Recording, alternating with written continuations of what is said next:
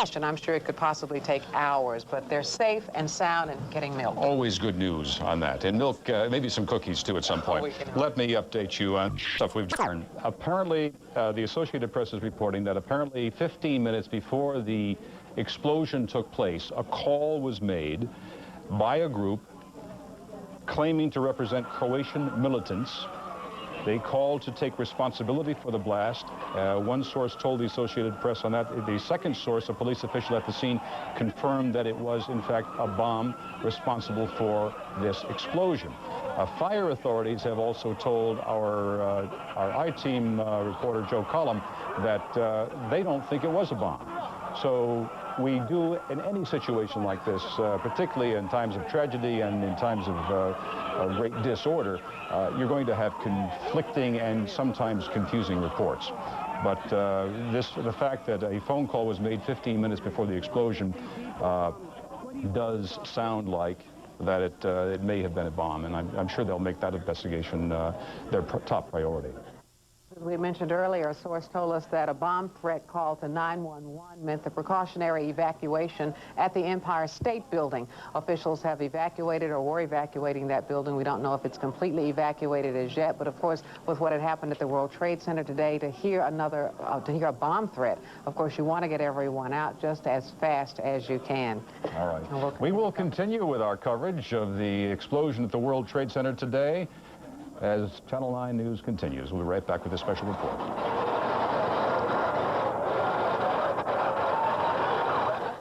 The layout of the Secret Service area, I mean, something's got to be done if someone was able to get in there like that. And again, as we said earlier, we live in such an open society. That's true. We're so vulnerable to this sort of thing. So vulnerable.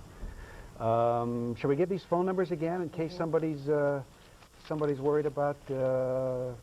let's go to Penny instead. We have Penny? John, before we go, I want to introduce you to somebody who works for Channel 5. We don't see him very much. I gotta congratulate you. How many flights of stairs did you run down? 110. 110. What was going on? What were you doing up there? You work for Channel 5, but you don't work in the Fox building. You work here. I work at the transmitter, and I work for the engineering department, and basically take care of the transmitter down here. So what happened today? Around 12:20 or so, there was an explosion. Did you feel it all the way up there? The whole building shook. All the lights went out, the transmitters went down, we went off the air, we came back on again, and all of a sudden there was smoke coming up in the hallway. After a while, you just couldn't even see in front of you, there was so much smoke. It started coming in the room, it tripped off our fire smoke detectors, and after a while we finally got one of the doors open to go down one of the stairwells, and some of the engineers up there also came down the same stairwell. Were there other people in the stairwells when you were going down? Yes, coming down around 107th floor, we finally started running into other people coming down. And what was their reaction? From what I understand, everyone was calm. Yes, everyone was calm. We got around the 50th floor, I guess it was. All of a sudden, we lost the lights. And that was a little scary, you know, having that smoke. It seemed like the smoke was getting heavier as you went down. I had an oxygen pack with me that I brought with me, and we did manage to, we did have to use it, in fact, on the way down. You know, you seem so calm now, and everybody, I'm calm now. John and Lynn, everybody I've been speaking with seem very calm. Is this like, you think you're kind of in shock, Harold? I've been here 13 years at this location, and I've never seen anything like this. We've had slight smoke problems up there before, but nothing like this. It was a little shaken, you know. Well, get warm, go in and have something strong. Thank you. Thank you. Also, on the Secret Service, I don't know whether you may have a question for me on this, John. You know I have some close personal friends in the Secret Service. Anything to definitely confirm, Penny, that this was, in fact, a bomb planted in that area? You know, when you have this kind of investigation going on, especially when you're speaking, you know, when it's a federal investigation, no, you will not probably get a confirmation for a while yet. For security reasons, that kind of thing. If in the layout of the Secret Service, that's a couple of floors. The Secret Service has always kept it's cars in the parking lot here. But it's not like you would imagine where it's a major secure area where, you know, this is Secret Service. You can't park here. There are cars, Secret Service cars parked down there just like anybody else's. And it's not a hot, you know, it isn't the kind of thing, it's not hard to get to those cars. I can bet you that'll change. I would imagine so, especially if the investigation turns out to be that it was directed at any of the federal agencies here at the World Trade Center. So from the best of your, sources, without official confirmation, that's what it was, a bomb. Yes, absolutely, and that's what we've been reporting for the last couple of hours, that it was definitely an explosive device that was planted here. And now we're immediately, I would say at 1 o'clock in the afternoon, alcohol, tobacco, firearms were here. The FBI was here. The gentleman you just ran the interview with, the head of the Secret Service here, was in his office. So he had just walked out, ran into me and said, "Hey, Penny, how you doing?" I said, "Let me ask you about this." And he hadn't even heard about it. So this was right after it happened when you saw that interview. All right, thanks, Penny. Okay, we are going to go to St. Vincent's Hospital. We have someone on the phone, and unfortunately, I did not get the name. I believe the first name is Rock. That's correct. That is correct. Rock, what is your last name? Tonkel, T-O-N-K-E-L. And you are the president of St. Vincent's Hospital, I understand. That's correct. Well, what is the situation there now?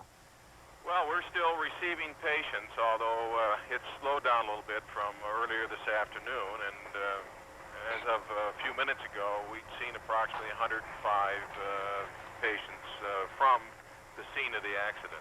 What kinds of injuries were we talking about? Well, most of it has been smoke inhalation, and fortunately not of severe nature. We've had a couple with more severe smoke inhalation, and they're undergoing treatment now. We've discharged approximately 10 patients that have arrived, and regrettably, one patient who was brought in this afternoon at approximately 2:30 in cardiac arrest as a result of trauma received at the accident scene expired at that time.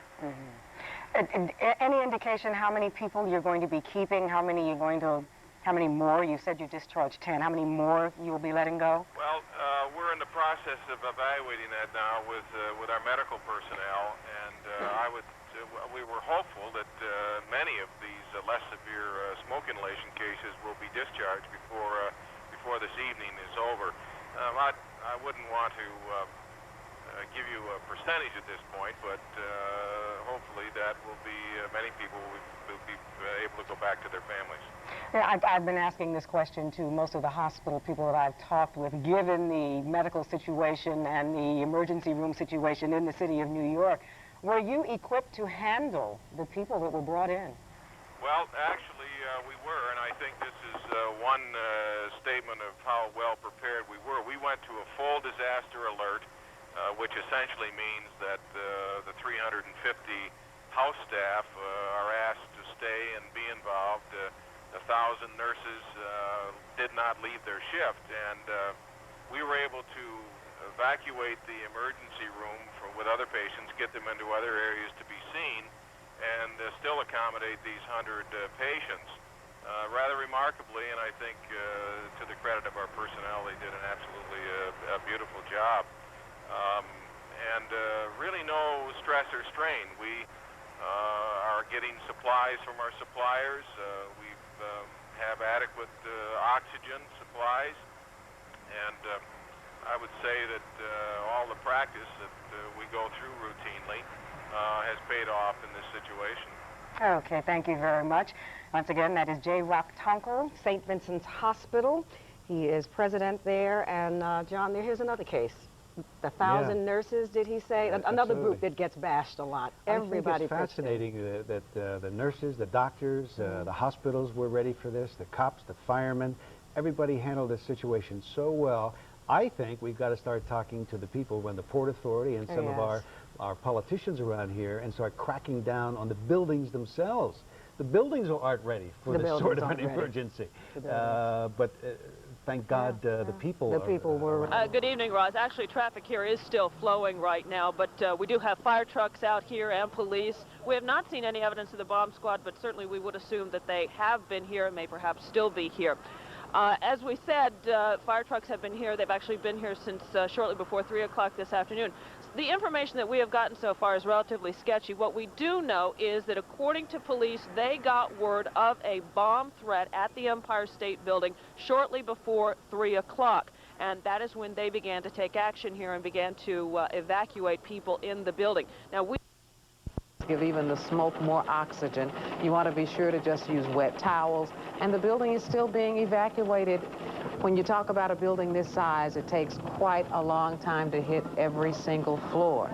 And it's just going to take a while. Our research staff has just told us that this is the 2nd anniversary of the liberation of Croatia, which corresponds, of course, to the fact that a phone call was made 15 minutes prior to the explosion. That would have made it around noon today, because the explosion took place around 12:15. A call was made 15 minutes before the explosion. A group calling themselves the Croatian militants claimed responsibility for the blast. And the fact that this is the 2nd anniversary of the liberation of Croatia may in fact have something to do with it. Police Commissioner Kelly did confirm that there was a call, but they didn't say exactly what was said. Of course, we heard from Dr. Lambert King earlier. He is the medical director at St. Vincent's. There was also a news conference held, too, to talk about some of those injuries. So we'll go to that videotape now and listen to the news conference held at St. Vincent's this afternoon. The building rattled, the whole thing shook. We thought it was a massive bomb. There was confusion, chaos. The smoke was everywhere. You couldn't see, and when I was in the bank, everyone hit the deck. We heard like a boom, and the building shake, and the lights flicker on and off. And then about 10 minutes later, they just started evacuate. So we had to come down the 72 stairs in these really narrow hallways.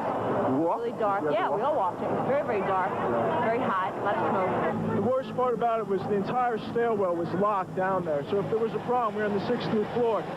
You couldn't get out. Once you're in the stairwell going down, that was it. Did you fear? What did you hear? Scared to death.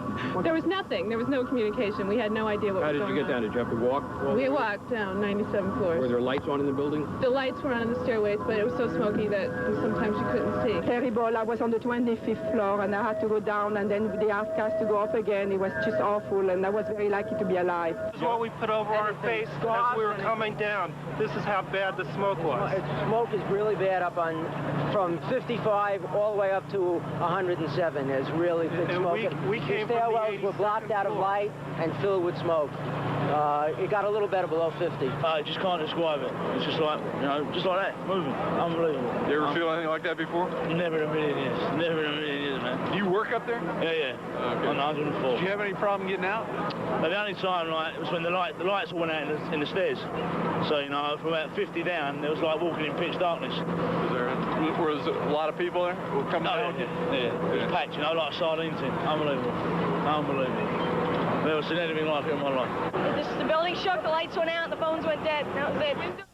Unbelievable stories, and of course, real miracles that so many people have made it out safe, sound. Apparently, nobody really panicked. Right, and we will get to that Dr. Lambert news conference at the hospital that you mentioned just a moment ago. That was not that tape. Those were eyewitnesses that we've been compiling throughout the day. We will continue with our coverage of the explosion at the World Trade Center in just a moment. So stay with us.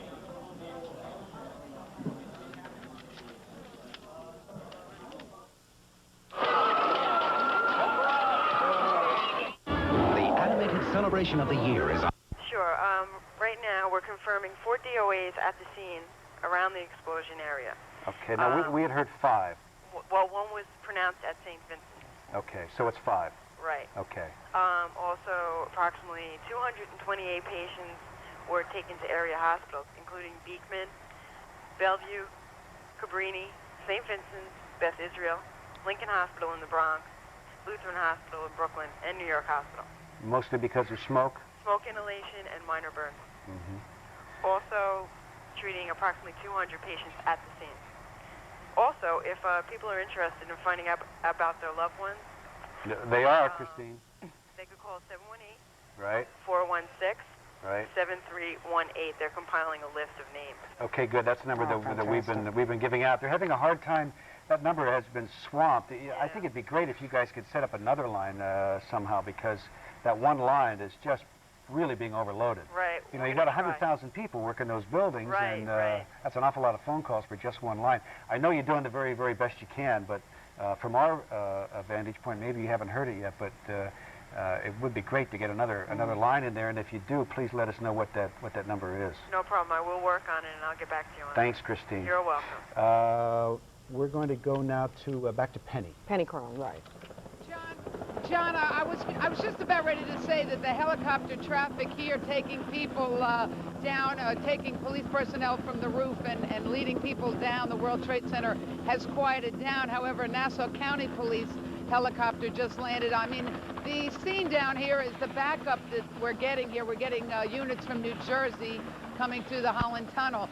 Now, we have been reporting all along that the personnel have been going to the top of the World Trade Center and walking them down. However, a pregnant woman who apparently works for CBS, and she works on the very top of the building, 110th floor, was brought by helicopter. She was literally plucked from the roof of the World Trade Center, brought by helicopter down. Obviously, she could not walk down, and she is in good condition. So she's one of maybe a handful of people that they did have to bring down from the roof. The rest were all walked down very quietly and very slowly, because as you can imagine, 110 floors is a long, long way to walk down. Well, you know, my heart goes out to the rescue workers who had to walk up all those floors. With the tanks on their backs and so forth. The men and women who had to go through that. We all know it's a lot easier walking down than it is walking up. But thank God they are getting those people out of there. Now, am I understanding, Penny, are you saying that everyone is out? No, I am not. Okay, I'm sorry. I misunderstood. It appeared at the time. Now, if Alan, can you show us that shot of that helicopter right now? You can see as night is falling, and this is quite an awesome shot, is the helicopter that, I don't know, gee, where's he going here? He may be going between the two towers, I'm not sure. He may be landing on World Trade 2, but there are still people that are on the upper floors, but they're bringing them down. And we're going to have a lot more throughout the night on this. So, yeah, we had heard earlier, Penny, that they were shifting now a lot of the emphasis from 1 to Tower 2. Yes, absolutely, that is correct. So they are getting them out, and again, if you're in the building and you're listening to us now, they're coming to get you, so stay where you are, keep your head down, stay low. Fire's out, smoke should be clearing up soon if it hasn't already where you are. Really? And just be patient and don't panic. Don't panic. And if you're waiting to hear from someone or you're anxious to get a hold of someone, you can call that 718 number, that emergency service number, 718-416-7318. Don't call 911, whatever you do. Don't even think of driving into that area to find anybody. There's another number you can call to find out somebody you're concerned about, the 212 number, 374-2303. That's the 212 number. Again, don't call 911. They don't have the information. Here's the 718 number for you, 416-7318. And if you're in the building now and you need some help to get out, you may want to call that 718 number to let them know exactly where you are, because they're working their way from the top of the building down, looking for everybody. Some people trapped in elevators, from what we understand. A lot of people, of course, just waiting inside the offices. And from talking with the hospitals and also with EMS, our understanding also is that they've taken people to Beekman, to Bellevue, to St. Vincent's, and as far away as Lincoln Hospital in the Bronx. So there are a lot of different places that you could try to make contact with if you're looking for someone and you can't locate them through any of those numbers. Right. Let's go now to see if we can get a hold of Chris Jones, what he has for us. Chris? Chris, you there? John? Yeah, go ahead, Penny. John, I'm looking. Chris is a bit of a distance away from me, and as you said earlier, a few minutes earlier, this is such a confusing state with so much equipment and so many personnel. Chris, can you hear me? I guess he's out of contact at the moment. John. Penny, are you able to see? Are there still people, as we speak, being walked out of the building by rescue workers? Yes, the people are still being brought down. Are they going right into ambulances or any other able to Some just of them walk are away? being brought into ambulances, and some of them are being brought across the street to the hotel that we've been reporting on, where they're trying to make these people as comfortable as possible right now.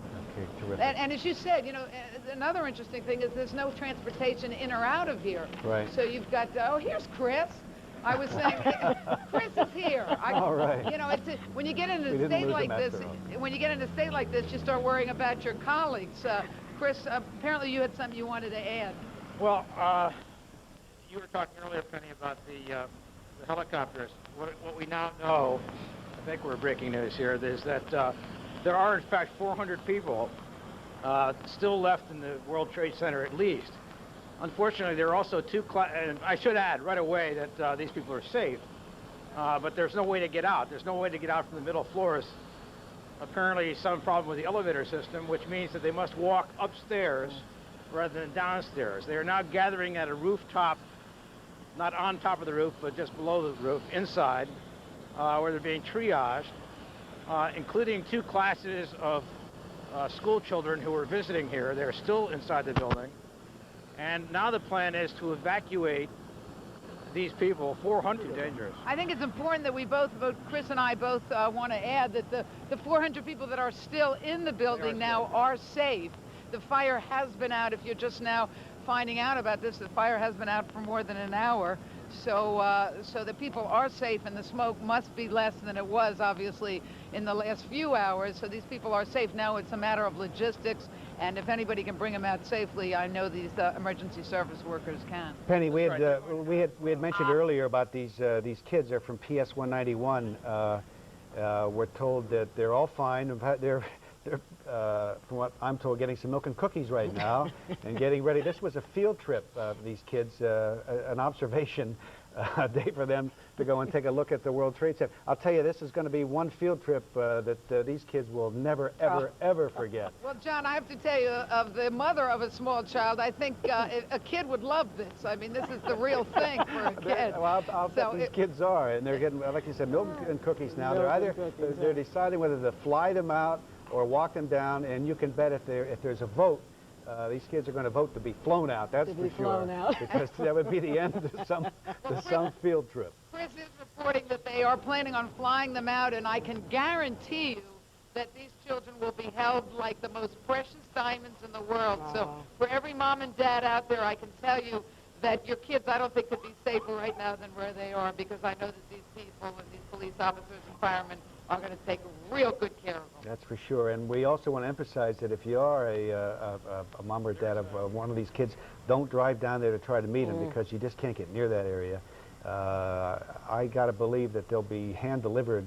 Oh, I'm sure. One at a time, right to the doorstep. Absolutely. Or whatever. Unless they're just so doggone excited about flying out of there that they just start running around telling all their friends what happened. Not ready to go home yet. Not ready to go home yet.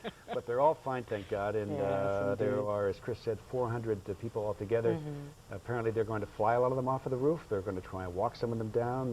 They're going to get them out of there safe and sound. Oh, I'm sure. However they have to. However they have to. It's probably going to take them, I'd say, a lot more time. Probably when you go on tonight at 10 o'clock, there'll still be something to report, and they'll still be getting people out of the building. But we're going to have an awful lot to report tonight at 10. It's going to take some time. An awful lot to take tonight at 10. It doesn't seem as if we're going to be able to have much more to report, because we've been talking so much this afternoon, but the great untold stories that we haven't, that we're working on right now, that our reporters are out there digging out about, first of all, exactly how this happened.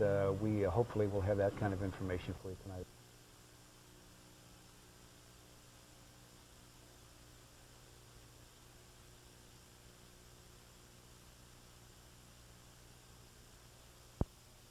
Murder charges against Dr. Jack Kevorkian. Shockwaves through the buildings where as many as 100,000 people were at work. Now, those are the photographs right now. You're looking at the explosion. That's the site of the explosion. Incredible twist of steel. The explosion killed now 5 people, as we understand it. 5 people confirmed dead, and well over 200 have been injured. There's been a steady stream of victims being taken to hospitals in the area. We have tried to tell you about that situation, but we also understand that there are people that are still trapped within those Twin Towers. towers. And hopefully the rescue workers are going to reach those people before long. And by the way, many of the injured have been taken to St. Vincent's and to Beekman Hospital. So if you need to make calls to find out if anyone, your loved ones might have been injured, that's where you'd call. Now, we've got Louis Riccio, I believe, of the Emergency Medical Services, I'm not sure. Of DOT, excuse me, Department of Transportation on the phone to give us an update on how the city has been just paralyzed by this disaster today. Mr. Riccio, are you with us? Yes, I am. Hi. Can you tell us how traffic's moving, not moving, whatever? Well, downtown is totally gridlocked here because we've frozen the area around the World Trade Center as far north as Canal Street, and the Brooklyn Battery Tunnel is completely shut down, which means everyone who normally drives down the west side or down the FDR Drive that uses that is being forced to go over to the Brooklyn Bridge, which is open but completely jammed right now. The area is cordoned off down here. We absolutely have to have this space down here for emergency vehicles, particularly the ambulances, EMS response teams, to get people who are still being treated and get them quickly to the hospital. 300 people, perhaps even more, have been injured so far. There are still people trapped in some parts of the World Trade Center. Firefighters, as you just heard just a few moments ago, are still working on trying to bring those people down and rescue them. At least 3 hospitals, especially in the lower Manhattan area, are working on trying to alleviate some of the problem with the injured. They're taking care of those. Traffic is still backed up in lower Manhattan. You are suggested not to go into lower Manhattan for anything at this point. And the police and the FBI are now still investigating the possibility that it was a bomb that caused this explosion. Also, one more thing with the Empire State Building. That building was evacuated. People are still not being allowed to go back in because of a bomb threat there as well. We're going to turn it over now to Bill Butel, who continues this story with Eyewitness News at 6. Thank you, Roz and Greg. And next on Eyewitness News, as we continue at 6, continued coverage of the disaster at the World Trade Center. 5 people dead, hundreds injured in an explosion and fire that ripped through the PATH train station beneath the Trade Center this afternoon. Smoke pours out of the World Trade Center. Thousands of people are still trapped inside. And some officials are saying the devastation could have been caused by a bomb, as the rescue efforts that have been underway all afternoon continue. Those stories and a good deal more next on Eyewitness News, so stay with us, please. We still have not located one of the 2 classes. The other group of kids is making its way down the stairs with firefighters leading the way. We're told that they're now on the 94th floor and all are okay, but they are very tired. As we said, one group has been located from that class trip, the other one has not, but the effort is being made, and we always want to remain optimistic and hopeful and keep that faith, as we say. They'll be okay. Yes. Everybody's working in their favor. We thank you for being with us at this hour of this extraordinary day. We are going to continue now with the Channel 2 News exploration of this terror in the towers, as we are calling it. Jim Jensen and Michelle Marsh are next.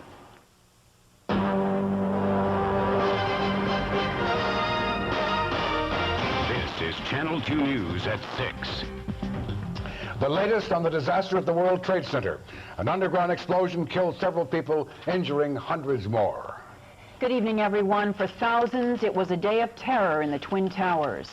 And the search for the cause of this explosion is now in the hands of, among others, the FBI and the New York City Police Bomb Squad. Before we go on the air at 10 tonight, so we will have the complete wrap-up for you on the 10 o'clock news at 10, and we will tell you everything you need to know about what happened this afternoon.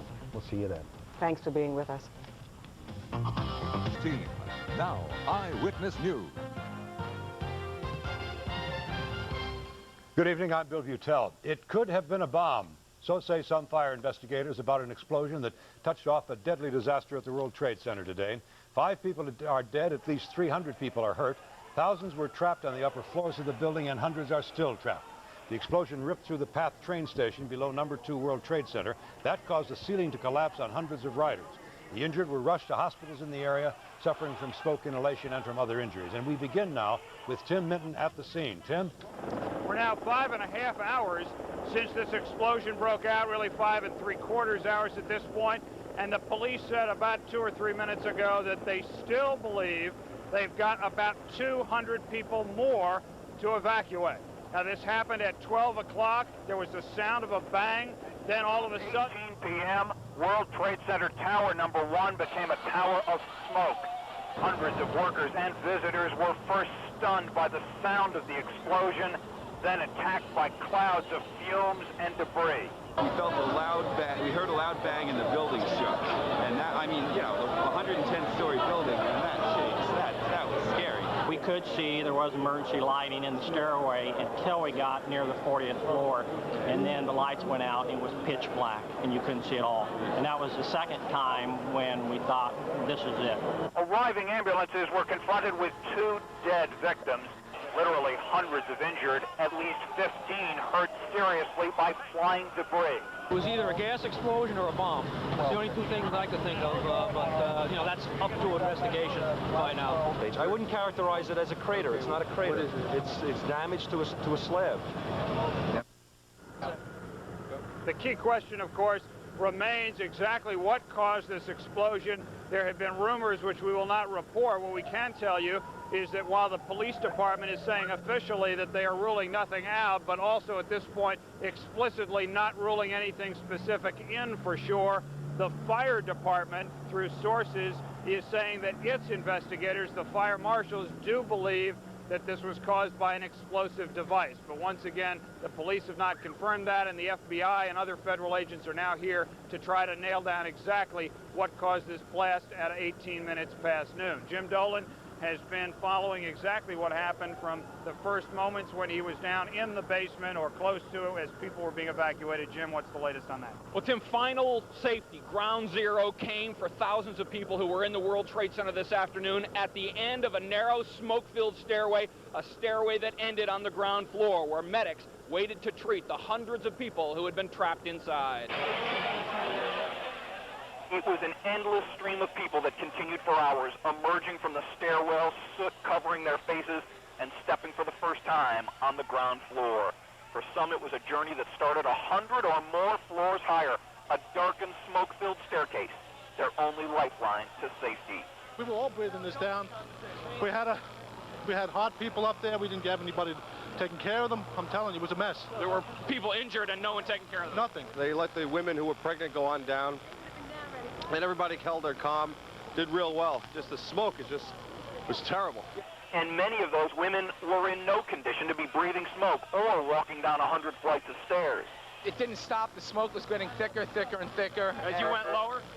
Yeah. You were with 2 women. 2 women, one of them 2 pregnant women. Once outside, clear of the smoke, broken glass rained from the floors above. People still stuck in offices above, breaking windows to get clean air. Help each other out. Keep on walking, thank you very much. It was terrible. I came from the 64th floor, an aviation department, and it was miserable. At first, we was told to go down the wrong stairwell. Then we came back and went down the right stairwell, but it was really a scary experience. You can imagine how scary it was. This rescue operation is a long way from over. You may be able to hear in the background, just a football field or so away from where I'm standing, helicopters. Those helicopters are preparing to go up to the top of the #1 World Trade Center tower to evacuate as many as 100 or 150 people who are still upstairs for reasons we can't yet determine. We have not yet been told. Those folks were not able to walk down the stairway, the long stairway that leads to the ground floor. They are preparing to send helicopters up to evacuate those people. There have been some helicopter evacuations, but very few. They are beginning to make efforts to enlarge that process and get a lot more people off the top of that tower. Reporting live from Lower Manhattan, Jim Dolan, Channel 7 Eyewitness News. And another dramatic component of the disaster at the World Trade Center was the underground rescue at the PATH station. Rescue workers tried frantically to free scores of riders who became trapped when the ceiling of the station came crashing down. Compounding the nightmare, no power. Hundreds of people plunged into darkness. Dark, it's wet, and there's a few people in there, and they're not sure how many. We got a couple out, but I don't know how many people are left in there. I was blown across the room. Everything went black, and it felt like a tomb. Then the lights came on, safety lights, and we ran out just trying to find a way out. The explosion was a huge one, and it tore a crater 180 feet wide in a wall just above the station. There were hundreds of people in the station when the explosion happened. Some of the hundreds of injured were treated right at the... Why and how? Live from the World Trade Center, I'm Chris Morgan. Back to you in studio. Chris, do you think it was just coincidence that the bomb went off near where the president's car resides and where Secret Service cars are and where CIA vehicles are? That would be conjecture on my part. All we do know Yes. that area is both public and private. Certain sections being public, certain sections being private. As to whether or not the individual who placed that bomb, if there was such an individual, if he knew that, well, that's open to conjecture, and I don't want to do that at the moment. All right, Chris, fine. Thank you very much. Lisa Castleman's been down at West and Vesey Street all afternoon, talking to people as they've been coming out of the building full of soot and smoke and shocked and dazed. And for another report from Lisa, we go back there and Lisa Castleman. Well, good evening, Jim. And as you can see behind me, now 6 hours after this explosion, there are still people being brought out, people who need oxygen and are receiving it right here, over here by the ambulance. They're obviously freezing cold and being wrapped in blankets. I can't tell you how many ambulances are here, but it's as far as the eye can see, and this is a clear night. They've been bringing people out from the very few moments after this happened. We have some tape of what it was like around here earlier today, and I'll describe the scene for you. Basically, I can tell you it was a very long rescue effort that is not over yet. Some people were let out with flashlights, others were airlifted from the roofs with helicopters. Some had collapsed and had to be carried out. A fireman told us he saw about 10 people in an elevator who had collapsed. He said in a half an hour they might have died. Others walked down the smoky, dark stairwells, choking as they tried to come out of the building. We talked to some of the victims and the rescue crew members throughout the day. There are hundreds of stories and hundreds of victims, many stories, certainly, that will be told for days to come. Here's what they said. We got the guard call, and something was, I don't know what's the matter. The bomb, some switch exploded. And everybody's stuck in the stairs. I mean, everybody it's a lot of smoke. You can breathe. You can breathe. And we had a big exploding bomb. It seemed like it was a bomb like that. But the guy was near me was getting really, really hot. Then he couldn't do nothing. I tried to pick him up like that. Then all my clothes get bloody. Then I run up and tell the other people that we need an ambulance. The smoke was very black and very thick. And thank goodness we had water in the office, so we wet handkerchiefs, and it helped. Was going down the stairs, you know, there was smoke. You went down the stairwell? Yes, but it's fine. It's getting better now. But we had to wait over an hour in the office before we could go down. What was that like, having to wait, not fully understanding what happened? It was scary. It was scary, yes. As the lights in our offices in the hallway flickered and then went out, and moments later, we were able to smell smoke all the way up 58 floors into the tower. So we headed for the emergency stairwells. And our lights were on in the stairwells, but there was considerable congestion. And unfortunately, at almost every landing, the doors to the inside hallways were opened either from someone on the inside or someone from the outside. And that gradually increased the smoke level to a very great level of discomfort. We heard reports earlier in the day that some of the emergency doors were locked in the towers. Mike, did you find that to be a problem? We did. We came from the 86th floor of Tower 1, and it became so smoky around the 51st floor that they told us, word came up from the 44th floor that we couldn't go any further. Go to the nearest open door and go to an outside office and barricade yourself in there. Which we did on the 51st floor. It appeared as we walked down the stairs, I noticed that every third floor or so was open, and it would tell you where the next open door would be, and it seemed to be every, like I said, every third floor. In fact, after we got to the outer offices on 51, we were in a consulate, and there happened to be a news program on, and they said that the fire had been put out. It got so smoky in our floor that a consensus was done around the people, and we broke out a few windows just so we could breathe. We literally could not see across the conference room to the next wall. Did any of you suffer from smoke inhalation? Did you have to receive treatment? Nobody that I knew. We had quite a few people on our floor, but we kept low to the floor, and once we broke out a few windows, and essentially on all four sides of that floor, we did get some good ventilation. There were clearly people who were in greater need of emergency help than I or the colleagues with whom I descended. But that doesn't mean that our throats aren't a little scratchy and our eyes weren't watery. It did take us a long time to get out, of course. We started out around 12:30.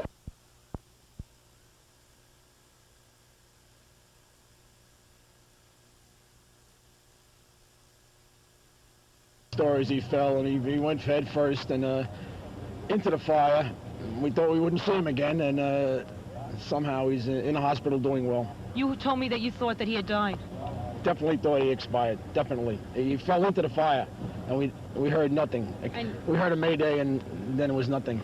And we heard that he had a radio initially, and he was saying that the fire was getting closer to him. He mentioned that the fire was getting closer to him. He kept breaking up on his radio. He couldn't hear him. We asked him to turn his pass alarm on. He turned that on. The other firefighters were working their way from below, helped them. It was like I said, it was a supreme effort on the whole fire department to pull Kevin back to life. And then the other voices just got fainter, you said? You didn't hear them anymore? Well, at that point, our only concern was Kevin, and that was all that was in my mind. You told me that your father used to work with Rescue 1, and he was at the 1966 building collapse where 12 firefighters died, and you said you thought of that today. That came to my mind when I seen the collapsed floor and the fire below, and Kevin slipping, and it just brought back memories of stories told to me about that particular incident. Kevin covered himself with some kind of debris to protect himself. He managed to drag himself. He couldn't walk. He had broken his leg. He couldn't walk, so he dragged himself away from the fire, got himself under a door, and the door acted as a fire shield, and it protected him so members could get him. And we're told that after about 45 minutes or so, a team of fire rescue workers were able to get to Kevin Shea and pull him out of the hole. As the firefighters mentioned, many other people apparently were trapped in chunks of debris, and we don't know how they fared. We do know that 104 people were brought here to downtown Beekman Hospital, Kevin Shea among them, with a broken kneecap. We understand he's doing well. A lot of other people suffered from smoke inhalation, lacerations, and bruises.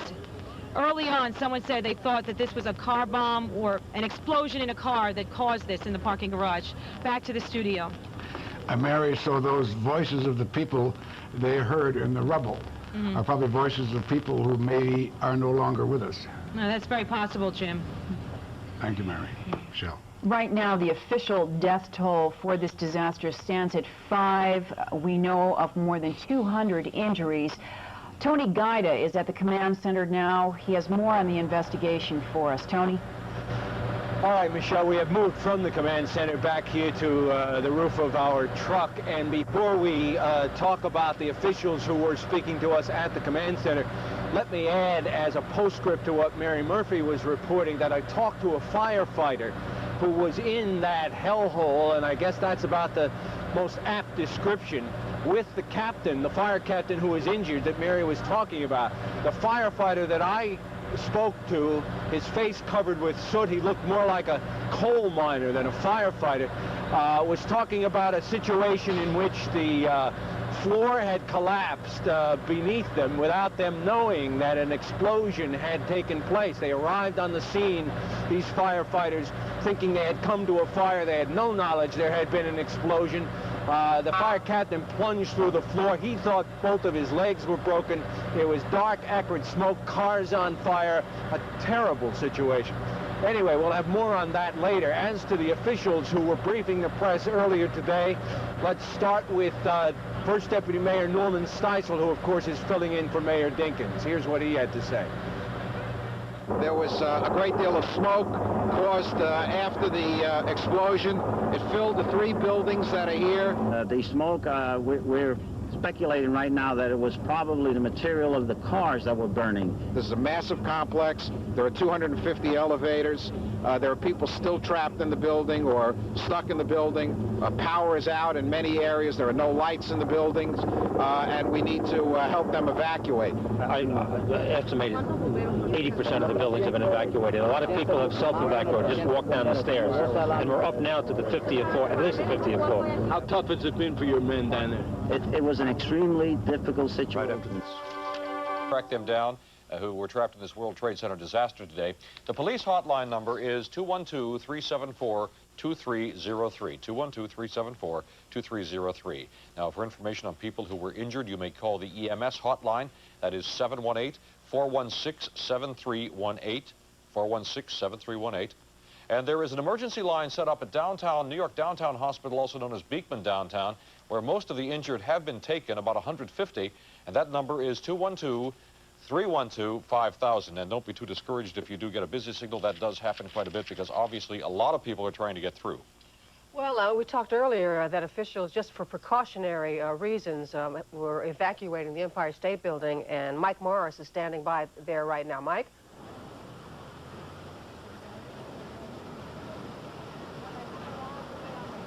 Straining an already thinly spread out emergency response system. Today, police closed down this world-famous landmark, the Empire State Building, in response to a phone call about a bomb scare. Earlier today, the fire department was here.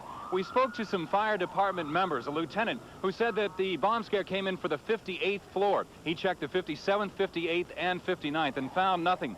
We talked to a woman who walked down 51 floors. Her hands were covered with black from the staircases.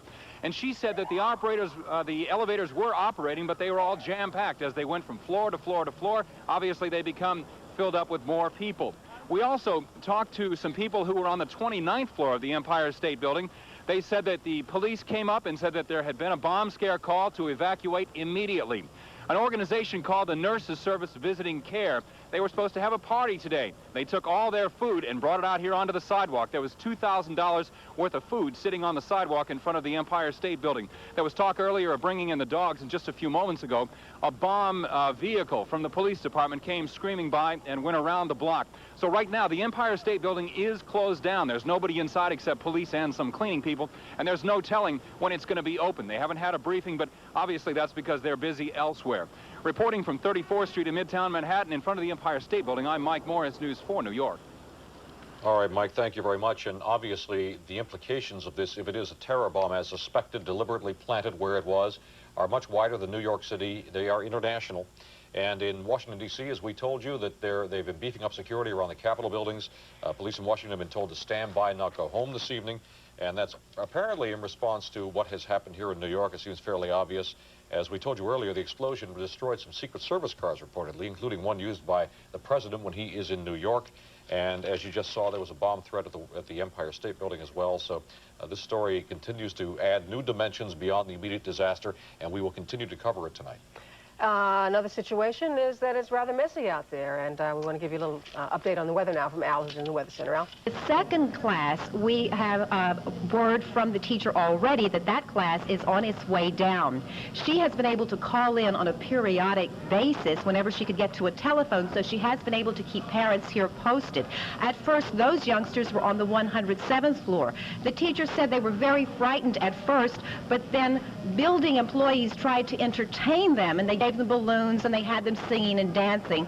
So that kept order and kept things from getting out of hand. She did say the children were very tired. They were finally able to start on their way down. They did reach the 94th floor before they had to stop because they were so tired. For the parents here, this has been a nightmare, waiting, not knowing where your most precious possession is. Now, I hear some commotion in the other room right now, so I'm just waiting to find out whether or not we have news of that class that has so far been unaccounted for. In all, there were 5 classes on a field trip at the World Trade Towers. 3 classes were able to get out, but the 2 classes were left behind and were trapped in the building. Let me see if I can find it. Did you hear anything new just now from the telephone call? You didn't. All right. Thank you very much. We were speaking to the principal here earlier and asking how he was dealing with all of the parents, and he said they just opened up the school because, of course, they're all concerned and they're all worried and they're all waiting to hear that the children are okay. I'll get back to you as soon as I can. Oh, just a second. The principal's right here. Yes, what did you hear? I just spoke with Miss Tesoriero. Now, wait a minute. That is the teacher of the class of children unaccounted for. She's on the 35th floor. They're on their way down. How are they? They're fine. They're all together.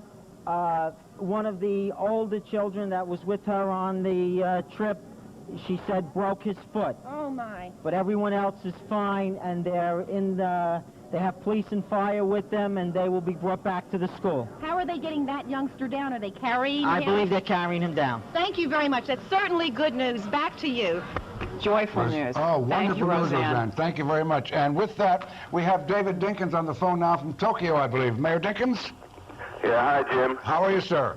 I'm fine. Concerned about our city, of course. Yes. Well, we just had some very good news. I don't know whether you heard it or not, but there were several groups of kindergarten children from PS 95 in Gravesend, Brooklyn, that were missing for a while, and the last group has just been found in fine condition on the 35th floor. But you should like to know that.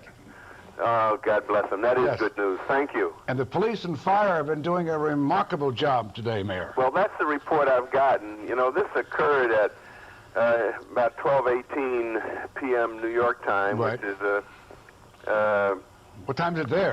Well, that's about 3 o'clock here. A.M., P.M.? I'm sorry, about 1 o'clock, 1:30. What time were you informed of this? How fast did you get the news? I got the news at about 3:25. P.M. A.M. Osaka time. Which is A.M. A.M. Okay. Yeah, I was awake in roughly 3:25, 3:30 in the morning, and we've been in constant communication with both the police command center through my intelligence unit that's with me, and of course with Norman Steisel, the first deputy mayor, who has been at the scene and in City Hall. I also put in a call to the president and was able to speak with President Clinton to express my concern. And he, of course, is concerned. I thanked him for the federal assistance that they're giving us by way of investigation to pursue the whole question of whether or not this was, in fact, an intentional situation that is a bomb. They're not certain yet. No, they're not.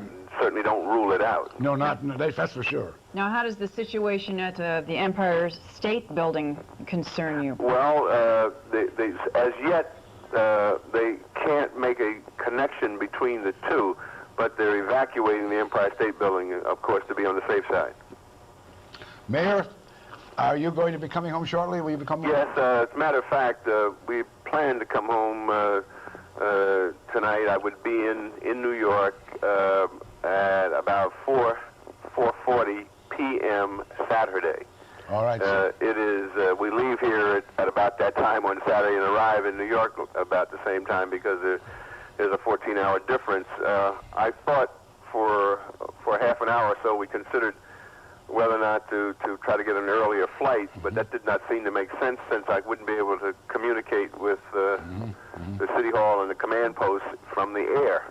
So what I did was to cancel a trip to Kyoto that we had planned for this morning, and I'm staying here at my desk and keep me in close touch with New York.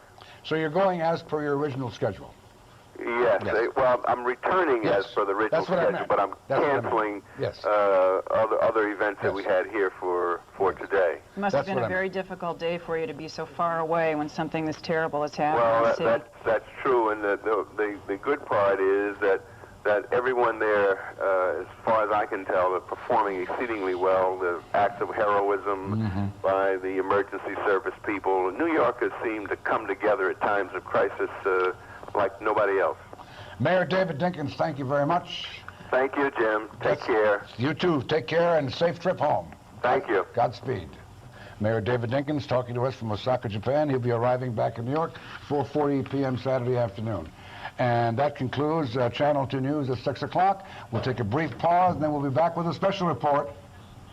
A special report now on terror at the towers.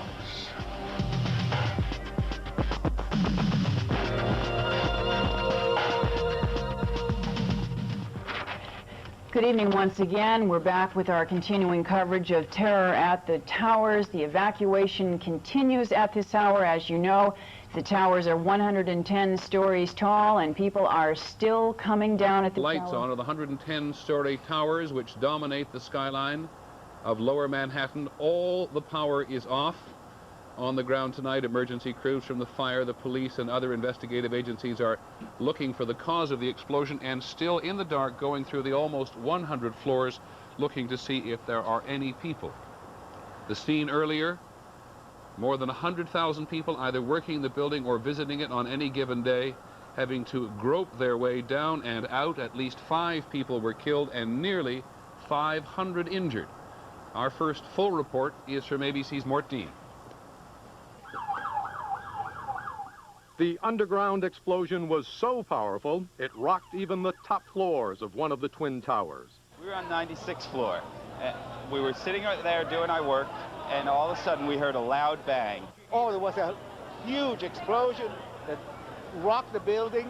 Down darkened stairwells choked with soot and smoke, thousands of workers groped their way to safety. It was a frightening and exhausting experience. It took like 2 hours to get down. People were passing out, and it was horrible. But as we went down, the smoke got thicker and thicker in the stairways. Those who feared they would not make it down to the street instead escaped to the top of the Twin Towers, 110 stories above Lower Manhattan. Some of them were evacuated by helicopter. Many were trapped in elevators or in their offices, and some punched holes through the building's thick glass facade to gulp fresh air or wave SOS signals. Watch out, watch out! The glass beads hit the street like deadly hail. The roof of a commuter train station under the building collapsed. The explosion occurred underground, apparently in a multi-story parking garage.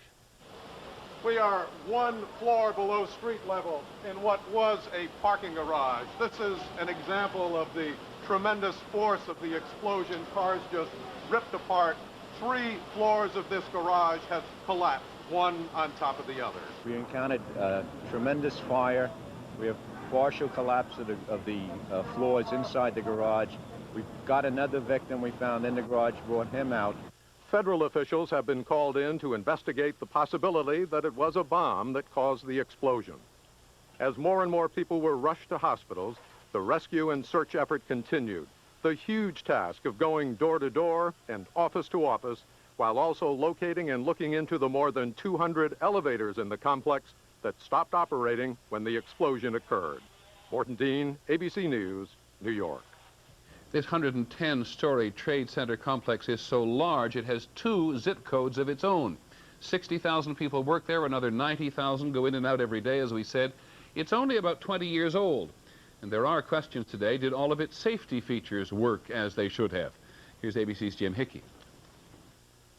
As home to more than 600 businesses, the World Trade Center is like a small city. Some of the people who work here said they ran into locked exit doors as they tried to escape. Many of them said no one told them how to get out. Simple, no announcement, no nothing. We just learned from one lady that we're supposed to walk down because there's nothing working. Fire safety experts say it is the responsibility of the building's management, the New York, New Jersey Port Authority, to coordinate evacuation in emergencies. They also say the greatest danger in building fires is often not the flames, but the smoke. High-rise buildings are supposed to have devices that prevent smoke from circulating through air conditioning and heating ducts, or up stairwells and elevator shafts. Yet World Trade Center workers, their faces black with soot, encountered heavy smoke as they groped their way down stairwells. That place is a death trap. Let me tell you something. There was smoke where there shouldn't be smoke. Matters may have been made worse when people trapped in the building propped open doors and broke outside windows, which are not designed to open, to get fresh air. That could have created a chimney effect, drawing smoke throughout the building. Other questions include what happened to the backup safety systems. Some of the office workers said even emergency lights went out, lights that are designed to stay on when everything else quits. That problem might have been compounded when electricity was cut off to prevent more fires from starting. One more consideration. Some fire experts say the severity of the explosion could have simply knocked out all the backup systems. Jim Hickey, ABC News, New York. We've one more report. As happens in this electronic age, no sooner had the chaos erupted at the Trade Tower complex than all the local television stations rushed to the scene in force, and before long found themselves doing more than covering the story. Here's ABC's Jeff Greenfield. In the inhaled gas. Throughout the day, television was not just covering this disaster, it was at the center of it. Once again, that number from EMS, if you want information about injured people, somebody in your family, a loved one. There was no communication between authorities and those stuck in the Twin Towers. The 911 emergency phone lines were jammed, but there was constant communication between many offices in the World Trade Center and television newsrooms. There never was any panic. Nobody's gone off the deep end, so to speak. Some of New York's most familiar faces found themselves offering information, advice, and words of comfort. But the thing that we need the most is a little information. John, what floor are you on again? Refresh our memory. This is the 95th floor 95. of 2 World Trade Center. We have a number for you to call, John. Take good care, all right? Yeah, well, we haven't broken into the sake locker yet, but... Dislodged some ceiling tiles. above your head. And if you take a couple of the tiles out, that gives about 3 more feet of space for the smoke that's in your area to go up. Local stations were also using their airwaves to advise those trapped. Right, call it, and you'll get some reassurance. But this may have been of limited help, since all but one of New York's VHF stations transmit from the top of the World Trade Center. They were knocked off the air and were seen only on some local cable systems and on a few suburban UHF stations. One of the most dramatic exchanges occurred on WCBS, where the broadcasters worked hard to calm the concerns of those still trapped. Well, there's a pregnant woman who works with us up here, and a lot of people are panicking. What are you doing for her? Well, we put her down on the floor, and she's just very nervous. Tell him to calm down. We're going to try to get help to him. Okay. The fires are out. You're going to be fine. You'll be fine. They'll be there very shortly. On an ordinary day, afternoon television is a blend of melodramatic soap operas and melodramatic talk shows. Today in New York, reality was more than enough drama for anyone. Jeff Greenfield, ABC News, New York. There'll be more on this explosion at the World Trade Center later this evening on Nightline. 5 people killed, 500 almost injured. Nightline will have all the latest details. In a moment, we'll go on to the other news. The economy was healthier at the end of 1992 than most people had thought. Site at the top of the tower when the explosion happened.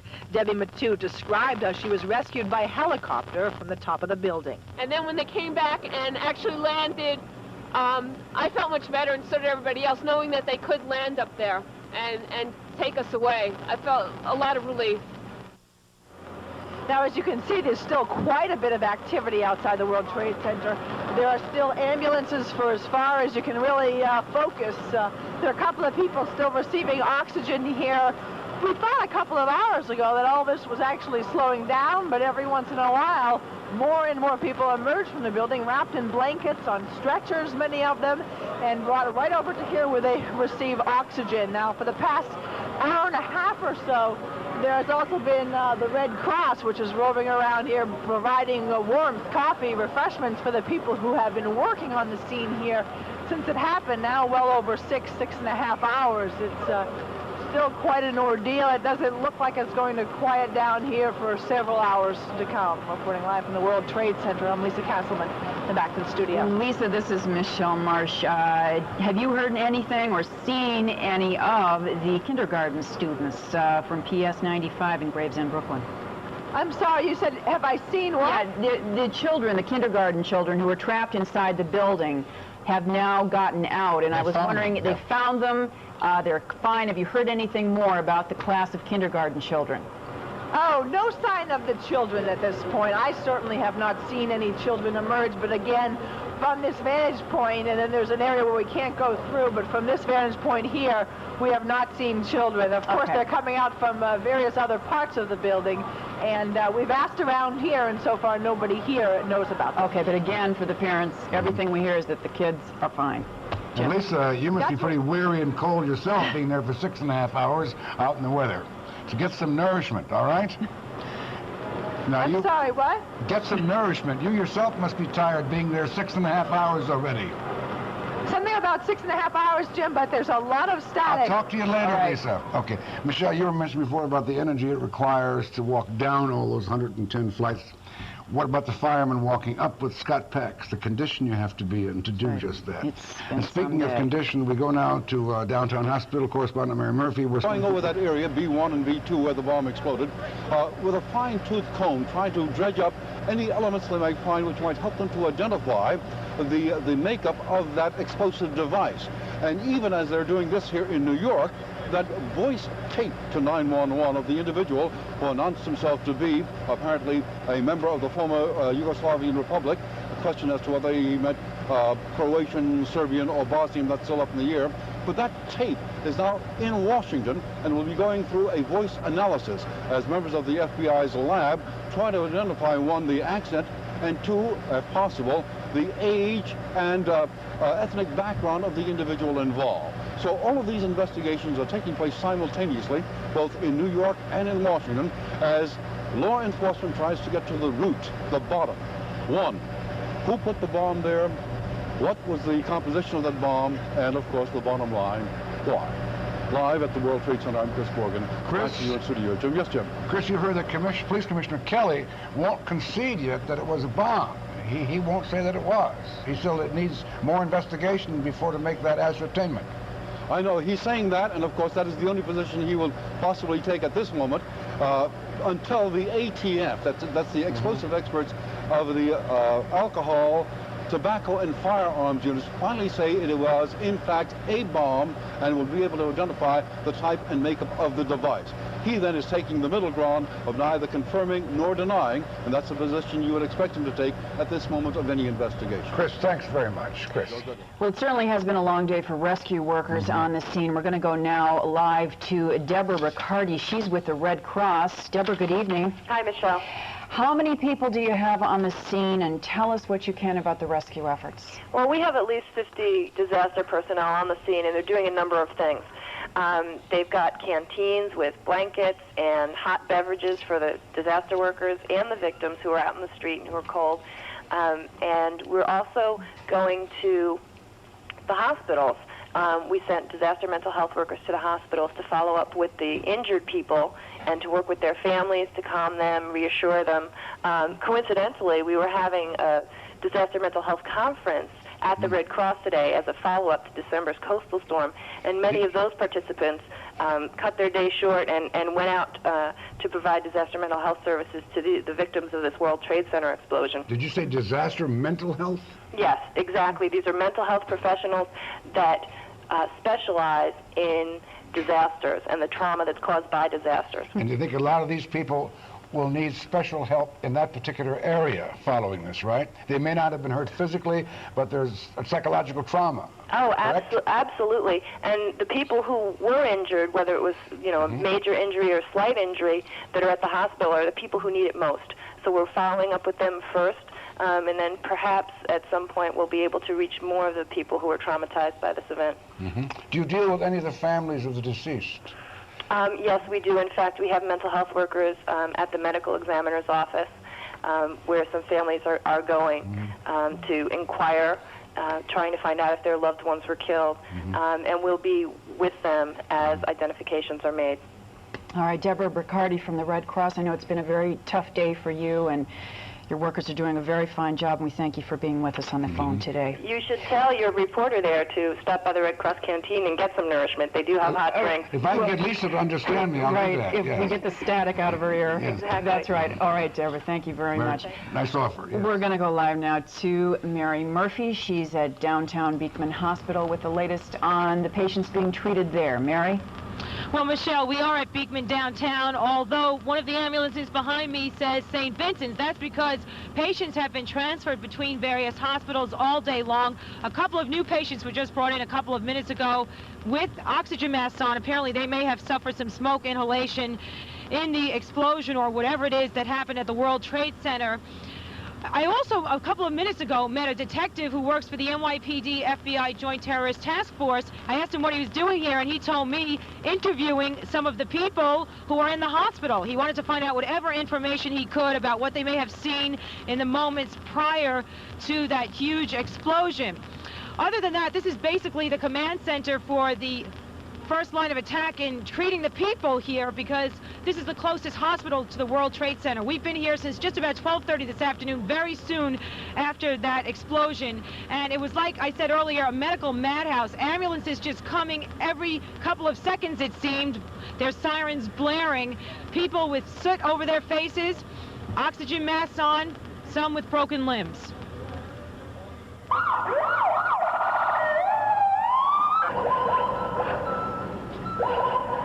The ambulances came from all directions, depositing victims at the emergency room door on stretchers, many people gasping for air. Those who could speak talked of being trapped underground in the sub-basement levels of the World Trade Center. We crawled out from under rocks, so I don't know. I can only talk for the basement 2 level. Total darkness, walls, concrete walls have collapsed. People are crawling out from underneath that. It's horrible down there. How many people do you think are trapped there? In my shop, there's about 40 guys trapped on the walls, at least, just in my shop alone. I was making 27 for some people, and all of a sudden I heard explode, and that was it, so everybody started running. Look at me, I have asthma. I don't even have my coat. Smoke was incredible, and I didn't know where to go. I couldn't see anything. One of the first patients who was brought to Beekman, one who was covered with blood, told his doctor that he believed there was a car explosion in the basement. I believe he was inside the garage. Something exploded. It looked like a vehicle exploded, and he was blown backwards. And that's the only thing he remembered, that there was an explosion. A lot of people in there, and I must compliment Beekman Hospital. They had it on the ball. They knew exactly what they were doing. Their trauma unit I give them 100%. Excellent job. Well, tell me what happened with the firemen. Kevin Shea was one of the firemen from Rescue 1, had fallen about 2 flights through some of the collapsed floors and broke his kneecap. So what kind of shape is he in now? Fine. He's fine. He's going to stay. He'll need surgery for the knee, but he's fine. Now, we are told that firefighter Kevin Shea of Rescue 1 is in surgery at this hour. He does require an operation on his broken kneecap. We also told you earlier this evening that Kevin Shea was a hero 2 years ago. He was part of a very dramatic fire rope rescue on a building on 7th Avenue. He actually went over the side of a building with a rope around his waist and rescued 2 men from a burning building, men who would have died if he didn't get to them. And this afternoon, apparently, he fell into a crater down about 30 feet at least, and he had to cover himself with debris so that the fire and the flames would not get to him. Right now, I am with a familiar face to you from this afternoon's coverage, Debbie Matute. I don't see her too often. She's a colleague of mine from WCBS. She makes the transmitter work so that we can bring you our live coverage every day. And she actually was a patient here at Beekman Hospital. She was brought here about 4 o'clock, suffering from smoke inhalation. I'm just wondering how you feel now and what the doctors did inside. I feel much better. They gave me oxygen, and I also got some saline solution. They checked me out, checked blood pressure, temperature. They were very thorough. And considering what's going on in there, I think they did a really good job. Now, you were on the 110th floor, and you finally got down by way of this, how? Helicopter. I think you probably told Channel 2 about that earlier today. Yes, I did. Yes, I did. The helicopter actually came up right next to your window? No, it came up on top of the roof. It landed on the roof. They got some lights and antennas off so that they could land the helicopter down. They sent a couple more policemen down and other emergency people. They let them out, and I got evacuated. I don't know what happened to everybody else up there. You know, I'm concerned about that, but I'm sure that they're okay. So you were stuck there for what, about 3.5 hours? It was about 3 hours. I'd say about 3 hours, 2.5, 3 hours. And it was quite smoky up there as well? On the 110th floor is very smoky, and the smoke, right after the explosion, it happened, the smoke was quite quick. It came up to the 110th floor. Now, we've been hearing that this may have been isolated initially in the sub-basement level, and the smoke traveled really that high. Yes, probably because of the elevator shafts, and because it's cold out, it drew the smoke up very quickly. And what is the scene like inside the emergency room? We understand there are more than 100 people there. I understand it must be crazy because they have the cafeteria now, used as a makeshift emergency room. It's, everybody is walking around doing their job, and they're very efficient at what they're doing. It looks a little hectic. Sometimes it seemed to be a little quiet, but there were people who knew what they were doing and just going at it and doing it. Well, thank you very much, Debbie. We're going to go back to the studio now, and we're glad you're better. Mary, a comment to Debbie that when her baby's born and grows up enough to understand what's going on, she's going to have to tell him some story about his helicopter ride. Jim said you'll have a good story to tell your baby when she's born. Very true, very true. Now for the latest on the investigation into what did or did not cause this explosion, correspondent Mike Taibbi. Jim, how are you? I'm back at the scene right in front of the World Trade Center in the Vista Hotel. I just spoke with Deputy Fire Commissioner Harry Rittenberg, who's been quoted before today, and I related to him what Tony Guida had reported before, that Police Commissioner Ray Kelly had said that at this point, he and the department are not ready to confirm that this is a bomb or that it's not a bomb, that further study was required. Deputy Commissioner Rittenberg just told me, no, it was a bomb, it was a big one. He went on to say that we estimate that it was 200 pounds of C4 plastic explosive. That's a plastic explosive in a car bomb in effect, and a very, very big one. Their estimate based on the damage that was caused in that level, that B2 level, that Chris Borgen was talking about before. Once again, Deputy Fire Commissioner Harry Rittenberg saying that their estimate right now is that the cause of the bomb was about a big bomb, he said, about 200 pounds of C4 plastic explosive. That's his estimate right now. I don't know what level of analysis he's had. If we get more, we'll pass it on. Right now, this is Mike Taibbi reporting live. Back to the studio. Mike, as I understand it, usually if C4 plastique is detonated by remote control. It has wires in it. And usually it's set off by a radio device, by somebody a considerable distance away from the site of the explosive material. That could be done. There are any number of timers that can be used for that, Jim, as you know, and as our experts know even in more detail than we do. But you're right, that can be either detonated by remote control or with a timing device. But the fact that it's that type of explosive, if in fact that's what it is, and Deputy Commissioner Rittenberg says that's what it is, would narrow it down to the type of explosive that is most often used by terrorist groups. We don't know that for a fact right now, of course, but that's the estimate right now that's being given to us. Mike, thank you. All right, and one more reminder for you that the CBS News with Dan Rather will air at 7 p.m. tonight. And we'll be back at 7:30 to continue our coverage of this story. Now, back to the matter of rescue efforts. We're going to go now live to Charles DiGaetano. He's on the phone with us. I know it's been a very long day for you, Charles. This has been over 6 hours now since this disaster happened. What's the scene like now? Have things quieted down at all? Oh, it certainly is a distinct change from the earlier hours when this first unfolded. We are still seeing some patients as they come to our treatment areas, as they are led to our treatment areas by the police and fire department.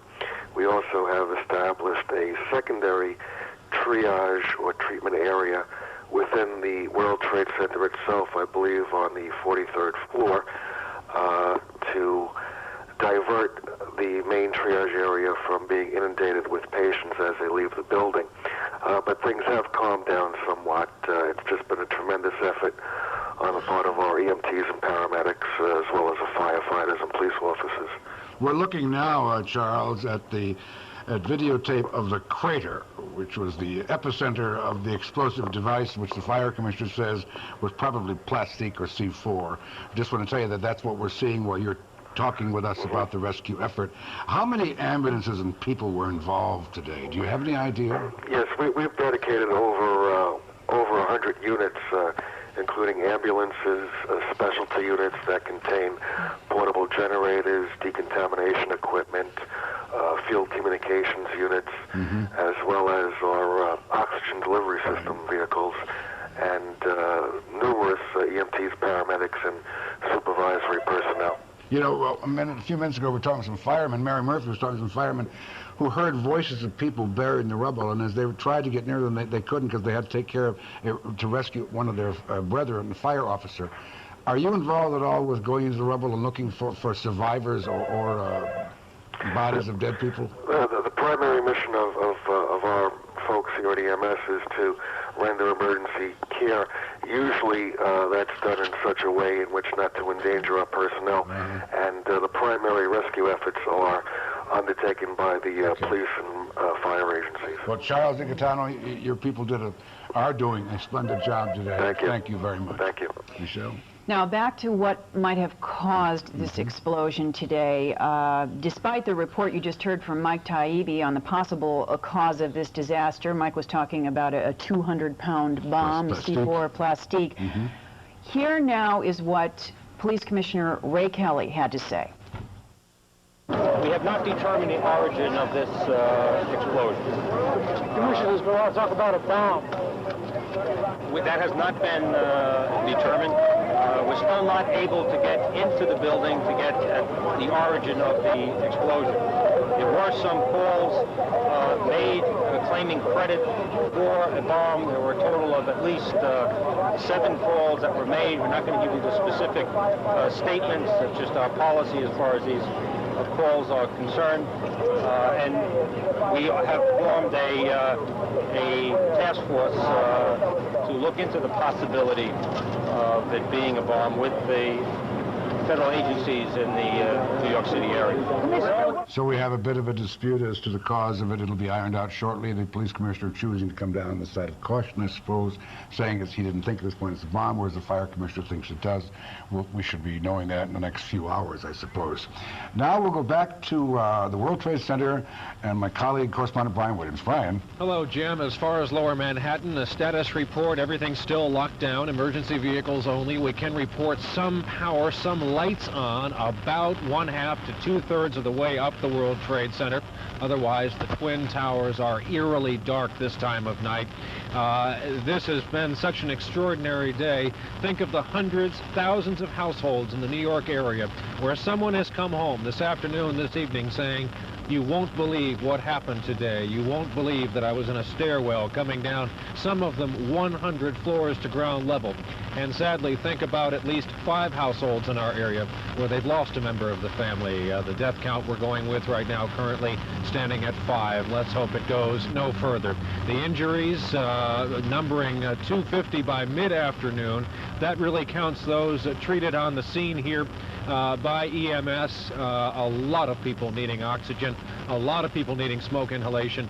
EMS had to set up kind of a hybrid system of oxygen where they would use several tanks, and then they were taking many, many tubes off those oxygen tanks, putting the masks over people's faces so they could try to breathe normally.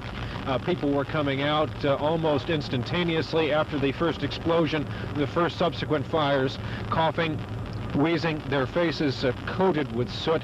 A very, very frightening afternoon. The elevators out. There you are with thousands, hundreds of your co-workers crammed into stairwells trying to get out to breathe free in the streets here in Lower Manhattan. Back to you.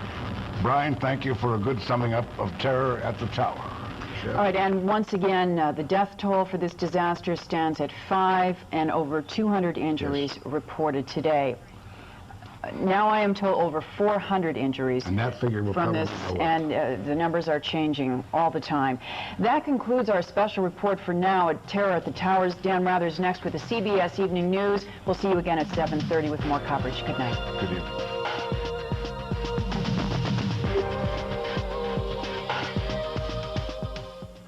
It's a lot of smoke. You can breathe. You can breathe.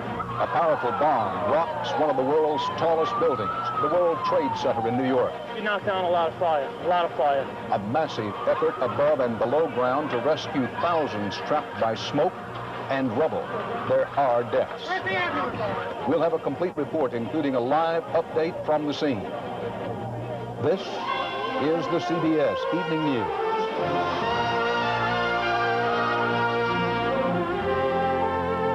Good evening, Dan Rather reporting. It was the noon hour here in New York City. The Twin Tower 110-story World Trade Center was crowded with workers. Without warning, a bomb exploded beneath the building in downtown Manhattan, touching off a fire, filling the skyscrapers with smoke, and sending the ceiling of a train station crashing on top of commuters. CBS News correspondent Scott Pelley is live at the World Center with the latest. Scott? Dan, we now know that at least 5 persons are dead. More than 200 have been injured in what federal authorities now call a car bombing. They have confirmed that now to CBS News. They believe it was a car bomb because of the extensive damage to the parking garage. Apparently, at least 3 floors were blasted through. Also, there was extreme heat. It is said that some parts on cars were actually melted. It was an explosion that shattered the lunchtime routine here in Lower Manhattan.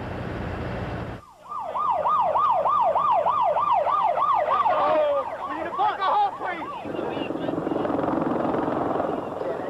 I was trying to. I can't get it. It's a lot of smoke. You can breathe. You can breathe. Something blew. Something big blew. I've never seen anything like it in my life. Just after noon, an immense blast roared through the subway station beneath Manhattan's landmark World Trade Center. Within seconds, thick, acrid smoke shot through all 110 stories of the #1 tower, leaving tens of thousands of people in the dark searching for a way out. We didn't think we were going to get out.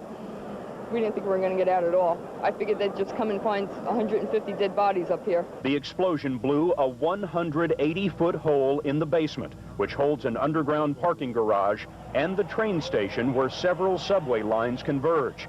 The ceiling of the train station collapsed. Some victims were apparently killed here.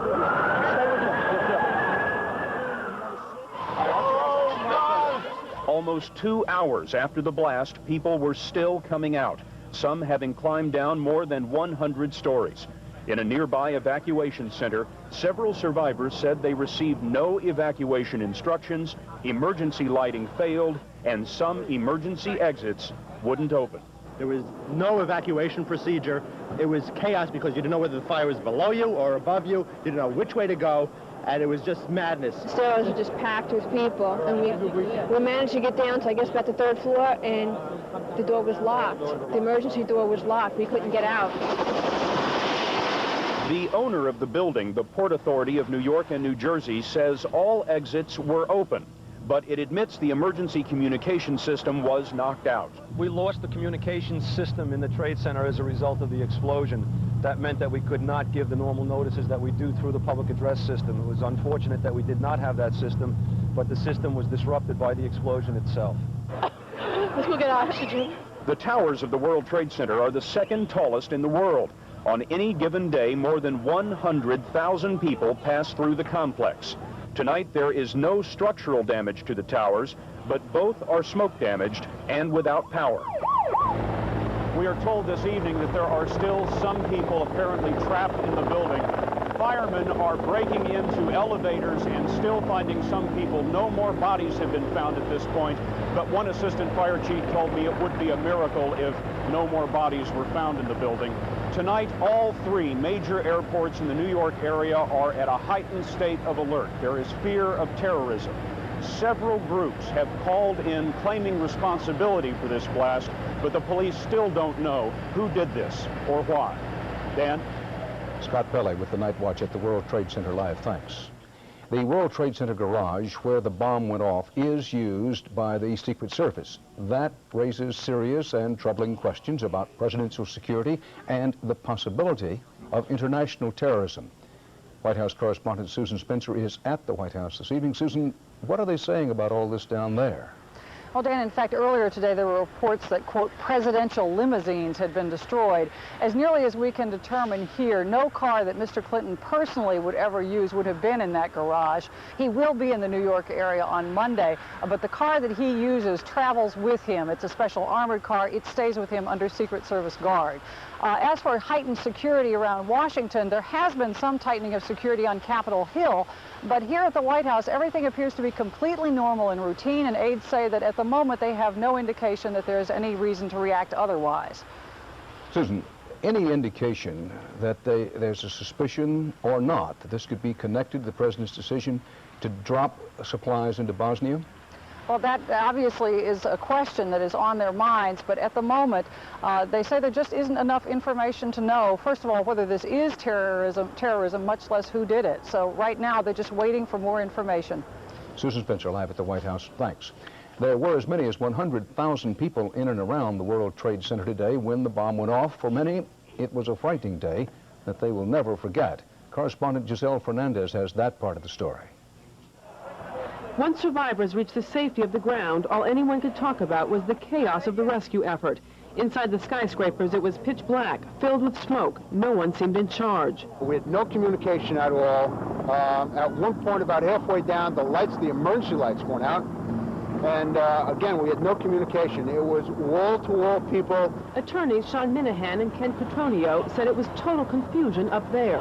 You really couldn't listen to anyone. That was the scariest part about it. You had to kind of go on your instincts. What you felt was right because no one around you knew anything. It was like a herd instinct. There were no alarms or anything to alert everyone. I mean, the only alert that we had was the smoke coming in. People with authority really didn't have much of an idea. When we were coming out, one man told us to go this way, and it was the wrong way to go. The explosion and confusion completely paralyzed all of Lower Manhattan, but it also frightened the tens of thousands of people who work in the many skyscrapers surrounding the scene of the accident. People who never before thought twice about working so high up in the air, today started asking, what should I do if it happens to me?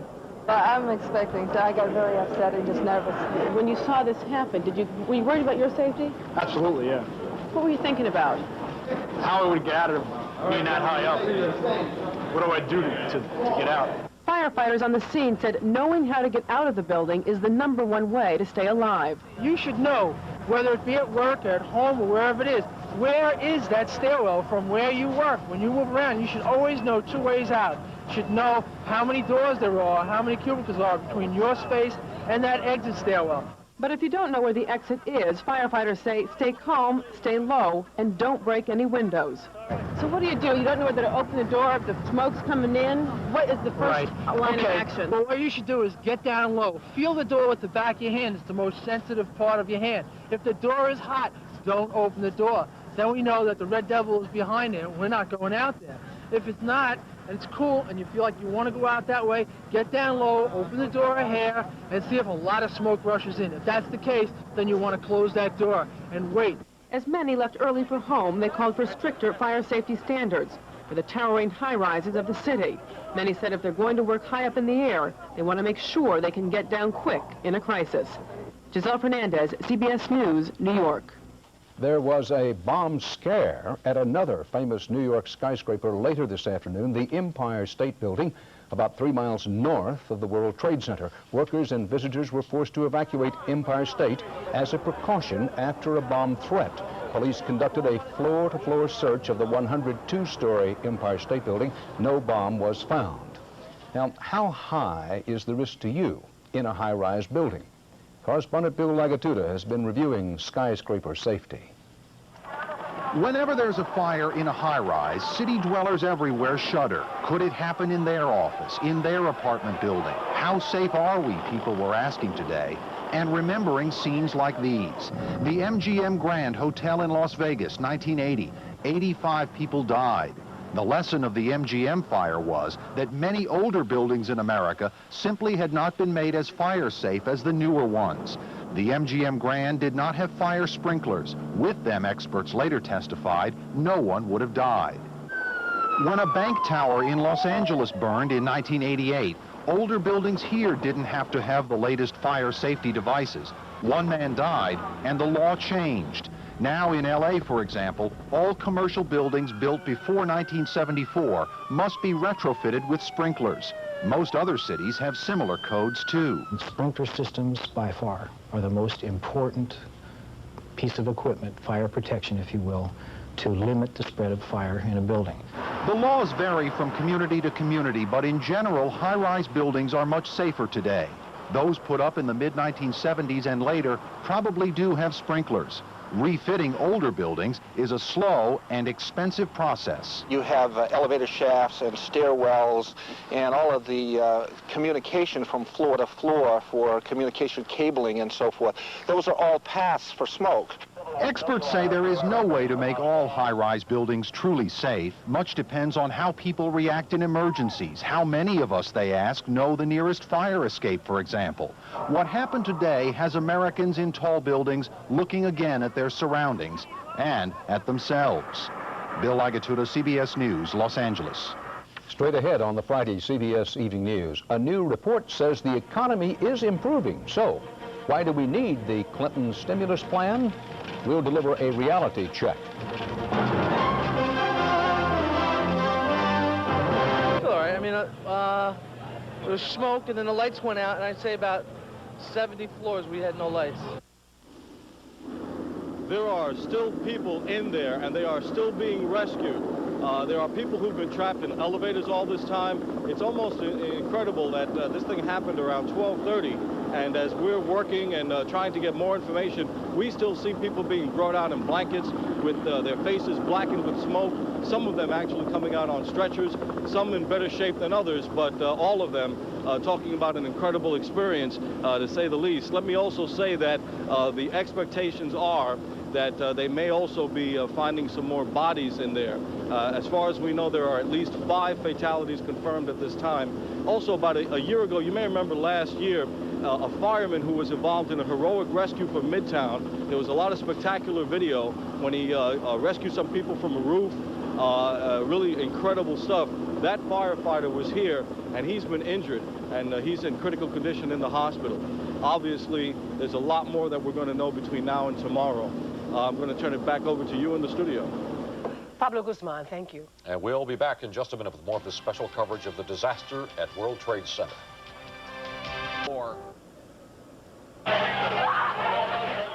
It was the first fresh breath of air these people had inhaled in hours, and the first time they could see anything more than the person on the stair in front of them. But as they emerged from the smoke-filled stairway, their faces darkened with soot, handkerchiefs covering their mouths, the fear began to fade into anger. That place is a death trap. Let me tell you something. There was smoke where there shouldn't be smoke.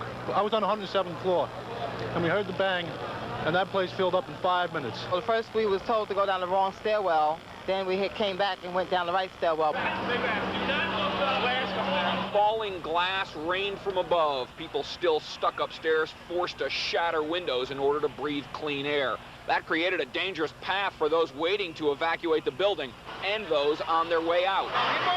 Keep on walking, thank you very much. Hundreds were stuck on elevators in the World Trade Center. Only some of those were able to work their way to a nearby floor, where they too had to begin the dangerous trek down the long, darkened, smoke-filled stairway. We heard a boom, and the building shook, and then the lights on one half of the building went out, not on my half. And people started saying we better evacuate because they smelled smoke. So we went to the stairwells, and we got down, I guess, the first 78 floors without a problem, and then we hit traffic. There were no alarms at first, except we knew, I mean, the smoke was flying into the hall, so we knew that was real and something was going on. And it was, at first, we were just flying down. It wasn't very crowded, but then it got really crowded at about in the 60s or so, and then it got really hot. And but people were surprisingly calm for the most part. Nobody was spared from the smoke-filled climb down the stairs. One after another, pregnant women emerged, some after inhaling the smoke inside for hours. You were with two women. Two women, one of them, two pregnant women, and I was taking the rest down. We were making a chain down with the pregnant women. Did you think it's the worst thing I could ever say could ever happen to anybody, because there are a lot of people still up there that aren't going to get down for hours, and the smoke is extremely thick. Well, that is still true at this hour. There are still a lot of folks stuck upstairs. We don't know how many. Rescue workers don't even know how many. That door-to-door, floor-to-floor search is still going on right at this hour, and will be going on well into the evening. Now, as we were into that videotape package, just as we were into that package, the lights on the lower floors of the number 2 tower went on. They are expecting to be able to put those lights on section by section in the 2 towers over the next several hours. That, of course, will aid the rescue effort and any efforts to find people who are injured and trapped inside. Reporting live from Lower Manhattan, Jim Dolan, Channel 7 Eyewitness News. Jim, that is really a good and important piece of information that you shared with us just before you signed off in terms of the lights being on in the lower level. Did police and fire rescuers tell you when the power would be restored all the way up? They don't know, and in fact, they won't know probably until just moments before it's all done. That's because every time they have to switch on another set of lights and the power to another area, they have to make sure that all of the electricity is taken care of. That is so that they don't start any fires, so that they make sure that people aren't in any dangerous places. So they have to check each area individually, and each section is only several stories high. The section they just put on above the Vista Hotel is maybe, I'm looking at it now, you can't see it on the camera, but it's maybe 15 stories at a time that they are putting up. Of course, these buildings are 110 stories high, so that could take some time. People in the elevators, Jim, had a very tough time. To your knowledge or to your suspicion, are there many people still trapped in elevators in any one of the towers? You know, they didn't think there was anybody still stuck in the elevators when they found that people, and the people from the 43rd Hook and Ladder found those folks stuck in that elevator. They think everybody is out, but again, there's a lot of elevators. This is a very big building, so there are a lot of elevators to check, and so far as they know, they think everybody is out, but they're not sure. Jim, just for a point of clarification, just because the lights are on in the lower 15 floors, that does not mean that the elevators will start to work again, No, right? Absolutely not. It's a completely different set of electricity. It's a completely separate bank of electricity. And your suspicion is it's going to take quite a while still before the evacuation is anything like complete? It would have to take an awful long time, Bill. It's a meticulous search. Remember, many of these floors are smoke covered. If you've ever been in a fire, you know that the smoke is so thick you can't see very much. So when they get into these, each of these offices, they first have to clear all the smoke and then make sure there's nobody stuck inside. With all of the thousands of offices in these 2 towers, that could take a very long time indeed. Of course, they have a lot of people here to do that search, but it could take a very long time to get that done. Okay, Jim, thank you very much. Let's go to Gwen Williams of the Port Authority. Are you there, Miss Williams? Yeah. Yeah, Miss Williams, can you tell me how much longer you think the Port Authority thinks the evacuation is going to take? It'll probably take a couple of more hours. As far as we know, everyone is on their way down out of Towers 1 and 2. We know that there are a group of people on 43 in the 2nd tower who are disabled, and we're trying to get them down now. What kind of disabled? Are they in wheelchairs or what? People who can't walk downstairs. I don't know if you heard Jim Dolan's report, but he said within the hour they just opened an elevator and found several people inside. What do you know about the possibility that there are more elevators full of people that are just being opened? Well, as far as I know, we have been doing a floor-by-floor search. I can't speak to about people who are on the scene right now. Let me ask you a question. I'm sorry. However, they will be doing a complete search to find out if there are any people left in any corners or in any elevators. Ms. Williams, let me ask you a question about mechanics. How do you go about getting the smoke out of a building where the windows don't open? You have to just smash windows, or do you have an exhaust fan?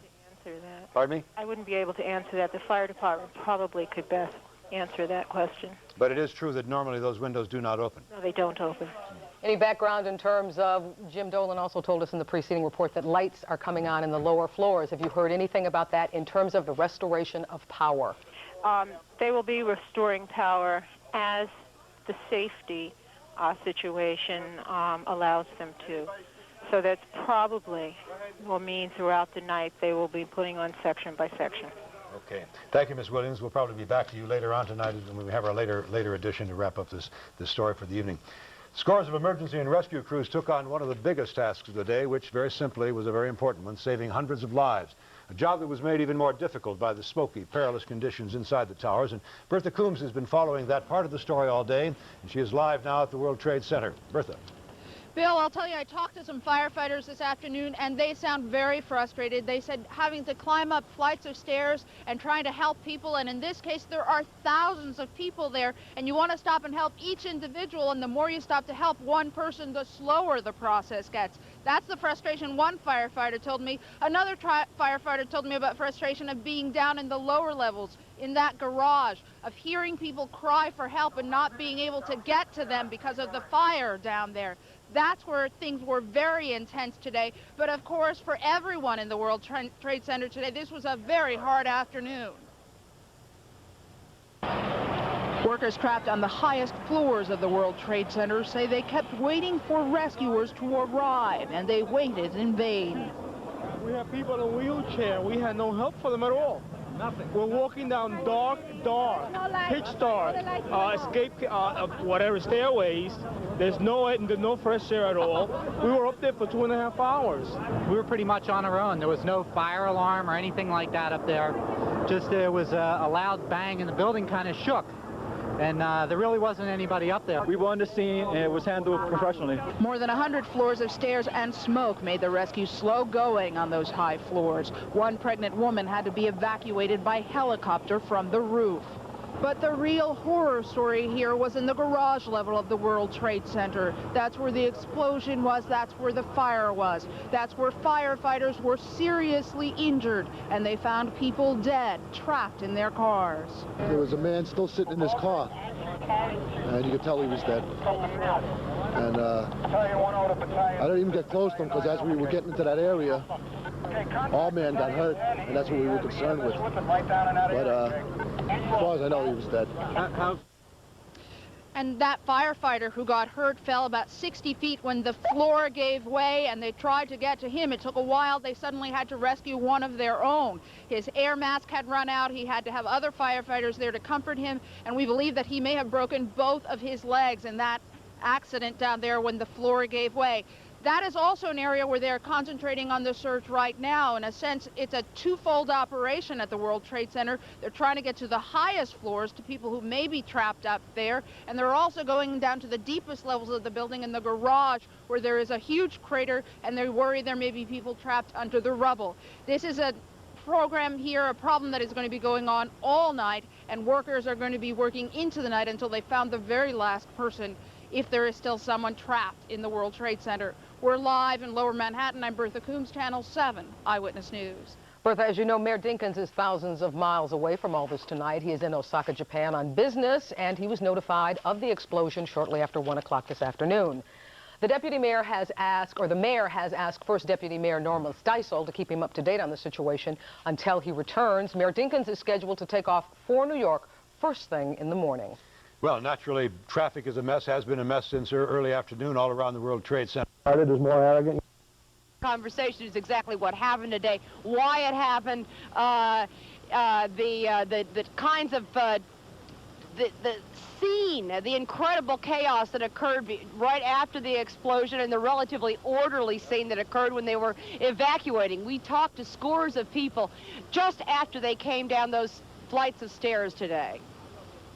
And it was an hour and 15 minutes to the bottom. This man just walked down over 100 flights of stairs. From windows on the world was trembling. As I thought it was a bolt of lightning. We heard a loud boom, and it was just panic. It was just chaos.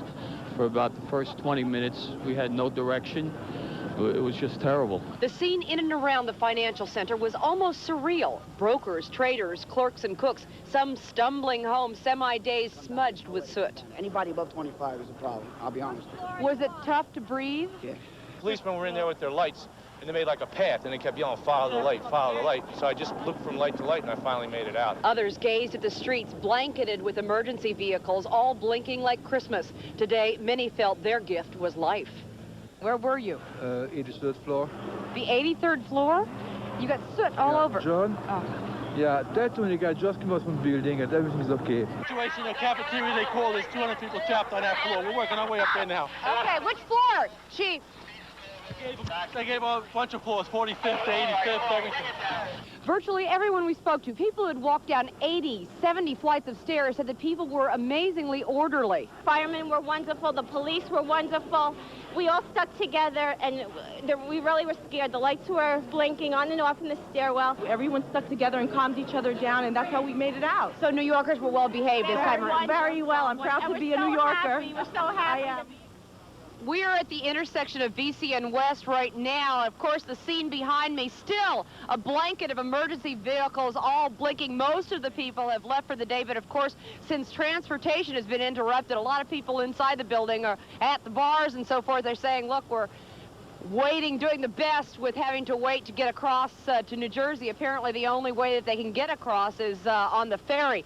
Everyone's speculating exactly what happened. Of course, we've heard about the bomb threats and all. Dave Browdy's with me right now. Dave, the police commissioner just gave us his best knowledge. Mary, yes, he did.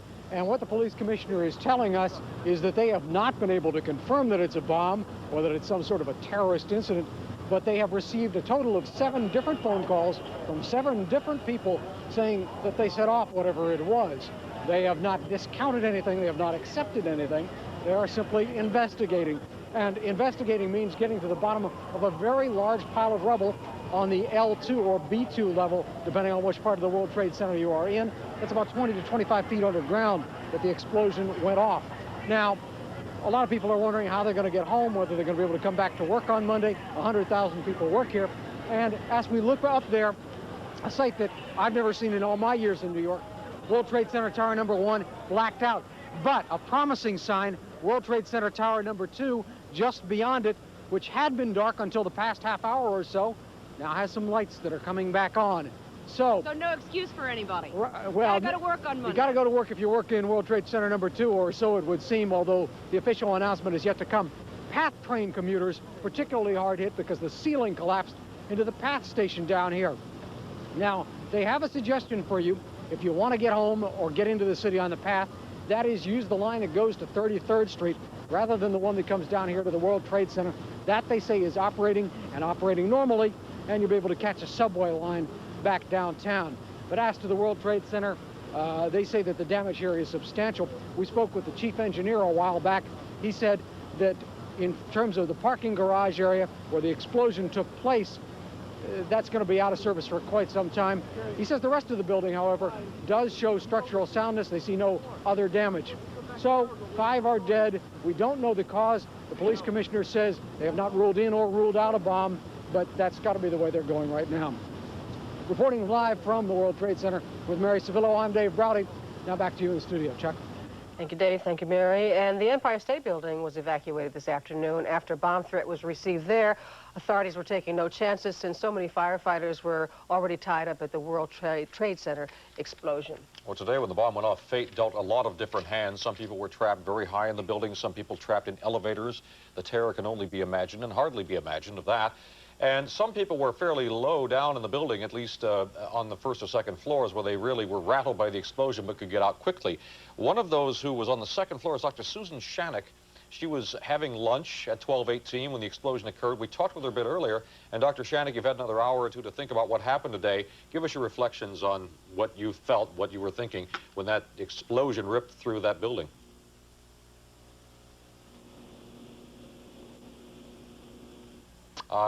I think we've lost Dr. Susan Shanik. She was having lunch with a friend, and she described earlier how absolutely terrifying it was, that it was a deafening explosion, rattling explosion, that caused her to jump up immediately, grab her friend's hand, and yell for everybody to get out of the building. What stunned her was that no one else was leaving. She said, come on, there's a problem here, and everybody sat there. You know. People either didn't want to accept it, or sometimes people just sort of paralyzed in the face of danger. Her reaction was to get out and get out fast, because she didn't know if the building was going to come down, she told us. Yeah. And she is, I believe, a psychoanalyst. It would have been interesting to talk to her, too, about some of the post-traumatic syndrome that we have. Now, we're going to switch now to a commercial break. Be back in just a minute.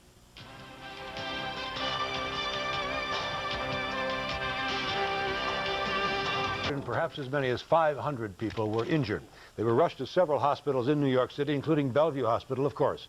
Harry Martin is there right now with a live report on the latest. Harry. That's right, Bill. They are prepared for a long siege here tonight at Bellevue Hospital. They have extra nurses, extra doctors. They have made sure that there is extra bed space here so they can treat any of the injured people who come here to Bellevue. Now, for at least one firefighter who was treated earlier here, this was a harrowing experience. For 40-year-old firefighter Bill Chupa, this was a scene that he will never forget. The lobby of the World Trade Center filled with thick, choking smoke. It was like an apocalypse, I guess you could say. It was a very heavy, dense smoke situation. We knew there was an explosion of some kind, but we weren't sure where it was. But we did know that there was a hell of a lot of smoke. He says that his fellow firefighters had to tie ropes to trees in the lobby to keep from getting lost. Chupa says it was like being in the twilight zone, and it was similar to the 1991 subway derailment at Union Square and 14th Street. If you saw the 14th Street disaster when the fella crashed those trains, that was nothing compared to this. It was unbelievable. People screaming in the background. Chupa was treated here at Bellevue Hospital along with at least a dozen other firefighters. In all, some 53 people were treated here as they arrived in ambulances all afternoon in one of the worst disasters in recent memory. It's a major calamity in this city. I think there's no question about that. I don't think we know yet the full magnitude of it. Now, what are you prepared to do here? Are you prepared to take hundreds of people if necessary? We're prepared to take as many people as we have to take and to treat as many people as we have to treat. And for those who were injured, many were still in shock and could barely speak about their ordeal. Scary. Really? Yep. Can you tell me anything else? Just kind of scary. It was kind of frightening, too. It was terrible. We were on the 32nd floor, and it was really difficult to get down. My mother made it out from the 105th floor. In fact, I got to go help her because she's got chronic emphysema. Now, one person is in critical condition here at Bellevue. 2 people are in serious condition tonight. So far, 5 people have been admitted. We're live at Bellevue Hospital. Harry Martin, Channel 7 Eyewitness News. A lot of those caught in today's explosion and fire found themselves gasping for breath and blinding, suffocating smoke. Smoke inhalation accounted for many of today's injuries. How serious is smoke inhalation? How is it treated? Dr. Jay Adlersberg joins us now with some answers. EMS and the ambulance is from New Jersey. Never seen anything like this before, Jeff? You've been in a lot of scenes. I've been in a lot of scenes, and I've never seen anything like this. Right. For over 15 years, never like this. Thanks very much, Jeff. Jeffrey Crienza, an EMT who has just come back from the scene. And more specifically, we just heard from Deputy Chief Paul Mastacolta, who told us that there were 279 people taken to area hospitals. There are 7 dead, all of them are the victims down from the scene near where the explosion was. And for more on what happened today, let's go to my colleague, Lisa Castleman. Lisa, you were here all day long since it started. Yeah, since it started, Mike. It's been quite an ordeal. It took more than 6 hours to actually get everybody out, and they think at this hour that everybody's out, but they're still checking, and there are lots of ambulances around here. The rescue effort was incredible. Some people had to be let out with flashlights through long, dark, smoky stairwells, over 100 floors, some of them. They would hold their hands so they could guide each other down, and then the police were in there with flashlights. Others, including a woman who had to work who was working at the CBS transmitter site at the top of the tower, she was airlifted out by helicopter. Firemen told us there were people who were actually collapsed, passed out in elevators. They had to be carried out. We talked to victims and rescue workers. Clearly, there were hundreds of victims and hundreds of stories to be told. I was in the 32nd floor. We got the guard called. The people who did get out of the World Trade Center came out stunned, unsure if they were really okay. And everybody was stuck in the stairs. I mean, everybody. It's another smog. You can breathe. You can breathe. All 110 floors of the Twin Towers were evacuated. People emerged by the hundreds with soot all over their faces, still gasping for air. The whole building shook, and then the lights went out, so we had to walk down from the 31st floor. Many people walked as many as 110 flights through smoky, dark stairwells to get out. The smoke was very black and very thick, and thank goodness we had water in the office, so we wet handkerchiefs, and it helped. Because going down the stairs, you know, there was smoke. You went down the stairwell? Yes, but it's fine. It's getting better now. But we had to wait over an hour in the office before we could go down. What was that like, having to wait, not fully understanding what happened? It was scary. It was scary, yes. One woman, a CBS employee, was working at the network's transmitter site at the top of the tower when the explosion happened. Debbie Matute described how she was rescued by helicopter from the top of the building. And then when they came back and actually landed, I felt much better, and so did everybody else, knowing that they could land up there and take us away. I felt a lot of relief. Now, there's clearly a lot of anxiety today about children. About 38 children from a public school in Manhattan were in the World Trade Center today visiting. We're told that they're all accounted for. They were all brought out safely and treated with oxygen as they may have needed it. But there was a lot of concern about them today. Clearly, this was a harrowing ordeal for so many hundreds of people, and we'll be following this throughout the night. We think they have everybody out, but they say they're continuing to search, and there may be more victims to be reported on later. Reporting live from the World Trade Center, I'm Lisa Castleman. Now back to the studio. Okay, Lisa, thank you. Some amazing stories of survival today. We want to get the latest now on the conditions of some of the hundreds of people who were injured today. Channel 2's Mary Murphy joins us live now from New York, downtown. Now that Governor Mario Cuomo has been in touch with President Clinton about today's explosion at the World Trade Center, the governor said that he did not ask Mr. Clinton what the FBI might know about this explosion, but certainly federal investigators have been sent to New York City from Washington to investigate whether this was indeed a bomb that went off. And certainly there is some concern, Chuck. You were talking earlier about sources saying that a Croatian militant group called 15 minutes before the explosion to say that there was a bomb at the World Trade Center. And obviously there's concern that there may be a connection with a bomb that was defused at Zagreb, Croatia, today in front of the U.S. Embassy. So there are many questions, not only about the building's safety, but certainly about the safety of all Americans and the concern about terrorism right here on our home turf. I'm Dawn Fratangelo. Chuck and Sue.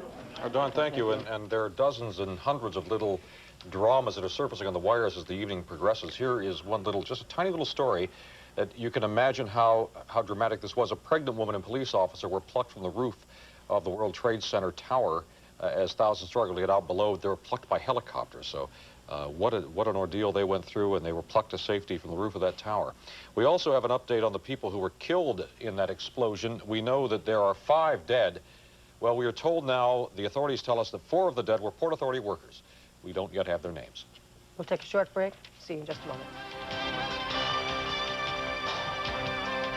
Another dramatic rescue like this after the other one, which got so much publicity, and now something like this, such a disastrous situation. And I know that you were immensely grateful to him when he saved you that day 2 years ago. I guess it's still very fresh in your mind. Oh, yes, it is. In fact, we became very good friends, and I keep in touch with him and with Pat Brown, and Padvar. So now you're down here just to see how he's doing. Well, we thank you, Jose Gallegos. We're glad you survived that day 2 years ago. Right now, we're going to go to my colleague, John Slattery. I understand he's at another local hospital with an update on how the patients there are doing. John. Mary, I'm uptown a little bit. We're about a mile north of the World Trade Center. I'm at 12th Street here at St. Vincent's Hospital. And here at this hospital, all day, we've seen the numbers of the injured grow. 28, then 40, then 60, then 103. The last count here at this one hospital, 131 injured at St. Vincent's alone. And of those, 7 are seriously hurt. We have 7 patients who are now in critical care units and would be classified as serious. Most of those patients are in the surgical intensive care unit where they've had some type of trauma. Several of them have had fractures. And in addition, there's a couple of patients in the surgical intensive care unit who did have some inhalation burns of their upper airways and lungs. How many? 2. Most of the injured were smoke inhalation. Many of them will be kept at area hospitals to be observed tonight, but doctors say that most of those who suffered smoke inhalation were not serious. Many of them did not suffer any noticeable burns of the upper respiratory system.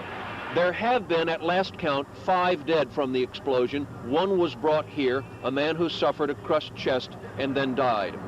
Fortunately, this hospital, St. Vincent's, was at full staff today. They were fully prepared to take care of everything that came in, as well as other emergencies that also came in.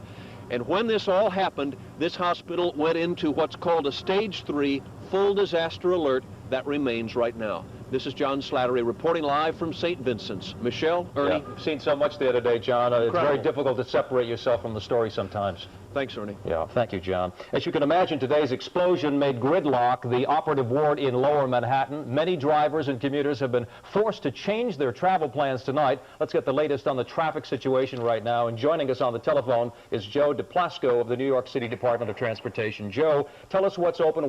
Nobody knew exactly what had happened at first, and then people started exiting and heading for the fire stairs.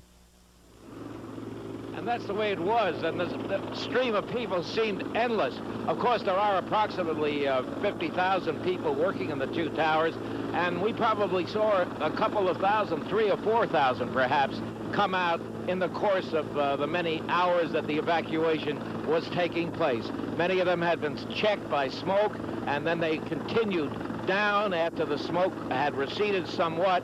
It was a terror-filled afternoon for all of these folks, and yet they maintained a sense of order and discipline, and they showed that they were New Yorkers, that they were survivors, that they were capable of dealing with this situation. A little while ago, Police Commissioner Kelly talked to a group of reporters. I had a chance to speak to him briefly afterwards. He said it was a substantial explosion, a terrific explosion, and he could not shut the door on the fact that this may well have been a terrorist act.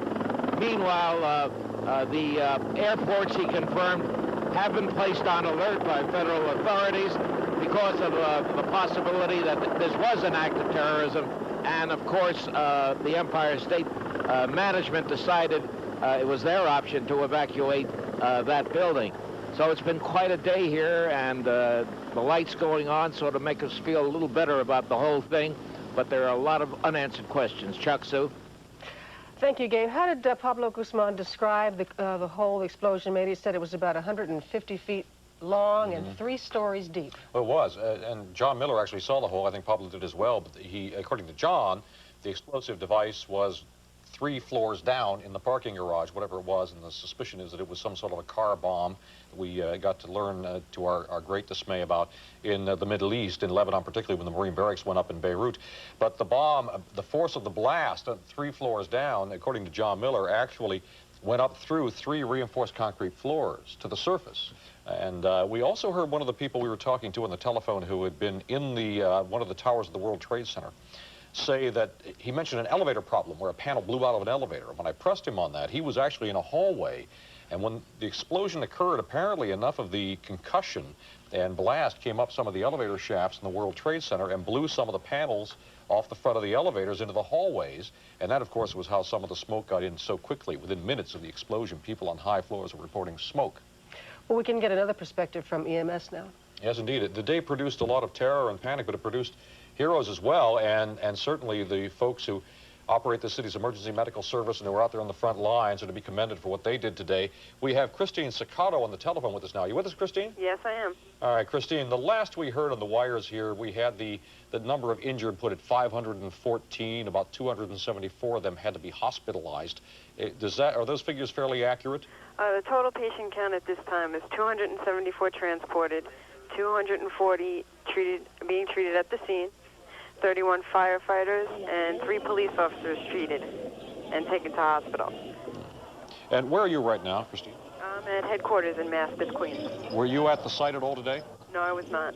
All right. When you get wind of something of this magnitude, tell me what the EMS does. What's the procedure? We get wind of something like this, the public affairs office is notified, and they get all the public affairs people, in touch with all the public affairs people, send them out to the scene, and start getting information for the reporters. All right. And as far as the people, of course, in the front lines who were out there operating the triage center that they set up, they really have their work cut out for them, don't they? Yes, they do. And they started a second triage center on the 43rd floor. They sent EMTs and paramedics up to the 43rd floor for a second triage center to take away from the first triage center. I think as we begin to look at this and realize just how powerful an explosion it was because of the damage it did, I think that we may be grateful that there wasn't greater loss of life. This is true. Our latest count on DOAs is 7, so it's gone up a few. 7 dead? 7. Okay. Do you have any idea where they were or who they were? They were around the explosion site. So they were down in the parking garage? Right. All right. Also, we have a new phone number for relatives to call because they've been having trouble getting through to our other number. All right, why don't you give that to us then? Sure, it's 718-416-7373. Okay, we don't have that number correctly on the screen here. Let's take that down because the number is 416-7373. Right, that's the new number. Area code 718. All right, 718-416-7373. I'm sure that a lot of people have been frustrated trying to call many of these numbers because they've been busy. What do you recommend? Sure, this number, they should be able to get through a little easier. We have a few more people standing by. All right, and these are for people who have relatives who work in the World Trade Center they want some information on? Right, or friends that they know they're worried about. Okay. So once again, let me just give you the number one more time because we don't have it graphically displayed. It's area 718-416, there we are, 7373. And this is if you have a friend or relative you suspect was in the World Trade Center, have not yet heard from them.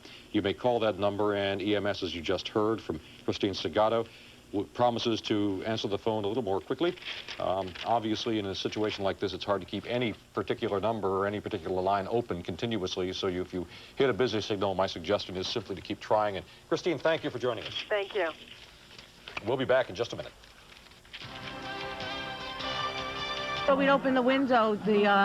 We thought we would open up the elevator and get some air, but we didn't know that there was smoke coming up. So it all got in all their noses, all the kids' noses. There was kids were crying. Who had to go to the bathroom. What floor were you on when that happened? We were on the 30th floor, between the 30th and the 35th. And then you were able to get out? No, then firemen started breaking through the walls to get us out. We were happy to see them because we were already 4 hours in there.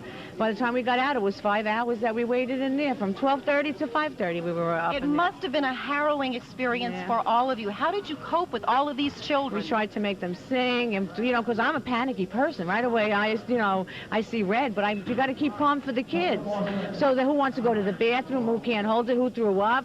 Oh. We understand one little boy has a broken foot. Do you know how that happened? That might be Mike. He's one of the guys, the kids were sitting all over him, and he was wobbling out. He couldn't get out, but maybe he heard it like that. Well, I know you're glad to be reunited with your husband, and I'm sure everyone here is looking forward to seeing their children after such a long and harrowing day. I'm going to turn it back to you now. We'll bring you more later. Live at PS 95 in Brooklyn, I'm Roseanne Coletti. Oh, I can imagine the experience those kids had. You know, they're just so fearless. you know, at that age, but, you know, it's a different story for parents, and we can certainly relate to that situation. Happy that they're all fine. Well, we want to find out what the situation is now as far as power is concerned. The electricity has been out all day long at the Twin Towers. Joining us on the telephone right now is Dan Walden of Con Ed. Dan, thanks for joining us. Good evening. Good evening. Do we have some power there now at the Trade Center? Yes, we do. Okay, tell us about it. Beginning at about 7 o'clock, we started restoring the feeder system which serves the Trade Center complex. We now have a total of 7 of the high-voltage feeder cables serving the Trade Center back in service. That doesn't mean that all lighting and power is back on in the building. The Port Authority, quite rightly, is being cautious in restoring power within the complex. But from Con Edison's standpoint, full service has been restored. Now, I should caution that there are many safety concerns remaining on this. And once the elevators are used to bring down people and so forth, under the guidance of the fire department, we may turn service back off. But at this time, full service electrically has been restored. How is this affecting the rescue efforts now? Firefighters are trying to purge those stairwells of smoke and the rest of the work that they have to do. So how is the power situation affecting them right now? Well, the firefighters, I'm sure, are quite capable of operating without electric service. They've been doing so for most of the day, and that operation, I'm sure, will continue. You know, Dan, earlier today, the first reports we were getting was that a transformer had exploded, and that was the cause of this disaster. How quickly did you figure out that this was not the case? Well, as we were saying in response to inquiries relatively early in the day, we knew relatively quickly that our substation in the area was not involved, and that our bulk power supply to the World Trade Center complex was not at the root of the problem. We knew that quite quickly in the situation. What we didn't know was what might have happened on the inside of any of the buildings in the area. It turned out, of course, that it appears that electrical supply, whether inside the building or from us, was not the cause of the matter. Okay, thank you very much. Dan Walden, thanks for the update on the Con Ed situation. With investigators now saying that a large bomb appears to have been the cause of the explosion, we want to find out a little bit more about that situation. Joining us on the telephone is Paul Raganese. Paul used to be a former police officer with the bomb squad here in New York. Paul, you've been with us before. Thanks for joining us. No problem, Ernie. How you doing? I'm doing just fine, I think. What do you make of what's going on right now? We're hearing that this was a large car bomb that was involved. With your expertise, with your experience, tell us more about this. What do you think happens here? Okay, from just what I see on the television, Ernie, I see the crater, when an explosive device detonates, right, it creates what they call a seat. Normally the seat is anywhere from 3 to 4 feet across on a normal explosive device. And this was very powerful, Paul. Yeah, probably it was a plastic explosive, probably yes. C4. C4's detonating velocity is anywhere from 26,000 feet per second, which is about 8.5 miles per second. If you compare it to dynamite, dynamite is only about 6,000 to 18,000 feet per second. Now, can you set that off, I suppose, with remote control or with a timer involved? It's probably a timing device. All you would need is a blasting cap. The reason they like C4 is that it's very safe. You can literally roll it up into a ball and throw it against the wall, and it won't detonate. Matter of fact, in the military, they use it like a sterno, and they can cook food over it. When you get a warning, I mean, how much time do you need to get to this thing to defuse it? Well, if you know, the information that I've been listening to is correct, 15 minutes is not enough time. They usually just want to get the immediate people out of the way. But a device of this magnitude, you don't have enough time to really evacuate everything. The main thing they have to worry about at the post-blast is any high explosive, once it detonates, all the fumes are toxic. All the gases that come off that device are toxic.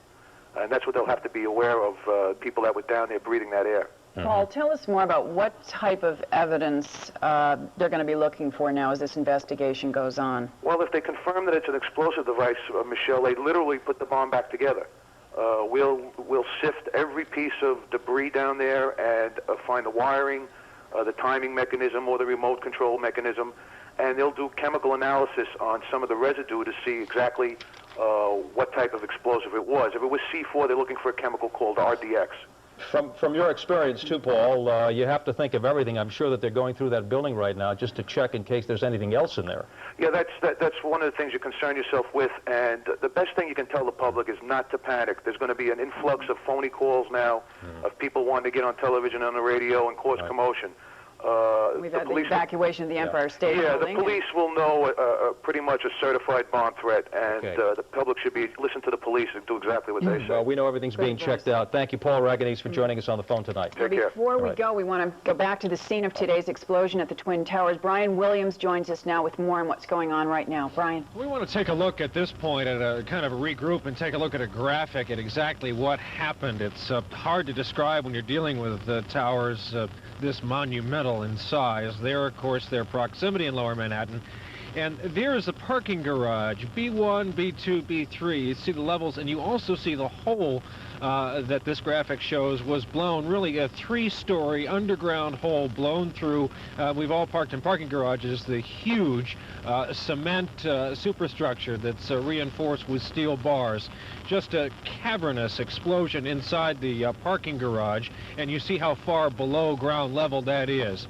We have made mention several times this evening of the fact that this garage is in fact used by the United States Secret Service, and a word or two about that. The president travels with his own limousines. He has 2 frontline limousines, bulletproof, bomb-proof cars, 1 Lincoln, 1 Cadillac. Wherever the president goes, a military transport plane flies them in advance. So they're sitting there at the airport when Air Force One lands, as will happen on Monday when the president comes to New York. While this garage may very well have been housing Secret Service vehicles, they were probably vehicles that were used for ancillary personnel, other personnel used in motorcades for lesser officials. They were not presidential limousines. Those, again, travel with the presidential party and are housed in Washington, D.C. So this may very well have been a Secret Service parking garage, but it was for other vehicles, less than frontline vehicles, as, again, we look at a view of Lower Manhattan from the air as the lights are coming back on at the World Trade Center. Back to you in the studio. Okay, thank you, Brian, for your report. We do have a little more time. You know, we're getting some background here on what happened. Of course, the big concern at this point is people who might still be in there. Can you give us any additional information as to what's going on right now? Right now, all of Lower Manhattan continues to be cordoned off for about as many blocks as the eye can see. No so-called regular traffic at all. It's all emergency vehicles, NYPD, ambulances, and on occasion an ambulance will leave here carrying a patient. Remember, people are still being treated. This is not yet over, and the injuries, of course, will be treated into the evening. Okay. Back to you. Thank you, Brian. And that'll do it for Channel 2 News Special Report, Terror at the Tower. I'm Ernie Anastas. And I'm Michelle Marsh. We want to remind you that we'll be back with a special edition of Channel 2 News at 11. Stay tuned now for tonight's presentation of The Wizard of Oz. See you tonight at 11. Good night.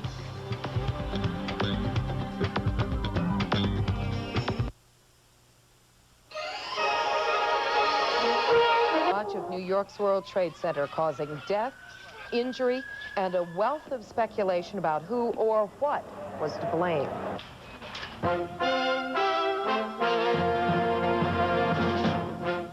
This is CNN's Prime News, taking the time to examine world events, issues, and newsmakers, with Bernard Shaw in Washington and Susan Rook in Atlanta. Good day. Bernie is off today. In New York City, it has been a confusing, frantic, and sometimes terrifying day. Just after noon, there was a huge explosion under the city's tallest buildings, the Twin Towers of the World Trade Center. Well-placed U.S. counterterrorism sources tell CNN that they now suspect the explosion was caused by a car bomb. Now, nearly 8 hours after the blast, rescuers are still going through the buildings, floor by floor. 7 people now are known dead, and some 400 people have been injured. CNN's Gary Tuckman is on the scene. The scene was one of chaos and confusion. It's an ambulance! Get us an ambulance! A huge lunch-hour explosion underneath the World Trade Center complex literally sent shockwaves through the 2 110-story buildings. As firemen broke glass to fight the smoky blaze, desperate people hundreds of feet in the air waved flags through broken windows, trying to get attention. Others started climbing down the stairways, walking out with darkened faces from the smoke. This woman walked down 97 flights. Scared to death. There was nothing. There was no communication. The staircases were pitch black. We had to really be there for each other. Nobody was there to tell us what to do. The injured were rushed out of the building, most of them suffering from smoke inhalation, many in serious condition. Rescue officials admit the scene was confusing, with tens of thousands of people pouring out of the buildings. So it was hard to assess who was injured, who wasn't, and get that sorted out. Police used helicopters to rescue some people who climbed stairs to the roof of the buildings. Firefighters used cherry pickers to take some of the injured down on stretchers. Many people said when they saw the smoke, they did not think they would make it out alive. But we had to walk down 52 flights. No lights, just everyone trying to help each other. Well-placed U.S. counterterrorism sources tell CNN they suspect the explosion was caused by a car bomb in an underground parking lot. The motive is not known, but the terror that was caused on this day is now well known. Gary Tuckman, CNN, New York. And now for the latest, CNN's Brian Jenkins joins us on the phone. Brian, what is the latest? Susan, over the past 45 minutes, the lights have been flickering on again in the twin towers of the World Trade Center, floor by floor. There is still a large band of the North Tower that is still unlit, but just now, several more floors' lights flickered on. Firefighters are going through each tower, floor by floor, to make sure that they have everyone out. Over the past hour, groups of people have still been coming down, and we are told that there are people up in the upper floors who refuse to walk out on their own. We don't know the condition of those people. We do know that about 45 minutes ago, a group of early grade school children were brought out. They had been up in the observation deck on the 107th floor today as part of a class field trip, along with several other groups of school kids from around the city. And these 14, 5, and 6-year-olds came walking out. Some parents were there to greet them as they have been put under observation. None of them were injured in any way as far as we know. So the evacuation continues, the search continues, and it could go on for many more hours. Reporting live from New York, I'm Brian Jenkins.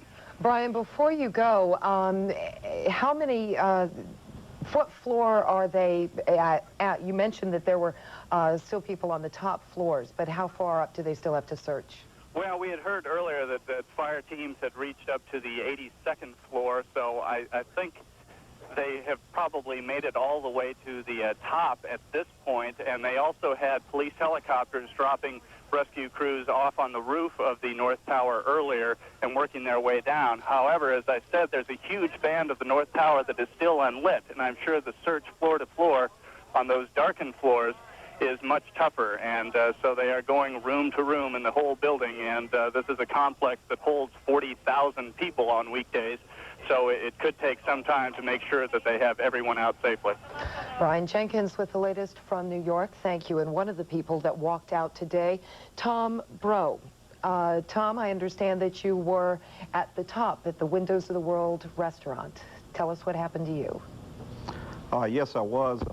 I was part of Dean Witter's national sales training, which we trained 104 trainees this particular month, and we were at a graduation dinner, luncheon actually, and as soon as my associate, Dan Deegan, who's actually director of training, he got through with a speech. It was kind of funny at the time because in his particular speech, I kind of refer to Windows on the World 107 floors up as heaven, and an explosion went off, and he said, I didn't think my speech was going to be that powerful, and he talked a little bit about you know, not getting hit by bullets as being a stockbroker from Dean Witter. Tom, you could feel the explosion?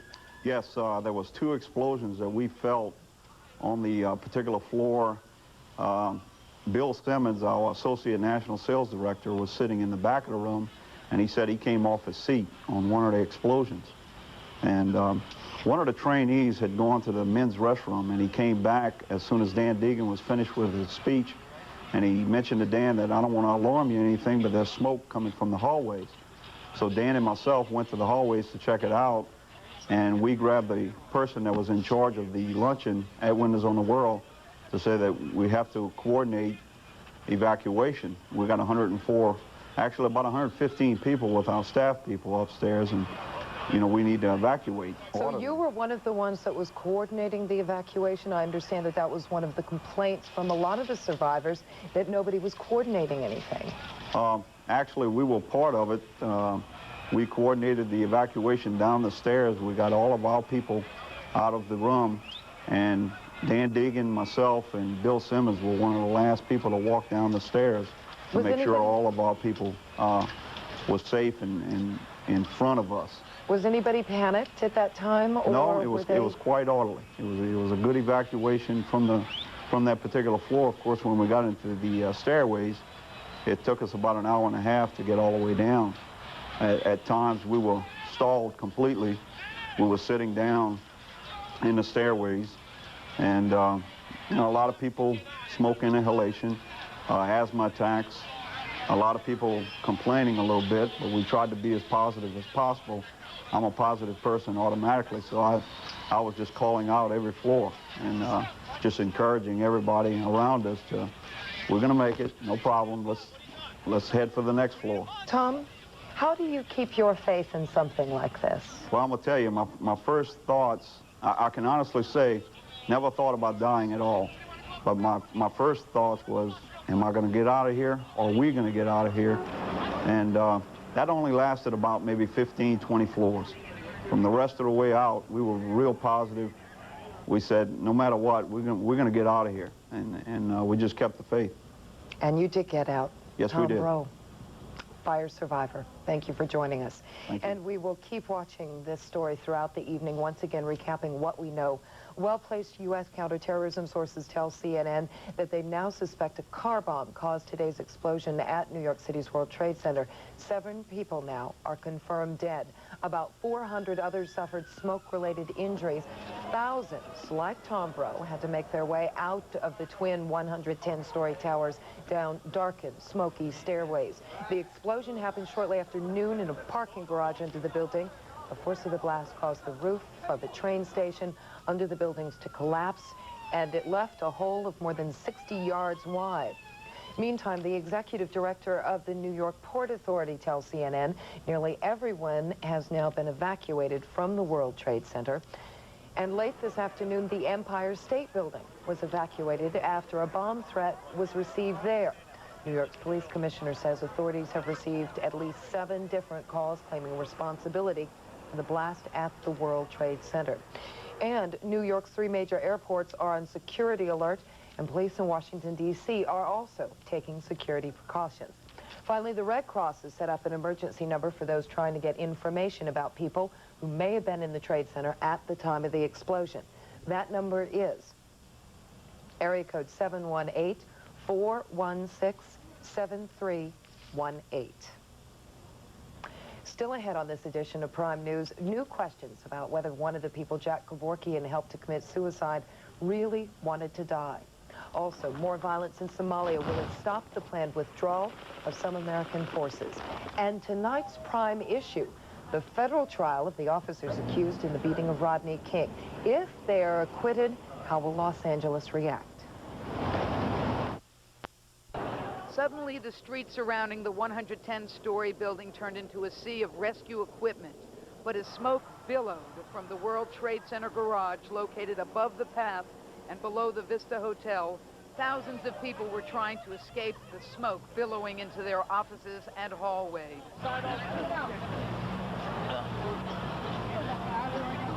Flying cinder blocks ripped a 180-foot hole in a wall. The explosion brought down the ceiling of the PATH train station below the Twin Towers. Firefighters and police began rescuing the injured. Despite calls for calm, panicked office workers began breaking out windows. Glass showered down on West Street. Just inches from where we were standing, this note landed at our feet. It said, "Even though I was upset, I will always love you. I dropped this note out the window." It's estimated 130,000 people were in the towers when the explosion occurred. Dozens of young children were visiting the complex. Some were caught in elevators for more than 6 hours. a massive airlift began. Emergency service cops and firefighters were flown to the top of the towers to help the stranded. The chore of walking them down began.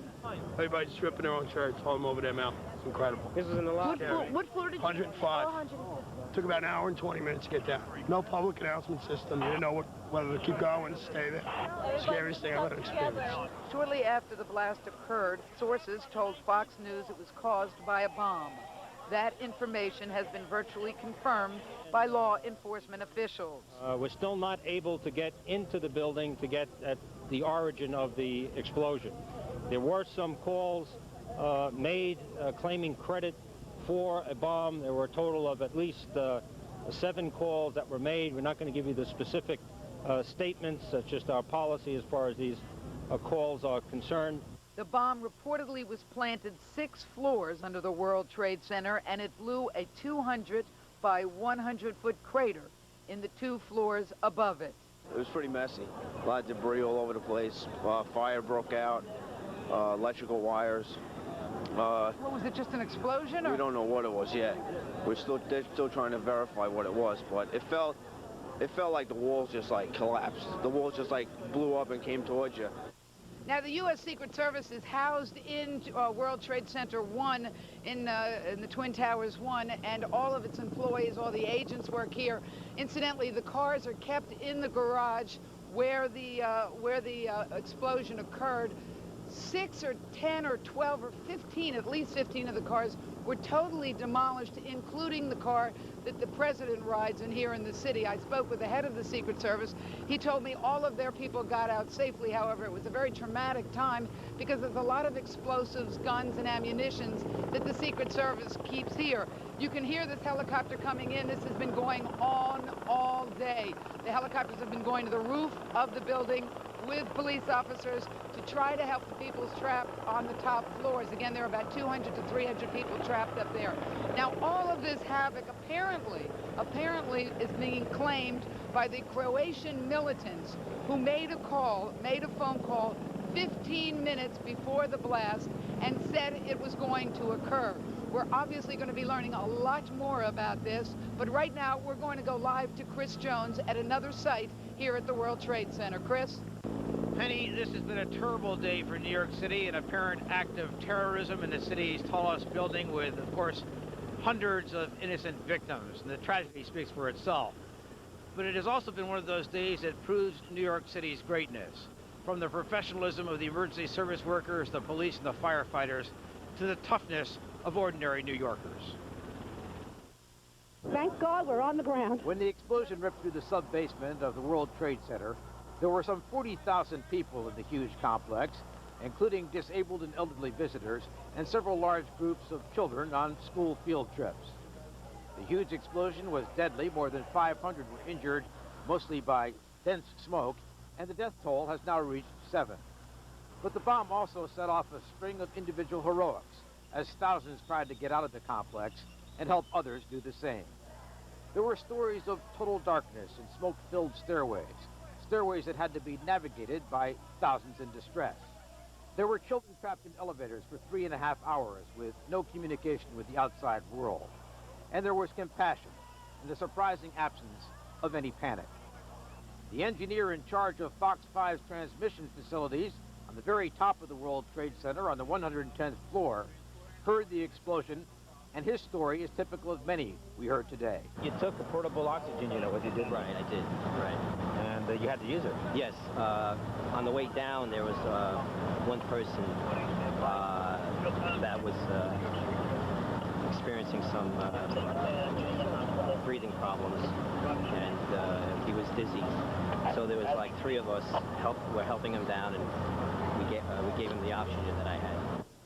I guess I wasn't as brave as I used to think I was. It was pretty frightening all the way down. A lot of us looking at each other for encouragement, Freddie and I and a couple of the other guys, you know, hey, how you doing up there? Good. You know, the smoke was really thick. You know, we had handkerchiefs, scarves, coats. Everybody had things over their mouths to keep, you know, from choking. For a while there, we were stuck on 104th floor. We didn't know what the hell to do, and it was really scary. Everybody was helping everyone, so it wasn't too bad, but just being stuck all the way up there was a scary feeling. that it was going to fall. We were all going to go up in flames. Who knew what was going to happen? The police were very helpful. The fire department was, they did their job, and everything just sort of worked like clockwork. I don't think so many people got hurt, so good to be in America, I guess. Well, New Yorkers are tough and they're thankful, and as we speak, the emergency helicopters, the giant police helicopters are taking off and landing, still continuing their evacuations from the building, and that's why we're shouting. We have with us here Warren Hernania, and Warren, you work in the building. Yes, I do. What was it like? Where were you? On the 80th floor. What happened? I was on the phone with a friend of mine, and all of a sudden I heard this tremendous explosion. For a brief moment, the building rocked. I thought that an aircraft hit the building or a bomb went off. After that, the power was gone, and a few minutes later, the lights went off. Then about 5 minutes later, we smelled some smoke. And how long did it take you to get out of the building? How did you get out? We took the stairway down. It took us roughly about 2.5 hours to exit the building. 2.5 hours. Right. And could you see during most of that time? Were there lights or not? No, most of the time there was lights. Then we hit some darkness, but more or less everything was in a calm manner. I understand you have a car in this building. Yes, I do. Was it in the area where the explosion occurred? I think so, yes. Is that why you're back here? Yes. Did you notice anything suspicious when you were down there? No, I don't. What kind of an area is it where the cars are? It's 4-level parking. 2 levels are tenant parking, and 1 level is public parking. Would there be any way anybody could get in there with an explosive device? Would it be very difficult? No problem at all. I'm glad to see that you're safe for somebody like you are. Thank you for joining us. And I'm Christopher Jones. We'll go back to you now. Chris, before you get away, the story of the day has to be the cooperation, the coordination, the tremendous work by the men and women of all the rescue forces here in New York, the police, fire department, everybody. Absolutely, John. Of course, you and I have been speaking all day today. It has been remarkable. It's been one of those times where you just really thank God that all these preparations have been made so long in advance. These things just don't come together when there's a tragedy like this. They have to be planned for and operated in the most professional manner, and that's when you're really proud to be a New Yorker and to see it work so well. All right, Chris, thanks. Coran? And John, the World Trade Center was turned into a war zone. Hundreds of innocent people became casualties, and medical workers from all over the area were pressed into emergency service, as you just heard. Dave Muncies is at the World Trade Center with that part of the story right now, and we cannot say enough about the men and women who have done their part today. We cannot say enough about sticking up for New Yorkers, because when you see a situation that happens like this, this is what New York is about. I think you cannot say that New York hasn't come together. Now let's hear from Dave. They walked or were carried out stunned, in shock, and more than anything, gasping for air. What besieged emergency medical technicians at the scene and doctors at half a dozen hospitals was the threat of injury or death from smoke inhalation. For many, it was like walking down a 100-story chimney as people headed down for the street and the smoke headed up for the roof. It felt like an earthquake, and the lights went dead. So we got the flashlights and started walking around, and then somebody said, "There's smoke, let's get out of here." There was smoke all over the place. You could not see. You couldn't see the next step you were going to take. It's incredible. I thought I was going to get run over by all the people. Ambulances lined up like buses at the beginning of rush hour, sending those victims to hospitals like St. Vincent's in the Village. Here alone, more than 100 victims were treated. At least one died. The hospital went to a stage 3 alert. Non-essential rooms were converted into MASH-like units to handle the flood of smoke inhalation victims. Dr. Lambert King is medical director at St. Vincent's. We're first of all concerned with whether or not the level of oxygen in their blood is normal and whether or not the patient has inhaled carbon monoxide, which interferes with normal delivery of oxygen to the tissues. In addition to that, we're concerned with evaluating whether or not there are any burns to the airway that could compromise the openness or patency of the airway. And in addition, we want to evaluate the patients to make sure that there's been no damage to the lung itself. There was a litany of more serious injuries, cardiac arrests, concussion injuries, trauma from the explosion itself, plus fractured and broken bones. Firefighter Kevin Shea, who rappelled down the side of a building 2 years ago to rescue a fire victim in a window, was taken to surgery at Beekman Downtown Hospital today. His knee badly injured from falling during a rescue attempt today at World Trade. And today, another fireman had to rescue him. There was zero visibility. We're just feeling our way along the wall, heavy, thick smoke and heat. We heard a voice, people yelling, "Help me." We went closer to the voice. Kevin tripped. I thought he tripped over some debris. He slipped. I reached for him. He fell into the hole. I looked, and all I seen was fire below, and I thought the worst. But Shea was rescued by firemen and police and is expected to fully recover. Later at the hospital, the man Kevin Shea saved 2 years ago stood vigil while Shea was in surgery. I want to make sure that he knows how much I do appreciate the fact that he saved my life, and I just love him very much. And that was Dave Munsey's reporting. Now our coverage continues. A Friday field trip turned into a lesson in terror for hundreds of city grade school and kindergarten students. They came from 3 different schools, 2 in Queens, another in Brooklyn.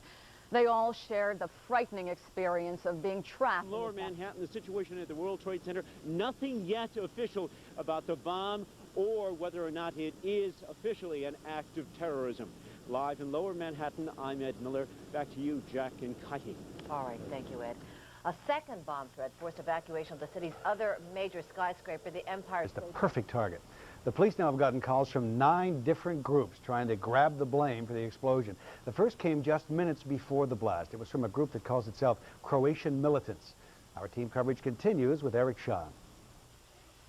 Has the bloody struggle that's claimed so many lives in Bosnia now taken more on our shores? While police do not officially confirm a bomb caused the explosion, a source tells Associated Press that 15 minutes before the devastating blast, an anonymous caller telephoned police with the warning, claiming to represent a Croatian militant group.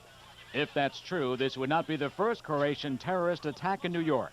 In 1981, the Croatian freedom fighters called 3 hours before a bomb went off in the state Supreme Court building in Lower Manhattan.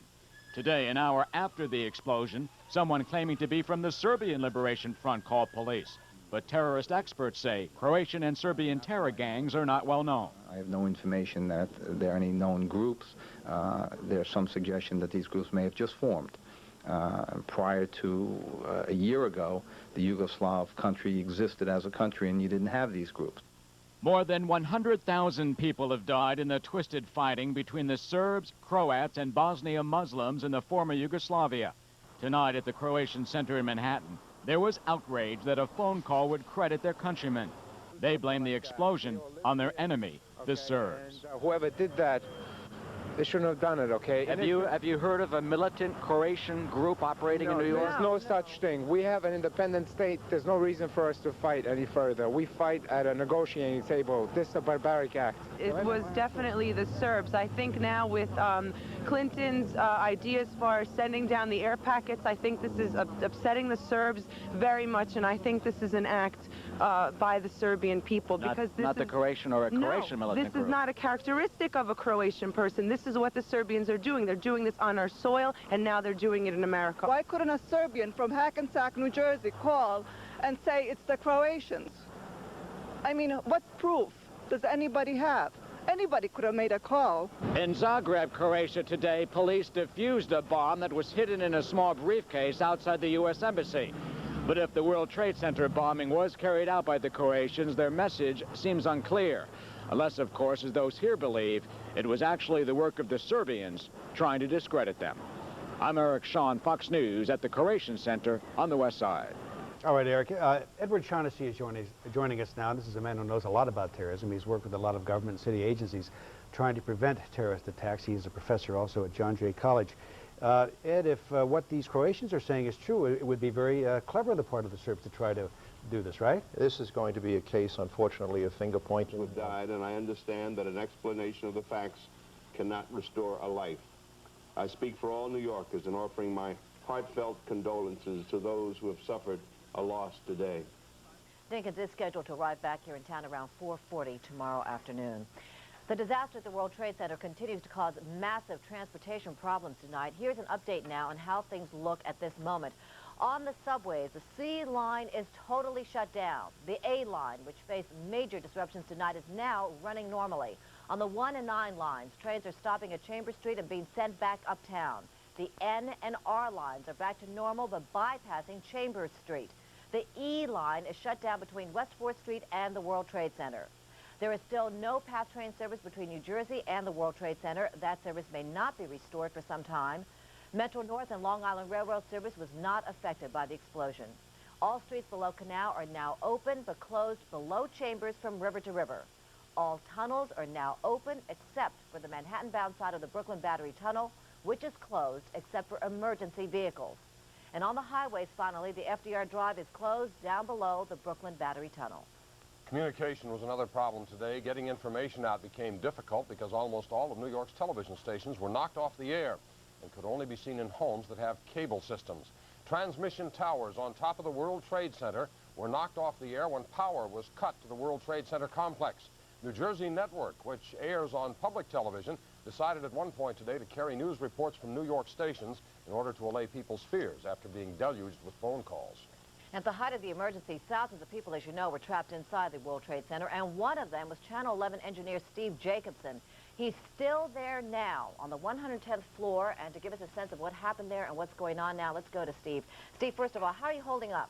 I'm holding up very well, Heidi. How are you? Okay, I'm fine. Listen, describe for us exactly what the condition is right now. Are you in a smoke-filled dark room? Tell us what's going on. Right now, I'm in a totally dark room. The only thing I have is a flashlight. My other battery equipment has gone dead.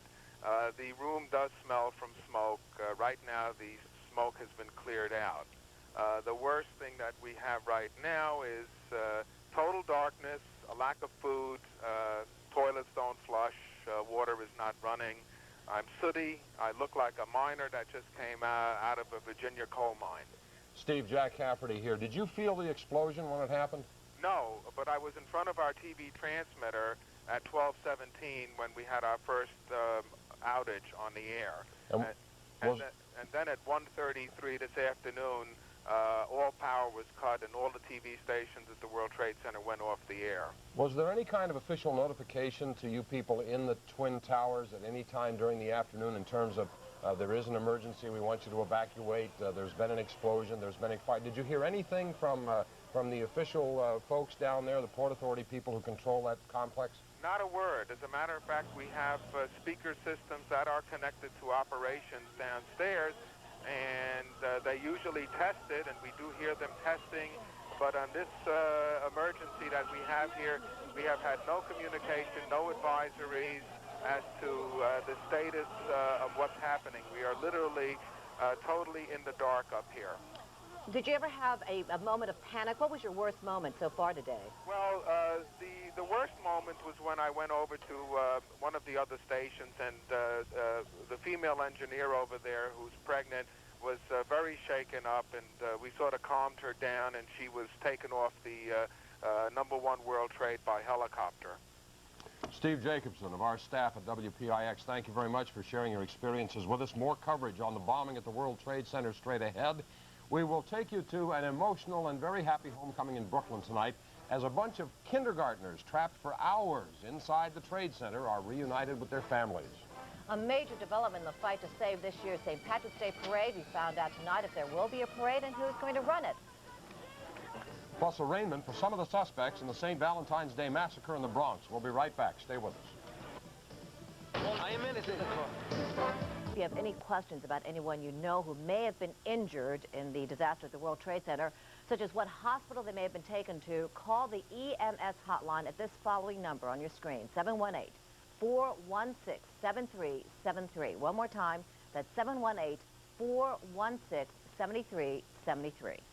There were indeed a lot of horror stories coming out of today's bombing at the World Trade Center, but we have one that has a very happy ending. A group of kindergarten students on a field trip from Brooklyn are safe tonight after being trapped for hours inside #2 World Trade Center. Laurel Fairworth has their story. What have you been going through as a parent? To hell, not knowing where they were. No one knew where they were. Pure hell. That's how parents at PS 95 describe what they were going through before their children showed up, safe and sound. 5 kindergarten classes had gone to the World Trade Center for their annual school trip. When an explosion ripped through the underground parking garage, almost half of the kids were trapped 107 floors up. 20 of the children and their chaperones were stuck in the observation deck. Another 20 in an elevator.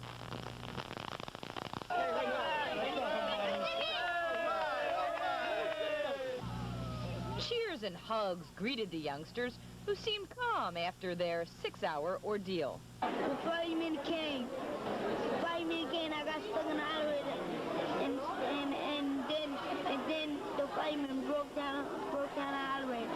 Were you scared? No. What did you do when you were in the elevator? Crying. You cried? Did you think you weren't going to get out? Yeah, the fireman did it, but I looked down. He saved us. While the kids ate ice cream, their teacher told us how she managed to keep most of the 5-year-olds from being afraid. They were wonderful. They didn't feel it. We were singing. We tried to keep each other company. We talked about each other's families. We did all kinds of things.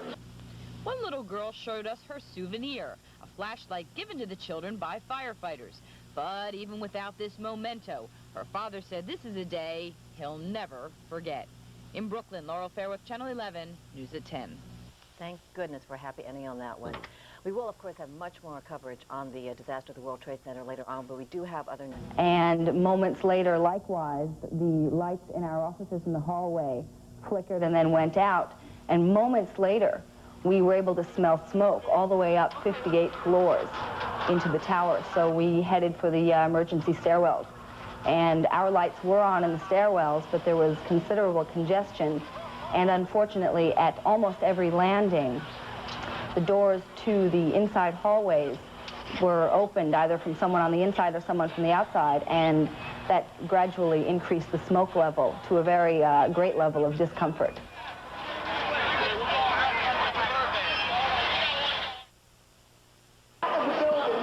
The underground explosion that rocked the Twin Towers resulted in the deaths of 7 people and the injury of at least 300. Dense smoke billowed through the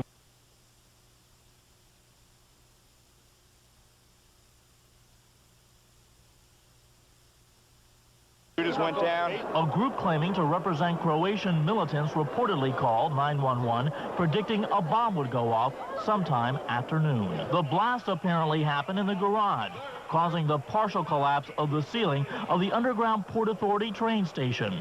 The impact causing a crater some described as 3 dented vehicles and cinder-block walls are knocked down, pipes are broken. A fleet of Secret Service cars was reportedly damaged. Blocks away, confusion. At the Empire State Building, a bomb threat sparked a hasty evacuation. Folks, you gotta move back. We gotta keep this area clear. Electricity and heat were cut off to the entire trade complex. Many of the 100,000 people who work or visit each day trapped by the thick smoke. Dozens were rushed to St. Vincent's Hospital in Greenwich Village, treated for smoke inhalation. I love you, Teddy. This is the scariest moment of my life, I'll tell you that. Is there any oxygen here? We got a pregnant woman here. Pregnant woman here? I believe I was the last one to go down. Some of them are up, and I don't know what is happening to them. At one point in the rescue effort, helicopters whisked to the roof of one of the towers to evacuate a pregnant woman. Trapped elementary school pupils were reported on the 107th floor. On other floors, windows were shattered as those trapped inside called for help. Come on! On the right. I got 5 patients in there now. As rescue efforts continued through the night, many asked how could it happen at the scene of a landmark that for many symbolizes the strength and power of a city. On a day when so many were left feeling powerless, just as many seemed to ask, could it happen again? Chuck Gomez, Channel 9 News.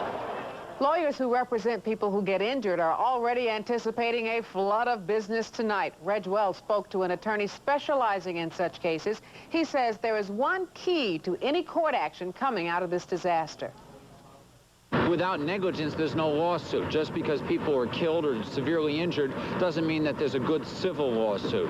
There must be shown that there was a lack of reasonable care, that the Port Authority was negligent somehow. Perhaps there was a failure of maintenance of the backup systems, the emergency systems. Had they worked, had the backup power come on, perhaps all these hundreds of people wouldn't have been trapped in those stairwells for the time that they were in the dark, in the smoke. If it were a bomb and there were a lack of security, somebody obviously got in with a bomb, if that indeed was the case. Is that a case of negligence, in your opinion? Well, that would have to be investigated. The manner in which they got in, as I said earlier, the warning, the time of the warning, maybe there was time to react, maybe there wasn't. It might be just one of those tragedies where no amount of reasonable care could have prevented the actual explosion. But maybe those people who were up on the 100th floor could have been prevented from having to walk down 100 flights in, again, the dark and the smoke. The attorney stresses all this is preliminary. We'll have more news. Our continue. A few sentences later, Kevorkian wrote that Gale became Actually quieted down since noon today. According to EMS and police, everyone has gotten out safely. Hi, firefighters, these men, congratulations, have been working all day. They've literally been running up the stairs and running down the stairs, bringing down the thousands and thousands of people.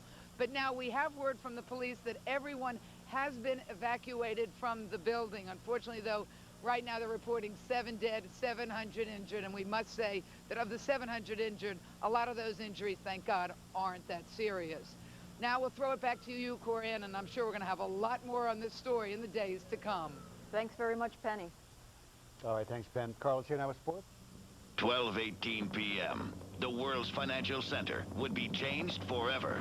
You couldn't see anymore. The smoke was so bad. People screaming down the steps, everything. It's pretty bad. No alarms, no warning. Thousands of workers were trapped. We still have had absolutely no communication with the outside world. It was worse than the Vietnam War. It's been a day of terror, a day of miraculous rescues, and a day many New Yorkers are just thankful to be alive. So New Yorkers were well behaved this time around. Very well. I'm proud to be a New Yorker. This is a special report from News 4 New York. Explosion at World Trade Center. Good evening, I'm Sue Simmons. And I'm Chuck Scarborough. There was an extremely powerful explosion in an underground garage 3 levels below ground just after noon today, and those who survived the ordeal and witnessed the horror say, if you weren't there, you cannot begin to understand what it was like. It felt as if somebody were trying to knock the World Trade Center right off its supports. Thousands of workers were trapped inside the smoke-filled 110-story towers. Debris rained down on noontime travelers in the PATH train terminal when the ceiling collapsed. This blast left an enormous crater. The enormity of the disaster was etched on the faces of the survivors, workers and commuters showing the strain of what they had just endured, and perhaps never feeling quite the same again, quite safe inside those twin towers. And here's how we stand at this hour. Tonight, 7 people are dead, more than 500 injured, and police suspect a terrorist bomb, possibly a car bomb, is responsible for what happened.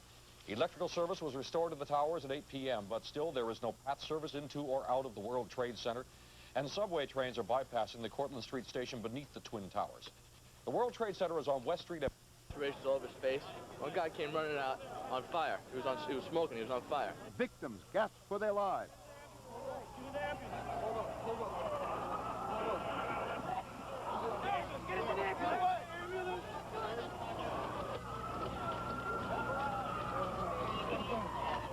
The trapped panicked as they smashed windows for air. We eventually knocked holes into windows. 3 windows. We found a hammer and we knocked holes into it. People were passing and out. then sort of, and These women were towards that opening to get some fresh In air. other words, stunned survivors fled.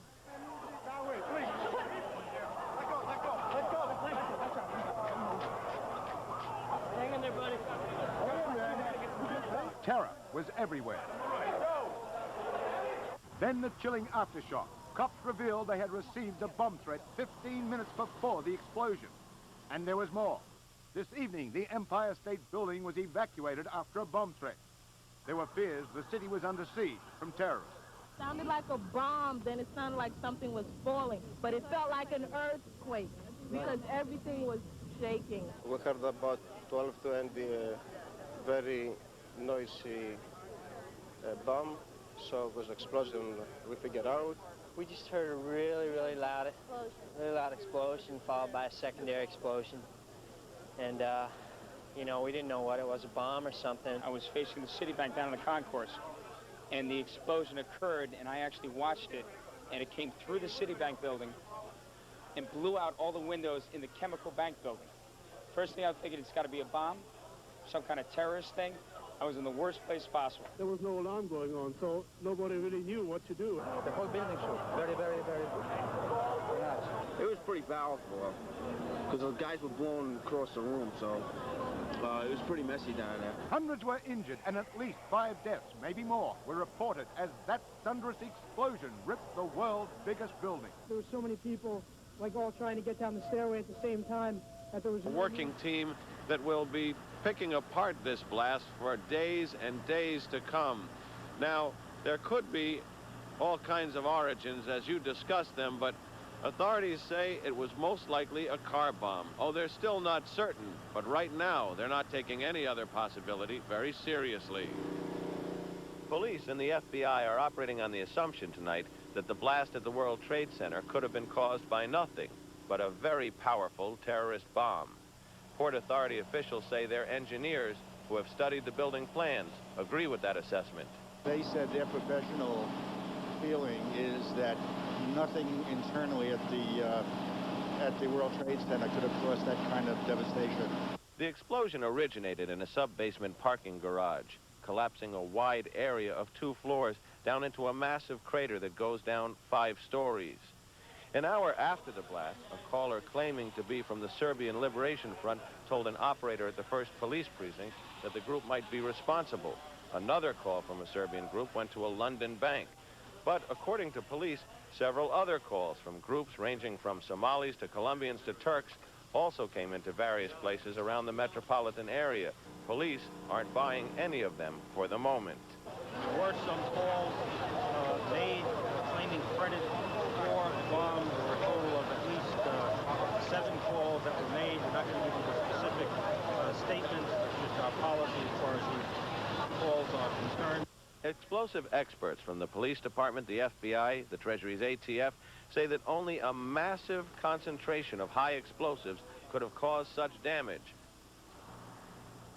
Well, of course, that investigation continues now, and if you saw those pictures taken 2 stories below the ground, and as we were able to, you get up to the edge of that crater, and then you look 3 more stories down, you begin to realize the massive extent of this damage. Now, with something on this scale, of course, there is the attendant pandemonium. There was a bomb scare to the Empire State Building, normally a minor business, which caused the building, because of the climate here, to be evacuated. And, of course, authorities have not missed the fact that in Zagreb today, in Croatia, a bomb was defused in a briefcase just outside the U.S. Embassy there. But authorities say, be careful there. They say this Croatian connection may be a red herring. They say it's too obvious, it's too hot in the political news right now, and that they believe they should keep an open mind, because while they've had experience with Yugoslavian bombers before, they say this looks like the work of a much more sophisticated and much more experienced bombing group. They think perhaps Middle Eastern powers. Reporting live from the World Trade Center, John Miller, News 4 New York. Well, John, there was a report on the Associated Press quoting unnamed sources that one call was received by authorities 15 minutes prior to the blast, a call credited to a Croatian group. Do you know anything about that at all? I have heard of the wire story, but from the police and FBI people that we've carefully gone over, no one has been able to say who received that call or exactly when. So I think that is one of the things that is still floating in the unconfirmed zone right now. All right, John, thank you very much. Now, because of the terrorist threat, security has been beefed up tonight at the White House, the Capitol Building, and national monuments in Washington. Sue? Well, quick thinking by a team of firefighters prevented what could have been a tragedy on the 44th floor of the smoke-filled World Trade Center. They pried open a stuck elevator and found several unconscious passengers. Dave Rowdy has more on this dramatic rescue. Dave? Well, Sue, I don't know if folks around here remember that movie, The Towering Inferno. It was the first of that kind of horror reality film. The people in the World Trade Center today must have felt they were living right through that kind of a scenario. Although the fire and explosion were way below them, the 110-story building acted like a giant chimney, bringing smoke all the way to the top. And several of them, including the folks in that 44th floor stuck elevator, were in there for hours and hours and hours. In small groups of 10 and 12 through the afternoon and well into the evening, the rescues continued. As elevator by elevator, police and paramedics searched the World Trade Center buildings. Some inside had been trapped for hours. We were on 58. And what happened? We heard a loud boom. Nobody knew exactly what had happened at first. And then people started exiting and heading for the fire stairs. Those who'd been trapped told tales of smoky terror. Other frightened people rushed to the roof of the World Trade Center, and there, amidst the swirling winds and snows of the afternoon, an incredibly daring series of rescues by helicopter, more than 1,000 feet above West Street. For the firefighters, it was an incredible sight as they pried open an elevator door that had been stuck closed for more than 3 hours. All the other elevators that we'd opened up, everyone came out and they were happy. These people weren't even happy to see us. It was like they were surprised. What you're looking at right now is the World Trade Center lit up. Power is back. The rescuers think that they have been through most of the building, but underneath where John Miller showed you the crater, where we were down a while ago, they are still looking. There might still be people trapped somewhere under there. They just haven't gotten to the bottom of it. And one of the things that made rescuing people so difficult here is that one television station, not Channel 4, broadcast some erroneous information, asking people if they felt trapped to break windows. Well, they did. And glass like this, an inch thick, came raining down. This is one shard of it. It is sharp, it is big, and the rescuers had a hard time. Many of them got hurt, and it was quite a day for all concerned. The casualty total is still mounting by way of injuries, but we have well over 500 hurt, and the last count we had was that 7 were dead. Reporting live from the World Trade Center, I'm Dave Browdy, News 4. Now back to you in the studio, Chuck and Sue. Dave, you live nearby, so you were among the first one on this scene. What struck you as being the most dramatic or was most stunning to your eyes when you first arrived? Well, there was a huge cloud, Sue, of black smoke pouring out of the garage here.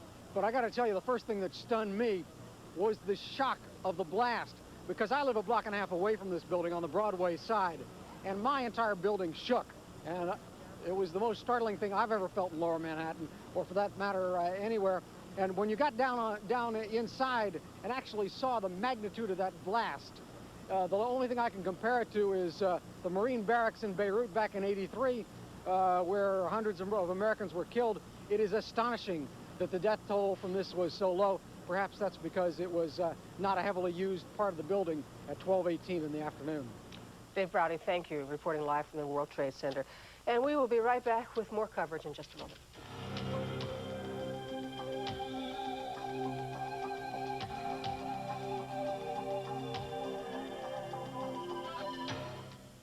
New York skyline as the Empire State Building.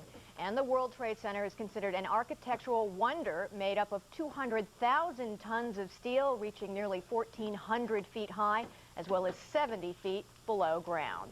The World Trade Center consists of 6 buildings, 2 of which are New York's tallest, with 110 floors. The complex was built in stages starting in 1970 and is owned by the Port Authority of New York and New Jersey. It includes 6 16-acre underground levels. More than 100,000 people pass through it every day.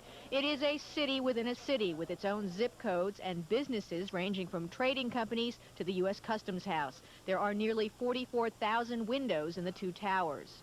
Although it was not required to do so, the complex had fire sprinklers installed throughout its buildings. Past fires have included one resulting from an explosion in an electrical transformer 5 floors below ground last year, and an electrical fire on the 93rd floor, which resulted in 2 injuries and the evacuation of about 5 floors.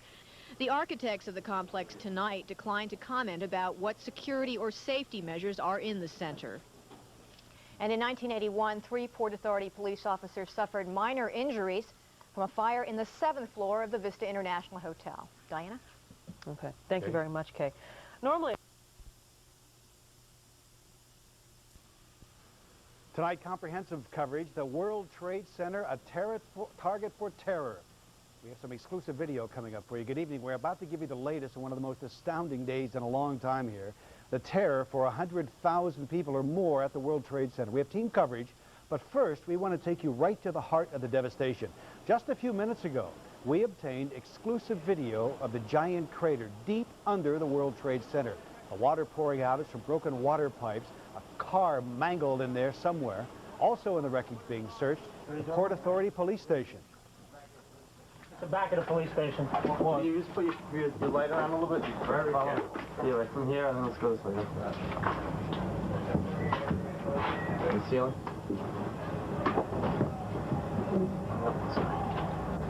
What part of the building are we in now? It's the police desk. The police desk. The police desk. The first subgrade of...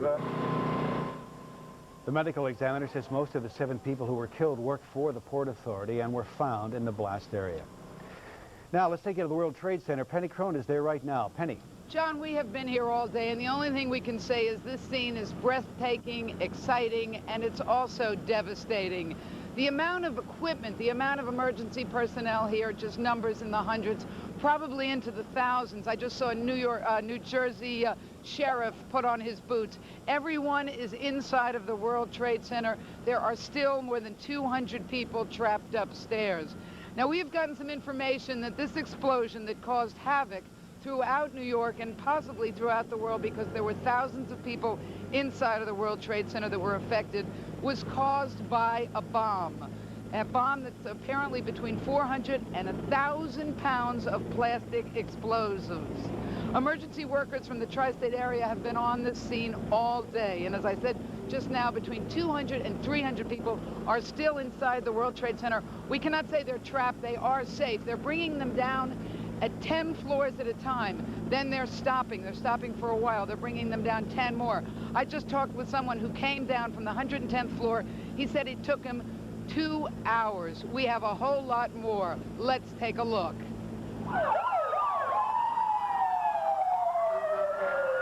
There's no way to describe the explosion that rocked the World Trade Center and the thousands and thousands of people who were trapped inside. Thank God we're all here, though, I tell you. I hope everybody else is all right over there. Shortly after noon, the calls started pouring in. Explosion at the #1 World Trade Center. Suddenly, the street surrounding the 110-story building turned into a sea of rescue equipment. But as smoke billowed from the World Trade Center garage located above the path and below the Vista Hotel, thousands of people were trying to escape the smoke billowing into their offices and hallways.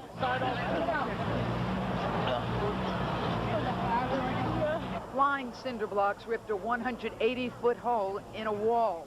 The explosion brought down the ceiling of the PATH train station below the Twin Towers. Firefighters and police began rescuing the injured. Despite calls for calm, panicked office workers began breaking out windows.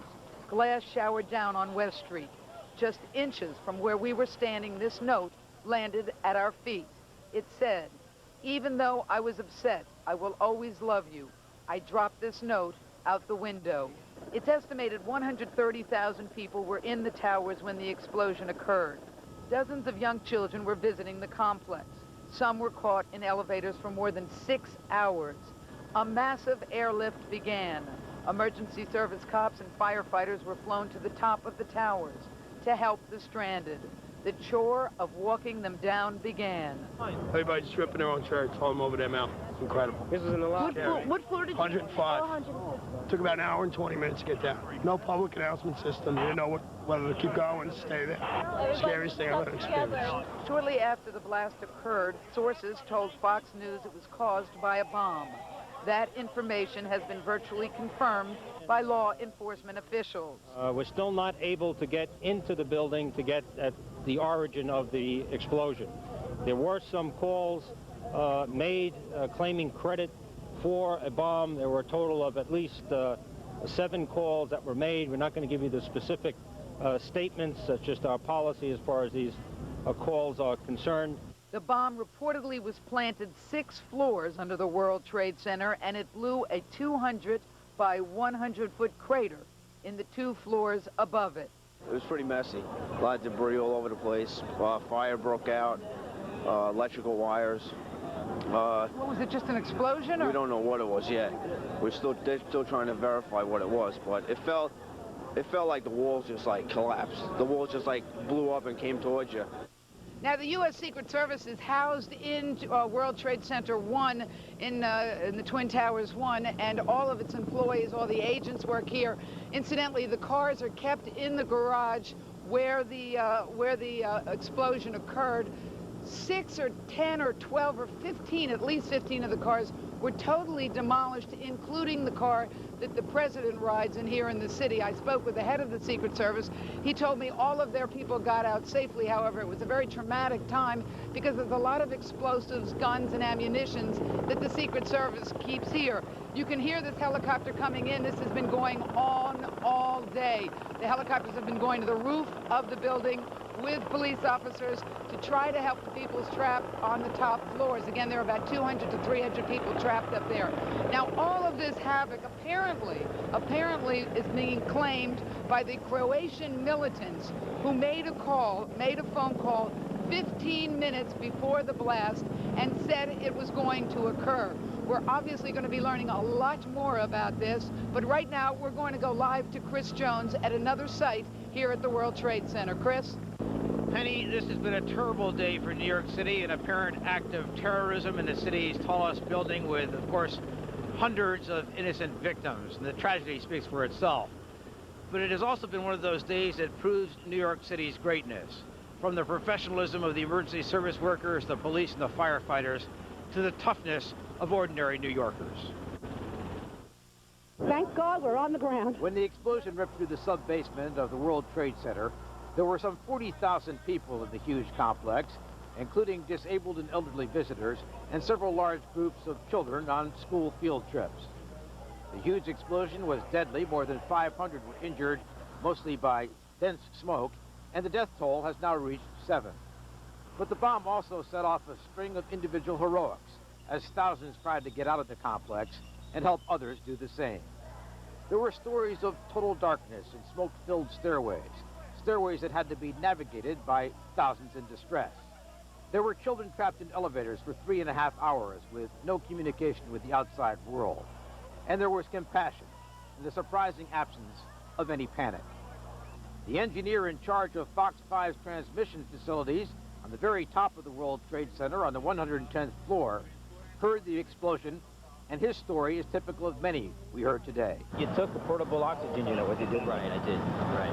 And you had to use it? Yes. On the way down, there was one person that was experiencing some breathing problems, and he was dizzy. So there was like 3 of us were helping him down, and we gave him the oxygen that I had. I guess I wasn't as brave as I used to think I was. It was pretty frightening all the way down. A lot of us looking at each other for encouragement, Freddie and I and a couple of the other guys, you know, hey, how you doing up there? Good. You know, the smoke was really thick. You know, we had handkerchiefs, scarves, coats. Everybody had things over their mouths to keep, you know, from choking. For a while there, we were stuck on 100-foot floor. We didn't know what the hell to do, and it was really scary. Everybody was helping everyone, so it wasn't too bad, but just being stuck all the way up there was a scary feeling. Like just that it was going to fall, we were all going to go up in flames. Who knew what was going to happen? The police were very helpful. The fire department was, they did their job, and everything just sort of worked like clockwork. I don't think so many people got hurt, so good to be in America, I guess. Well, New Yorkers are tough, and they're thankful, and as we speak, the emergency helicopters, the giant police helicopters are taking off and landing, still continuing their evacuations from the building, and that's why we're shouting. We have with us here Warren Hernania, and Warren, you work in the building. Yes, I do. What was it like? Where were you?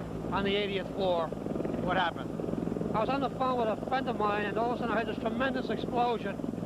For a brief moment, the building rocked. I thought that an aircraft hit the building or a bomb went off. After that, the power was gone, and a few minutes later, the lights went off. Then about 5 minutes later, we smelled some smoke. And how long did it take you to get out of the building? How did you get out? We took the stairway down. It took us roughly about 2.5 hours to exit the building. 2.5 hours. Right. And could you see during most of that time? Were there lights or not?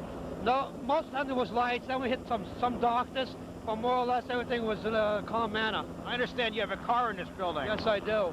Was it in the area where the explosion occurred? I think so, yes. Is that why you're back here? Yes. Did you notice anything suspicious when you were down there? No, I don't. What kind of an area is it where the cars are? It's 4-level parking. 2 levels are tenant parking, and 1 level is public parking. Would there be any way anybody could get in there with an explosive device? Would it be very difficult? No problem at all. I'm glad to see that you're safe for somebody like you are. Thank you for joining us. And I'm Christopher Jones. We'll go back to you now. Chris, before you get away, the story of the day has to be the cooperation, the coordination, the tremendous work by the men and women of all the rescue forces here in New York, the police, fire department, everybody. Absolutely, John. Of course, you and I have been speaking all day today. It has been remarkable. It's been one of those times where you just really thank God that all these preparations have been made so long in advance. These things just don't come together when there's a tragedy like this. They have to be planned for and operated in the most professional manner. And that's when you're really proud to be a New Yorker and to see it work so well. All right, Chris, thanks. Coran? And John, the World Trade Center was turned into a war zone. Hundreds of innocent people became casualties, and medical workers from all over the area were pressed into emergency service, as you just heard. Dave Muncies is at the World Trade Center with that part of the story right now, and we cannot say enough about the men and women who have done their part today. We cannot say enough about sticking up for New Yorkers, because when you see a situation that happens like this, this is what New York is about. I think you cannot say that New York hasn't come together. Now let's hear from Dave.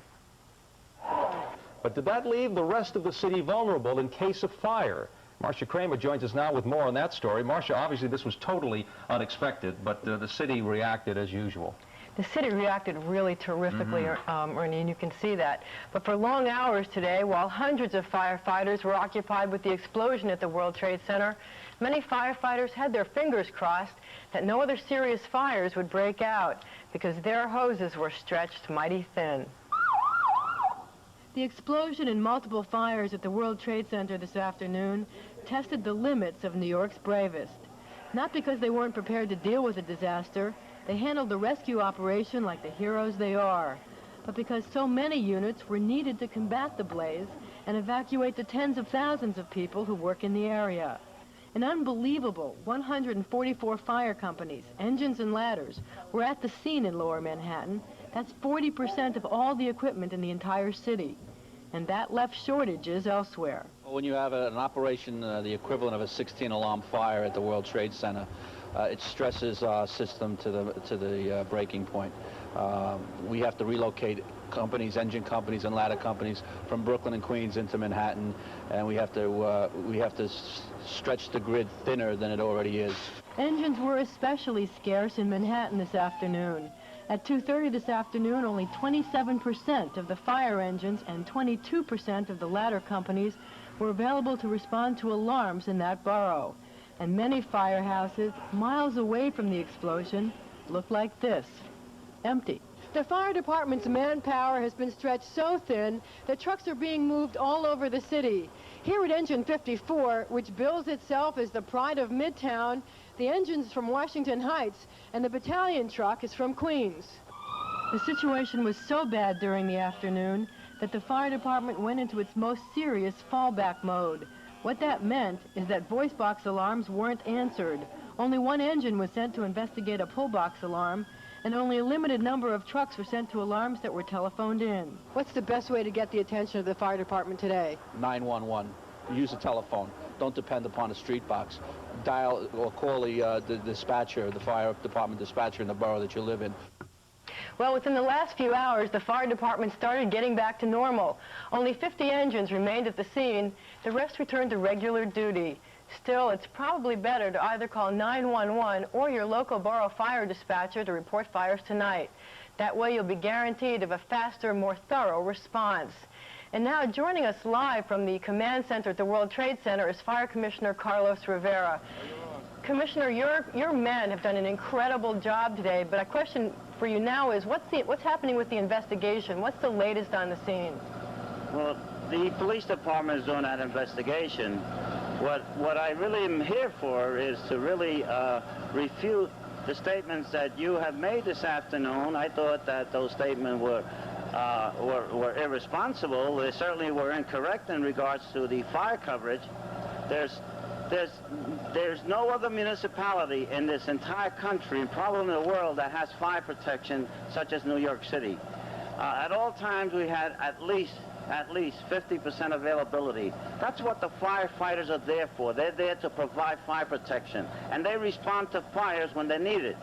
So I don't understand what people are saying, yourself and so-called union officials or high fire department officials. They don't know what they're talking about. That is totally irresponsible. Well, Fire Commissioner, the reason we were doing that story was we were trying to point out to the public the best, most efficient way to contact the fire department in a time of great stress for your department. There was a time when you had almost 40% of your engines were down there. It certainly didn't come across that way. It didn't come across that way. It sounded to me like it was a scare tactics. It was just an alarmist viewpoint, and totally disservice to the people of the city of New York. Thank you very much, Commissioner. All right, Marcia, thanks for bringing us that part of the story, and we also thank the Commissioner for coming on and giving us his view on the situation. Thank you. Coming up next, the story of a firefighter injured battling the fires at the World Trade Center. He's a hero that we've seen before. The story coming up.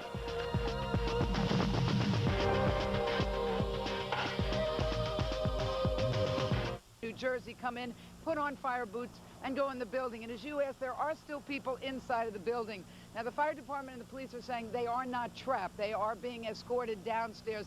It's a very, very slow process. It's 10 floors at a time. I just want to recap that right now the police department is saying 7 people are dead from this blast. 700 people have been injured. But those injuries, again, are not all serious.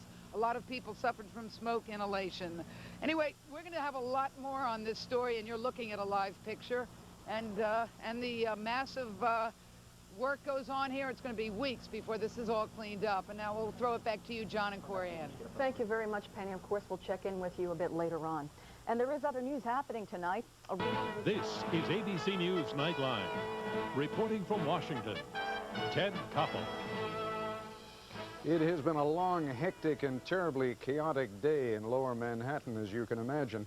Let's take a look at some live pictures of emergency equipment as you see them still there, personnel still on hand for the last few hours. Firemen have been moving from the ground up to the top of the Twin Towers, and police have been coming from the top down. We can show you now that video of a helicopter was taken sometime within the past hour or so, the helicopter landing on top of the Trade Center and picking up, among others, several pregnant women who had been stuck on the 94th floor. They were then brought down by the helicopter, brought to the ground, and ultimately moved out of there aboard buses and emergency vehicles. All of that, as I say, has been taking place late this evening into the night. As of this moment, however, they think they have everyone out of the Twin Towers. It is a little misleading, incidentally, to think of the World Trade Center's Twin Towers as just a couple of very tall buildings in Lower Manhattan.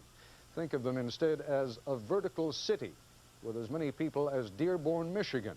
When the blast went off today underneath the Trade Center, all those people needed to get out.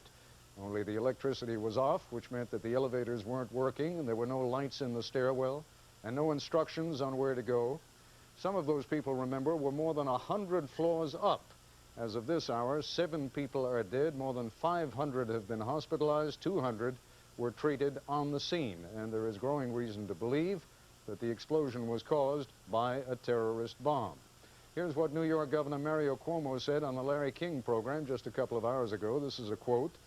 The information I have is it was definitely a bomb. The one thing about this that is most notable, as far as I can tell, is that never in my lifetime has this ever happened in the United States. No foreign people or force has ever done this to us. Until now, we were invulnerable. It is therefore a unique moment in our history. That's a quote from Mario Cuomo. Joining us now live here in Washington is Skip Brandon, Deputy Assistant Director for Intelligence at the FBI and one of the Bureau's leading terrorism experts.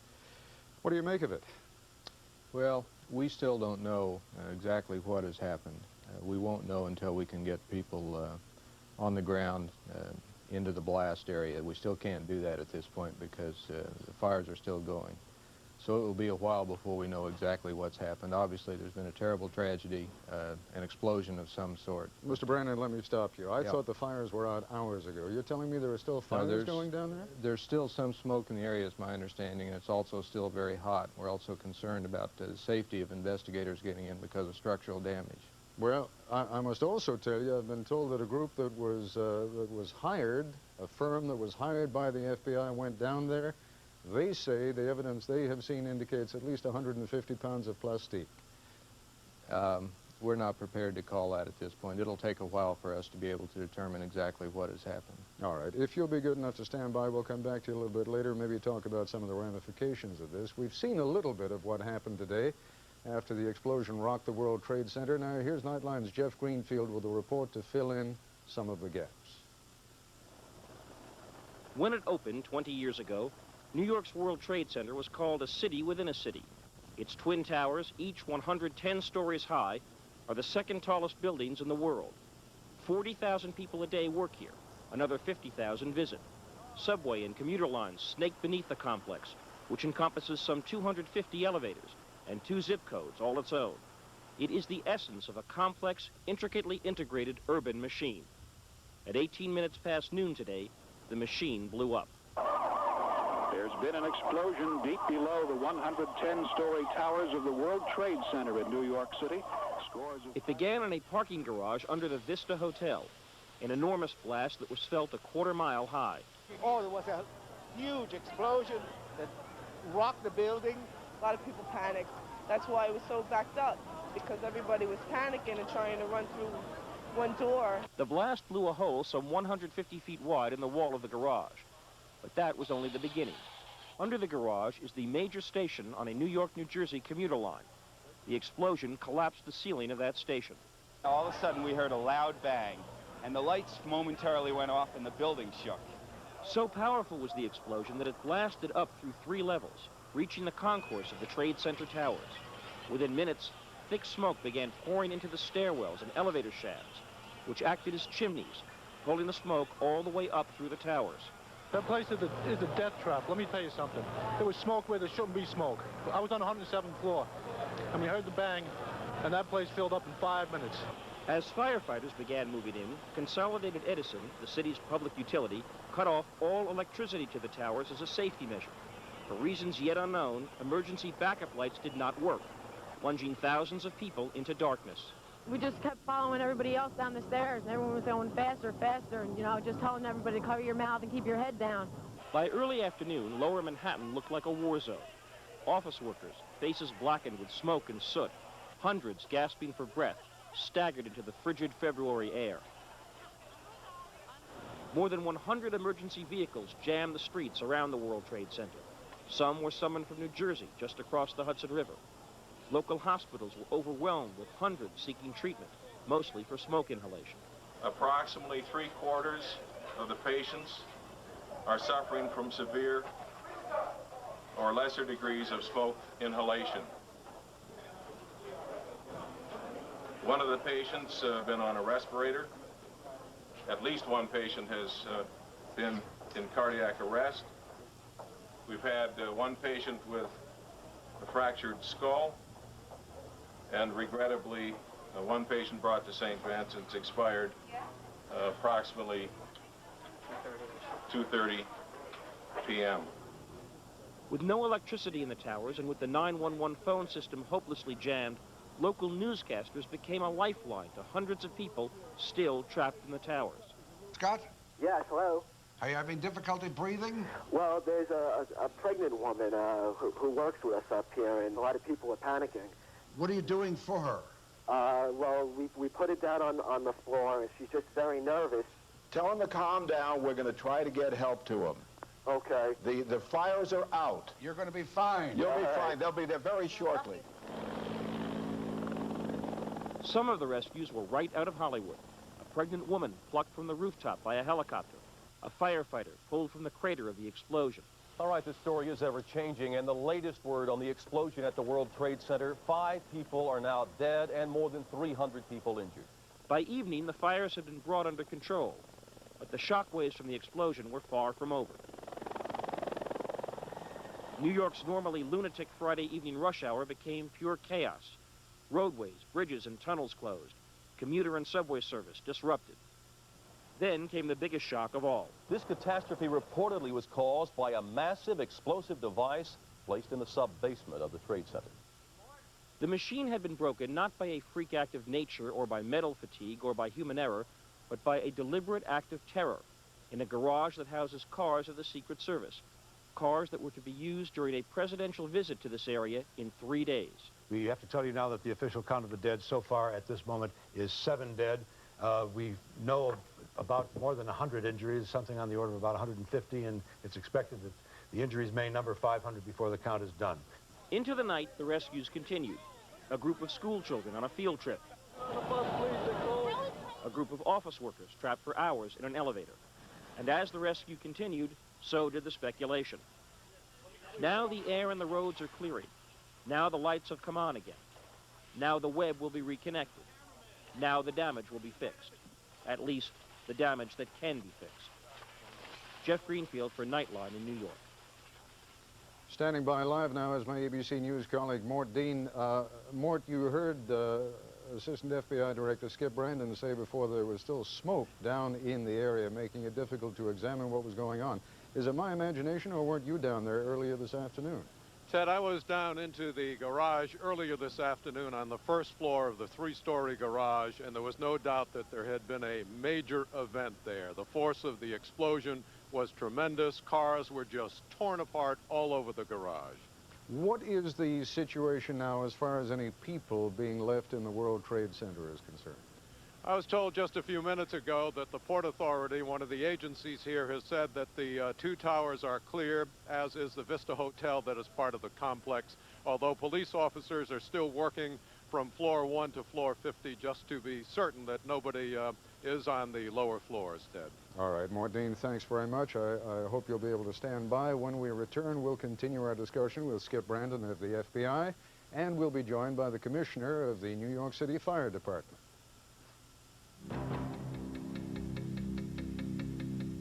This is ABC News Nightline, brought to you by Lexus Luxury Automobiles. Officers going through floor by floor. Thank you very much. Hope you get a little sleep sometime during the night. Thank you, then. Our special report will continue in a moment. Up next, who carried a colleague of theirs who was wheelchair bound down 66 flights of stairs, and they had to wait till everybody else was out to go down backwards. But in all these stories, when children are involved, there's always something very special about it. In this case, a group of school children, kindergarten kids from Brooklyn, were going on a field trip to the World Trade Center and got caught up in the day's events. And when they returned home hours later, it was quite an emotional moment. Here's how our local ABC station reported it. A school bus full of kids has never been such a welcome sight as it was tonight at PS 95. And when the doors were opened, it was pandemonium of joy. Come on, sweetheart. Come on.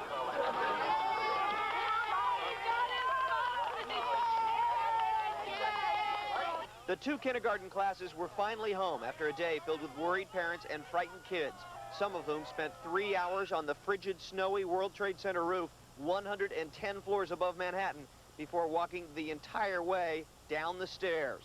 But the other class was trapped in a dark and smoky elevator, unable to let anybody know where they were. It was terrible. We got on it, and we got like to like the 70th floor, it got stuck, and then it was pitch black. And we was in the dark like for 5 hours. Just you and the kids in the elevator? All the kids. We had 17 kids and 5 adults. Did the smoke get into the elevator? Yeah, we have all the kids with all the smoke all around their nose. We have it in their throats, you know. Did you know what had happened? No. We still don't really know what happened. The kids sang and prayed for 5 hours while the teacher and chaperones became more and more worried that no one would rescue them. Finally, firefighters found them stuck near the 35th floor. Then some of the children went up the ladder, just like you see, rescue, whatever. And then we were sent down slowly to the first one. The children were counting, and they saw us. We were happy. I was a little scared. What did you do all that time? You were there for 5 hours. You cried. You cried? I cried. Parents who did not know where their kids were until 7 o'clock tonight also cried a bit when all those 5-year-olds finally made it home. The only thing I was thinking about was my child. That's all. What did you think when you saw her coming off the bus? I was happy that she was all right. And I'm glad she with me today. Now, Ted, this being New York, I have to tell you one more quick story. There were about 40 people who authorities were holding to make sure that they weren't contaminated by asbestos. After several hours, these 40 New Yorkers looked at each other, realized that the bureaucracy had fouled up, and they just got up and left. New York, New York. It's a wonderful town. Jeff, thanks very much indeed.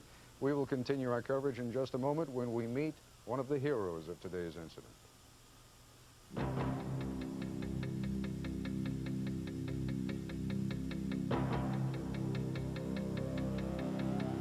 Two fellow workers of yours, but you know what is down there. To the best of your knowledge, is there anything there that could have caused that kind of an explosion? No, no way. It was so powerful that it just vibrated the whole place. I had to be real close to where we were. And then when I got upstairs, our office was totally ripped up, you know, as everything in a way. I had to pull through everything just to get to these guys. Now, where were they? They were under the rubble? Yeah, they were under the rubble. They had to take their shirt off, and they were just there. I just had to shine the light. I couldn't even see them. One of them stuck their hand out, and I pulled them forward. And we finally got them out, you know. When we turned around to go back, I panicked because we couldn't see anything. And then I remember the desk I climbed over, so I climbed back over that same way. And then when we got there, the door we were trying to get out was blocked. So I just started running into the door until I finally knocked it open. There were people that were right on the side in the elevator because there was air in there, and they came out and they got out too. But the two guys that we pulled out started collapsing, and they were trying to take care of them right there. I said, no, take them upstairs, and we finally took them all upstairs. And I just want to say that I was terrified, and as the worst thing that ever happened in my life, but well, I'm glad. Let me tell you something. I think a definition of courage is not doing something when you're not scared. It's doing something when you are scared, and by that token, you certainly performed heroically today. How are those two men, do you know?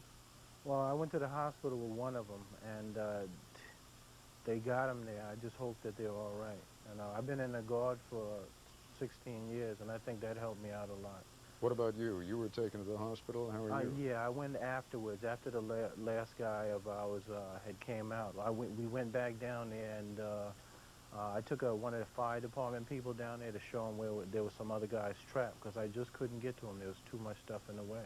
All right. Fred Ferbey, we are, I'm afraid, out of time, but it's a privilege meeting you, and thank you very much for coming in this evening. It's been an extraordinary day for you. Okay, thank you. Thank you. I'll be back in a moment.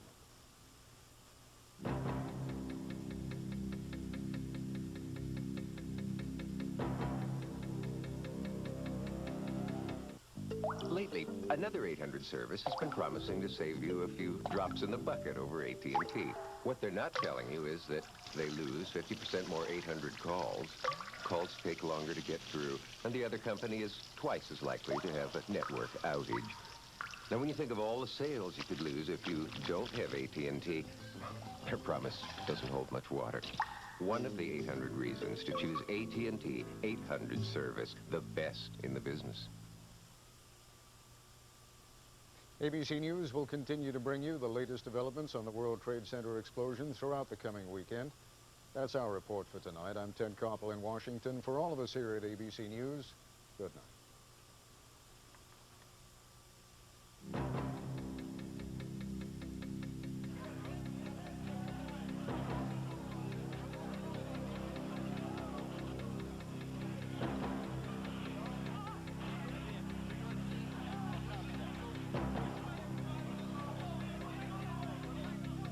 Nightline is a presentation of ABC News.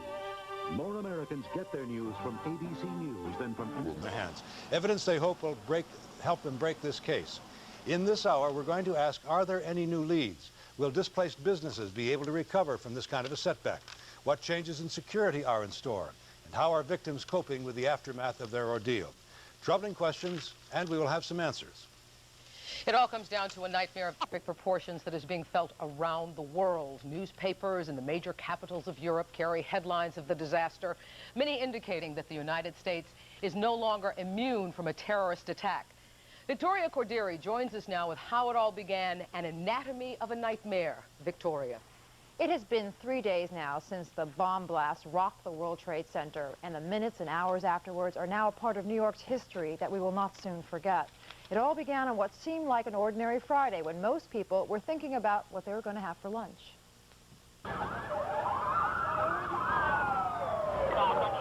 everybody else. 12:18 on Friday. I was sitting in my chair, and all of a sudden I just felt an explosion. I flew out of my chair. We heard a loud bang in the building, Chuck. Watch out, watch out, watch out. I was blown across the room.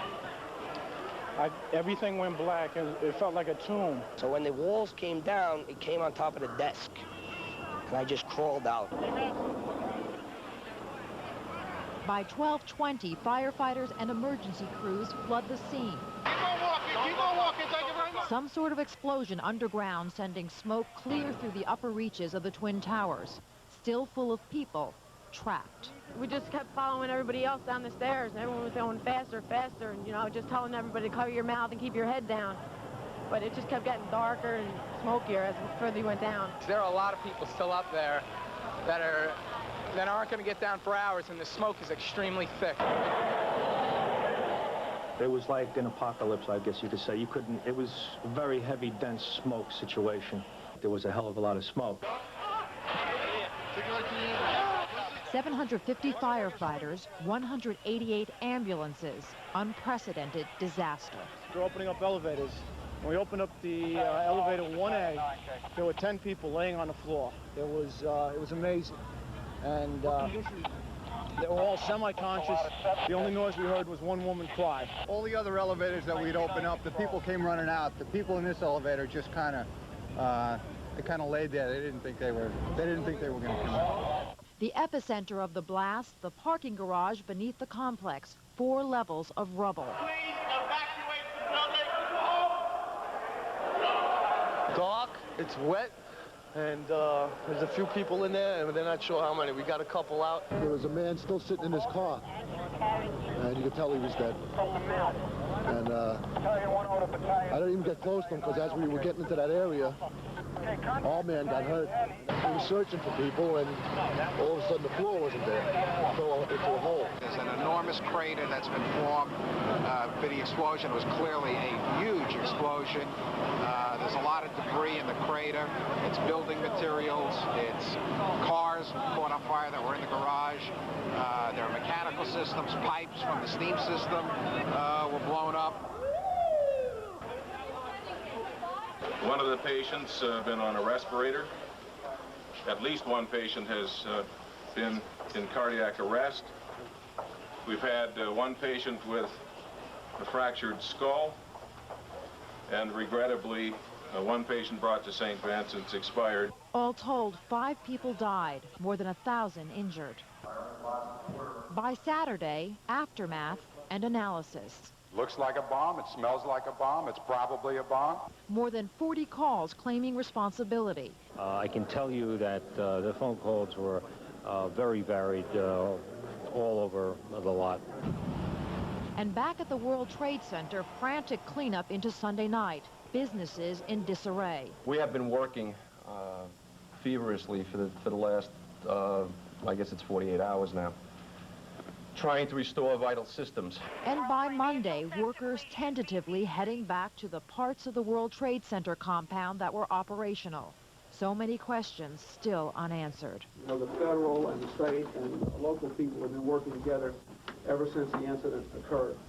It took us a substantial amount of time just to get people down in the crater that the bomb made to begin the analysis. The president is vowing to help the city in any way he can, and while that promise may provide comfort to some, it may do little to restore the confidence of millions of shaky New Yorkers, as you might imagine. Thank you, Vicki, very much. From outside, the Twin Towers still look very majestic, but 2 of the tallest buildings are the emptiest buildings tonight. Twin tombstones standing over a crater of death. The bomb on Friday killed everyone standing nearby in the Trade Center's underground parking garage and wrecked the police command center, too. The force of the explosion spread outward, upward, and downward. It tore through walls, it shattered water mains that leaked millions of gallons of water. It broke power lines and brought down the ceiling in the Trade Center's PATH station. And suddenly workers were fighting for their lives. Jim Dolan had a unique first-hand look inside at the devastation, and he's live now at the World Trade Center. Jim? Bill, one story out of thousands from Friday afternoon. In the harrowing moments after a terrorist bomb ripped through the floors and walls of the World Trade Center garage, as a choking black smoke began to fill the lower floors, a garage parking attendant lay dazed and frightened beneath a mountain of concrete rubble. He had no time to wonder what had happened as car tires and gas tanks continued to explode one by one around him in a deafening crescendo of terror that seemed to him quite endless. The attendant somehow managed to make it out alive. Now take a look at what he thought for a few terrifying moments would be his grave. Walk down the stairs of the World Trade Center and you step into the war zone, where steel-reinforced concrete crumbled like cardboard, where a 300-pound steel door flew from its hinges to land 100 feet away, and step beyond a plastic curtain into a world where walls of cement shattered like panes of glass, where floors and ceilings collapsed, where 50-pound bricks are strewn about like pieces of an angry child's game. This is our mainframe computer right there. I have my light on it. On Friday morning, it was a working, efficient, high-tech office area. But look at the clock and calendar on the far left of the screen.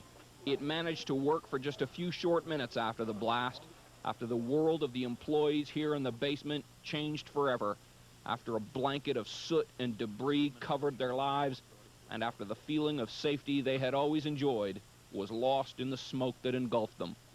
But down there in the black fog of desperation, beneath the bricks and clutter, in the basement of the World Trade Center, heroes emerged. We had an officer in here who was buried in the rubble, and he managed to get out through here and save his lieutenant, who was buried in the office back here. Both survived, and fortunately they picked a safe route to leave the building.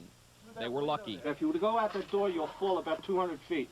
Now walk to the lip of the crater, the epicenter of the earthquake that rocked people 110 stories above. One rescue worker said it was like looking into the mouth of a volcano on Friday. Here, 4 floors of walls and ceilings and floors and everything between them collapsed. An electric control room, 5 feet by 6 feet, dangles in midair, suspended only by the cables that once fed it power. The beams that hold up the building stand, but appear to buckle beneath the extra weight. Some say a war started here on Friday, a point it would be hard to argue against from the evidence. The reconstruction of the garage and the offices destroyed by this device will be an enormous undertaking. Every floor in that garage braces the beams, and those vertical beams support the building.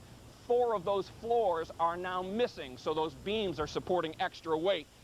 In any event, the parking garage may never reopen. It was the bullseye of a target on Friday afternoon, a target that will clearly now require a great deal more protection.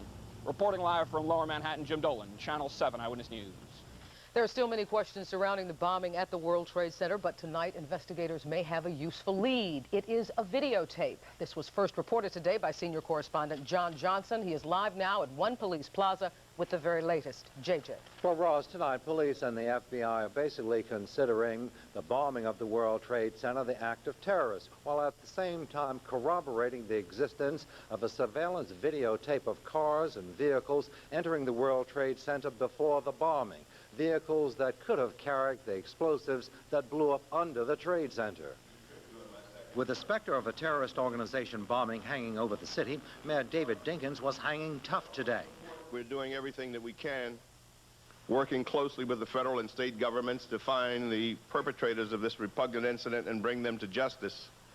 Because no one, I repeat, no one, will be allowed to hold the toughest, bravest city in the world hostage to fear. Governor Mario Cuomo also warned those responsible for the bombing that New Yorkers wouldn't live in fear. We're going to be back in that office. I will lead my people back into that office. I hope we're the first ones back in the office, and I hope it's not more than a week or so before it happens. That will be our message to whoever did this. Whatever you were trying to achieve, you failed. While there are now all kinds of speculation as to who may have planted the bomb and why, Eyewitness News has learned that investigators are giving more weight to some potential leads in the bombing of the World Trade Center than others.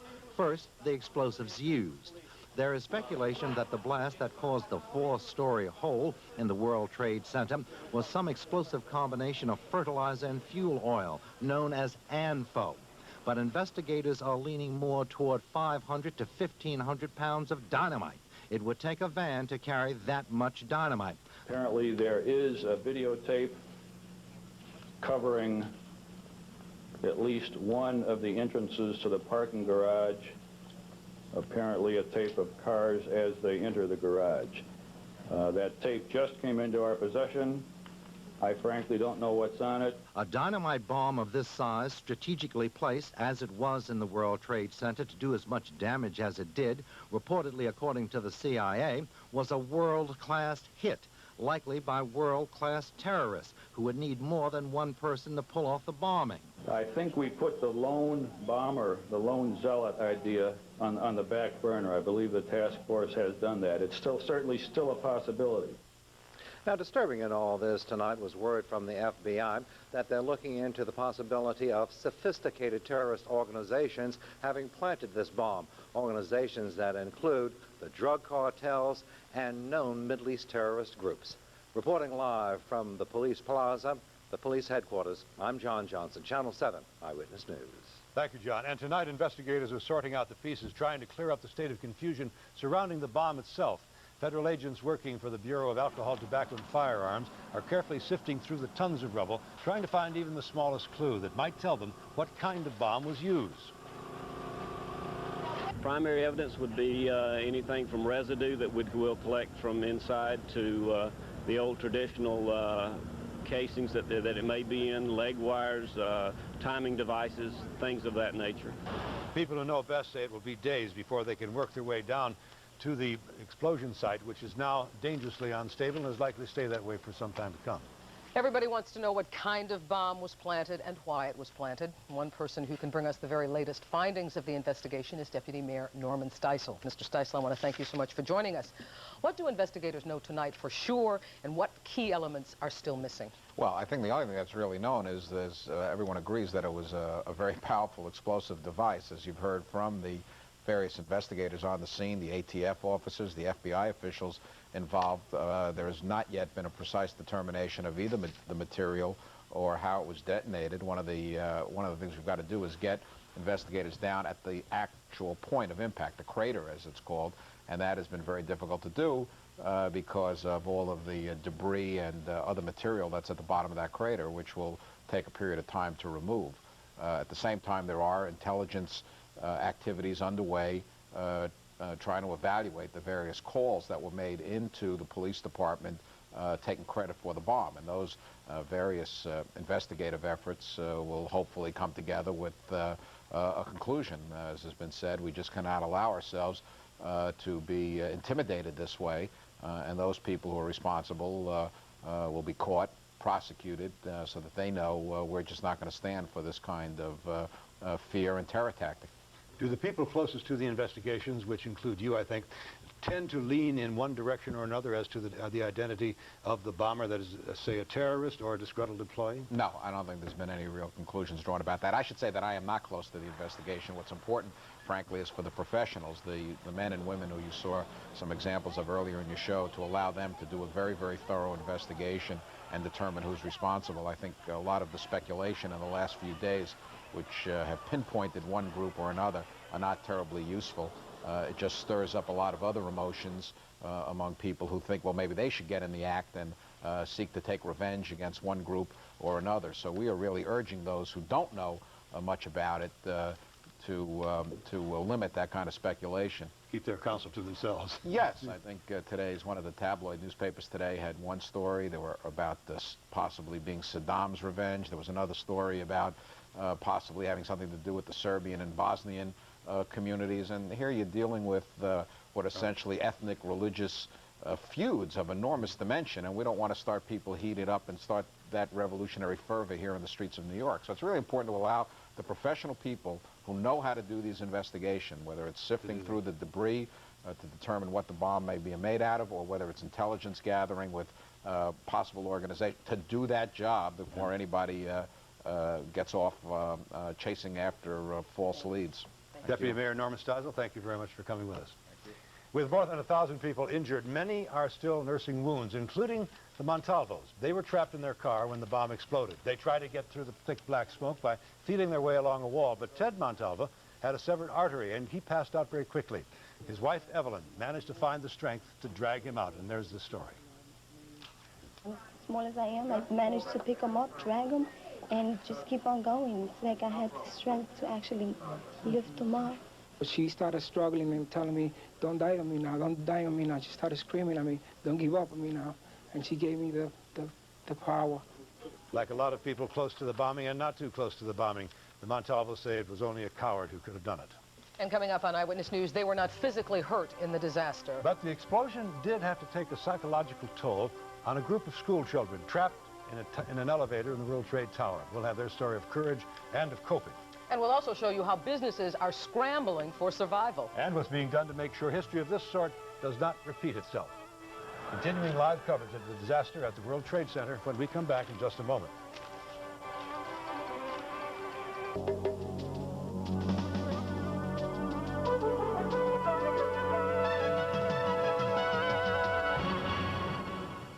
People who work in the World Trade Center complex struggle to find their way back to work today. Oh, you have to go outside and walk around. The confusion mixed with nervousness and tight security was throughout the area. Many employees tried to return to their offices to pick up belongings, but they had a long wait. And going back to the scene of Friday's disaster brought mixed feelings. I'm like asking everybody. I don't know what entrance to go into 6th. I'm not sure if it's open. It's very haphazard. I live in Staten Island, so I came by ferry, and just coming over and you see the building from the ferry, it gets you a little bit. You're a little scared to go in. While the Twin Towers are virtually closed, other parts of the Trade Center complex are open. And for thousands of people who work in the World Trade Center, today was by no means business as usual. The commodity exchanges regained some semblance of order inside the towers. Hundreds of traders worked a short session, and they will again tomorrow, because there is no power available for lighting late in the afternoon. As for the thousands of other World Trade Center employees, we go live now to Celeste Ford for their story. Celeste. Well, Bill, Mayor Dinkins has declared a business emergency in the city. That means all city agencies are expected to work round the clock facilitating those businesses hurt by the explosion. They will need the help. 350 companies have been displaced, leaving 50,000 employees scrambling. And they won't see their offices at the World Trade Center for at least a week. The line at the Port Authority Command Center on West Street ran out the door and halfway down the block. Businesses from the World Trade Center waited hours for an escort to their offices. I just want to get upstairs to forward my phone to the messaging service. That's all I really want to do. I don't need any documents. I just need my customers to know that they can still talk to us. Mike Burns runs a 3-man messenger service, and today he must find office space. The bigger companies have more options. Yamatani International is our sister company, and we're going to try to have some space from them and set up an operations there. Their landlord, the Port Authority, allowed each tenant a half hour to sweep through their offices and retrieve the documents and equipment they need most. Many found their offices untouched by the explosion, but they cannot return until the building's services are restored. By 6 o'clock this evening, the Port Authority had escorted 230 tenants. They appear to be making do. Meantime, the experts won't even guess what the potential losses might be. The loss that is going to really take place will be to the building itself, to vendors in and around the World Trade Center, and possible to some business interruption loss. A lot will depend on how quickly the Port Authority can reopen the Twin Towers. They're closed, as is the Vista Hotel. But buildings 4, 5, 6, and 7 are back in business, so are those companies that react quickly. The accounting firm Deloitte & Touche found offices in Midtown. This is tax season, their busiest time of year. Until Friday, the architectural firm Mancini Duffy was at One World Trade Center. Now it's borrowing space from a client in Midtown. They received roughly 20 offers, and the office manager predicts they will not lose much business. Do you think this will mean a loss of business? No, certainly not. Certainly it's a certain amount of inconvenience for us in terms of how we operate, but I don't foresee any terrific loss. The city and state are making $5 million available for interest-free loans. In the morning, they will set up an office at the old Alexander's store on the concourse at the World Trade Center, and those small businesses that qualify will be eligible for loans of up to $50,000. And we're live in Lower Manhattan. I'm Celeste Ford, Channel 7 Eyewitness News. Thank you, Celeste. New York City takes pride because it is at the very heart of the world's financial system. But since Friday, there may be those businesses thinking twice about the risks of doing business here. So joining us in our newsroom is Ronald Shulp, President, Chief Executive Officer of the New York Chamber of Commerce. Mr. Shulp, thank you very much for joining us, but you know that even before the bombing on Friday, New York City had trouble with its reputation as a place to do business. What are you able to say to businessmen here and across the world to persuade them that New York is still the place to come to do business? Well, I think first it has to be said that business, like the rest of New York City, is under very adverse circumstances, coping very well with the situation. You have all the commodity exchanges open.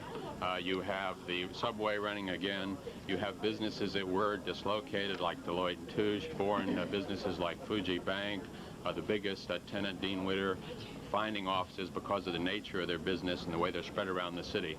The difficulty, of course, is small business. I think most difficult of all, those really small ones, the mom and pop shops, both in the World Trade Center and in the area. They have more difficulty, and I hope now that the President has declared this an economic disaster area, they too will be eligible for these loans from the Small Business Administration. Mr. Shelp, there have to be serious concerns about tourism tonight because that is such a major industry in the state of New York. What is the Chamber doing to battle fears of terrorism, whether those fears are founded or not? Well, let me tell you the perspective I'm coming from. I was in Osaka, Japan with the mayor on our trade and business mission to sell business, keep business here, and attract tourists when this happened. So it's very interesting to see it from there, because you take one event and it gets magnified, and you can quickly lose perspective when you return and see how things really are. It's not that this wasn't serious, but this is one part of New York City. You know, we tend to think of the World Trade Center as a city all to itself. That's true, but there's lots of cities in this city in that sense. There's 55,000 people work here, yet over 3 million people work in New York. There's 12 million square feet of space in the World Trade Center, yet around New York there's 350 million square feet of space. What I found in Japan is two things, and I think this will be true in most of the world. First, the business people themselves from Japan, and they are the biggest foreign business community here, they're savvy, they know New York, they understand it, and they realize it's important to be here. Okay. Secondly, the tourists who've been here, and there's millions of those from Japan, understand it too. But right now, obviously, this is a frightening event. It is, Mr. Shelp, and unfortunately our time is all up, but I want to thank you so much for joining us this evening. President Clinton is vowing to come to the aid of businesses knocked off track by the disaster. Security was very tight for his visit to New Jersey today, and just as tight all through the city. That story when the special edition of Eyewitness News continues.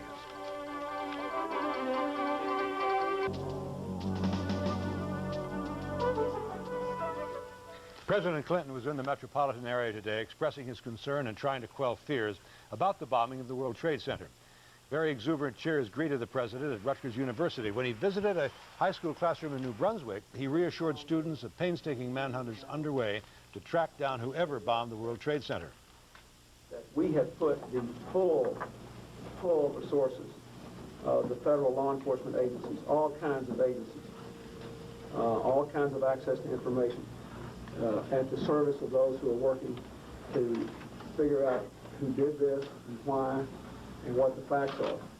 These are tense times and security is heightened, but the president surprisingly did not appear to have any extraordinary protection assigned to him today. Bill, security guards are clamping down all over the New York area tonight for workers trying to get back to their jobs at the World Trade Center today. They were met with checkpoints and newly enforced security. It was much the same scene at other office buildings and businesses throughout the metropolitan area. With more on that, we're going to go live to Jay Dedeffer. Jay. Well, Roz, we're out at Kennedy Airport tonight because if indeed the explosion was caused by terrorists, then crowded, high-profile landmarks like Kennedy Airport or, for instance, the Empire State Building would be likely targets. And that's why officials are trying to make them a little less vulnerable. There's a new sign of the times at the Empire State Building, safety for all, which means all people coming into this landmark are having their bags and briefcases checked. It's an inconvenience that says a lot about the current state of mind among New Yorkers. I think it's good, but I think they're not doing enough. You think they could do more? They could do more. It's definitely worth it, whatever they're doing to help the situation. You have to. Is it slowing you down at all today? Not one bit. Not one bit. It's worth it. It really is. There's tighter security almost everywhere, at federal buildings and the stock exchange. At Kennedy Airport, police are on Port Authority Stage 3 alert, which means everyone here is keeping an eye out for cars left in front of terminals and bags left inside terminals. I don't think this will affect the flight schedules at all. And the reason for doing this, again, is strictly precautionary. Again, there is no threat to the airline industry at this time. And at Police Plaza this afternoon, building managers and private security companies heard from the FBI and NYPD about what they can do to make New York a bit more terrorist-proof. That's also the idea at the busy Grand Central Terminal, where bomb-sniffing dogs are on patrol and where parcels are no longer able to be checked and balconies have been closed. For Metro North Police, it's Deja Vu. As we did in the Gulf War, we were closing off the balcony to public access, and we're considering the closing of a number of entrances and exits that are generally rarely used anyway. So it won't be much of a public inconvenience, and it'll create a greater measure of safety for commuters and the public who use Grand Central Terminal. Now, all three Port Authority airports are on this Port Authority Level 3 alert, and what that means for travelers is probably very little. A few minor conveniences, or inconveniences, I should say. One at Newark, a short-term parking lot has been closed that's near the terminal, and here at Kennedy, the terminal parking lot on top of Delta, which is right on top of the terminal, for obvious reasons that has been closed too. All of these things are in effect indefinitely at this point. We're live at Kennedy Airport. J.D. Dever, Channel 7, Eyewitness News. Thank you, J.D. Of course, the explosion has been a bust for a great many businesses, but a boom to some others. Some firms can hardly keep up with the need for special business items, making money from disaster. That story is next as the special hour-long edition of Eyewitness News continues.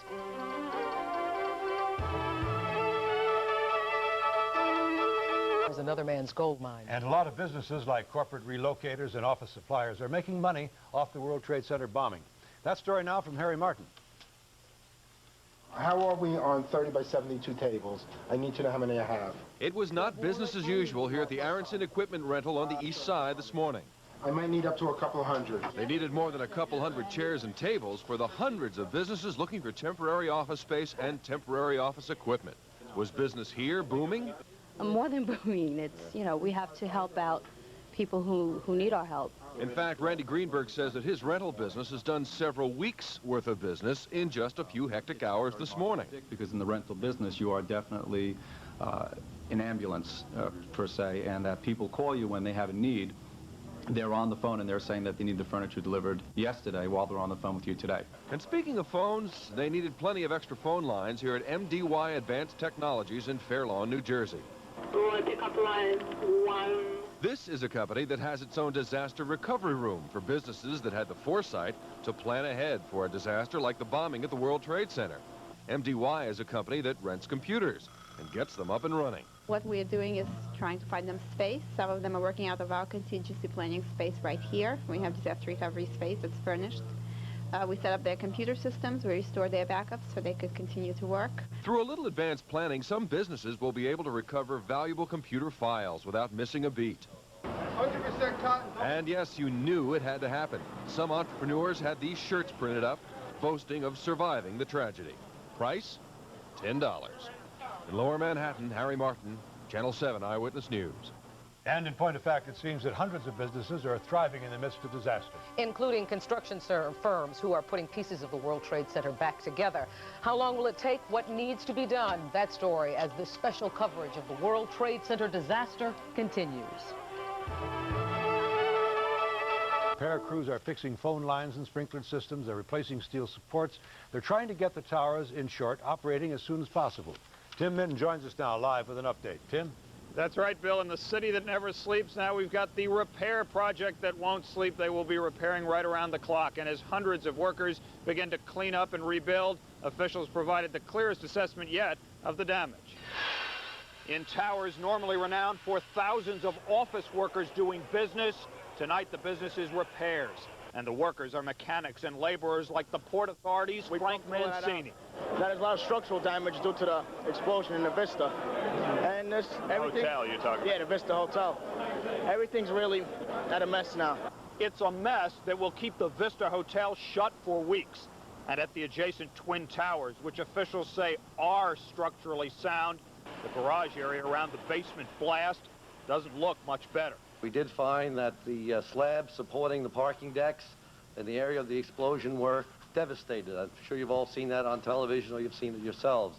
We had craters as much as 100 more feet in diameter. The Port Authority's top boss says fixing slabs and floors are joined by fixing safety systems as top priorities. We are working very hard to get all of our existing safety systems in working order, the emergency generators, the communication systems, the sprinkler systems, and so on, all working. Meanwhile, some workers, like steam fitter mechanic Mario Rizzo, are here to make sure cold weather doesn't add another blow. And what would happen if you weren't here doing what you're doing? there'd be a bigger mess than what it is right now. You get a lot of water damage coming up, you know, so you got to keep everything as warm as you can. Just one of hundreds of parts of a plan to rescue the towers from what the blast left behind. A rescue plan that could take as short as a week, but most officials believe that because they have to also get safety systems working, it's likely to be much longer, days or weeks beyond that, before people can actually get back into the building to do business, the kind of business they were doing before Friday. We're live in Lower Manhattan. Tim Minton, Channel 7, Eyewitness News. Thank you, Tim. The explosion is taking its toll on commuters, of course, but what longer-term impact will it have on the World Trade Center itself? Changes are in the wind, and it is a tall order. We'll tell you all about it when this special edition of Eyewitness News continues. Who comes into contact with the World Trade Center learned a deadly lesson on Friday. These buildings, and perhaps no buildings, are safe from someone who is intent on devastation. Greg Hurst is here now with a look at the lessons learned in this fatal bomb explosion. Greg? Yeah, some tough questions too, Bill. Like for instance, can a building be at fault when 5 people die, hundreds are injured, and nearly 100,000 others live out an afternoon of fear? The World Trade Center swirled in smoke and controversy after Friday's explosion. Watch out, watch out! Within minutes of the bomb going off in the sub-basement of the World Trade Center, choking black smoke filled the elevator shafts, then billowing up to higher floors, filling stairwells. And we heard the bang, and that place filled up in 5 minutes. The thousands of people who choked their way out of the World Trade Center on Friday got no help where they needed it most, in what to do and where to go. There were no announcements over an intercom. They were trapped in elevators, or they were forced to walk down every flight of stairs, stairwells that were pitch black. Today, they were asking if it had to be that way. The World Trade Center really is a city inside of a city. It has its own rules and regulations. In fact, it's not even governed by the same fire regulations that other buildings in New York City have to adhere to. The World Trade Center is owned by the Port Authority, designed in the 60s, built in the 70s. But Port Authority engineers insist it is well constructed and better than the New York City building code requirements of its day. These buildings were not designed to minimum code requirements, but far in excess of code requirements. Still, the Port Authority is being second-guessed for its building design, including having both power and backup power sources in the basement, both of them taken out by the bomb blast. Although the Port Authority is not willing to admit to mistakes, it says there will be some basic changes. To the degree that we can introduce very quickly the battery-packed powered lighting in the stairwells, we're going to do that. And the ventilation will have to be worked on. Industry experts tell us stairwells should never fill with smoke. The building structure itself obviously performed fairly well, even though certain areas were destroyed. The buildings are still intact. While this building is not designed to bomb criteria, no building in any city is designed to bomb criteria. Yeah, which is the lesson learned. No building is bomb-proof or designed for catastrophe, especially like this, which is a pretty sobering thought. Thank you, Greg. There were so many acts of heroism on Friday, so many people doing extraordinary feats to save lives. But could the extent of the tragedy have been prevented? Were there precautions ignored? Were all of the safety codes good enough? And will there be changes at the World Trade Center? Joining us now to talk about some of these things, our New York's Fire Commissioner, Carlos Rivera. Commissioner, I want to thank you so much for joining us. And can we begin by asking you to help us understand the unique problems that your crews had in dealing with the World Trade Center explosion? Well, the major problem we had was the loss of power, the backup power. The World Trade Center has a redundant system, and their generators were in the lower level. They flooded out early on, and we lost our power. So everything, all the rescues, the people that had to be evacuated had to be removed via the stairs. And as most of our people know, it's 110 stories, and we had to cover each floor, floor by floor. It was a most difficult task. I was down there today, Commissioner, and I noticed that your firemen, your firefighters were all over the place. When is their work going to be done so that the investigators can get in and start to really begin to look for evidence about the bomb? Well, what I understand is that they're working, the World Trade Center at this moment is working on stabilizing the columns there. And once that is done, they are going to get into investigating, complete their investigation, or start the investigation, or let's say better yet, to resume their investigation.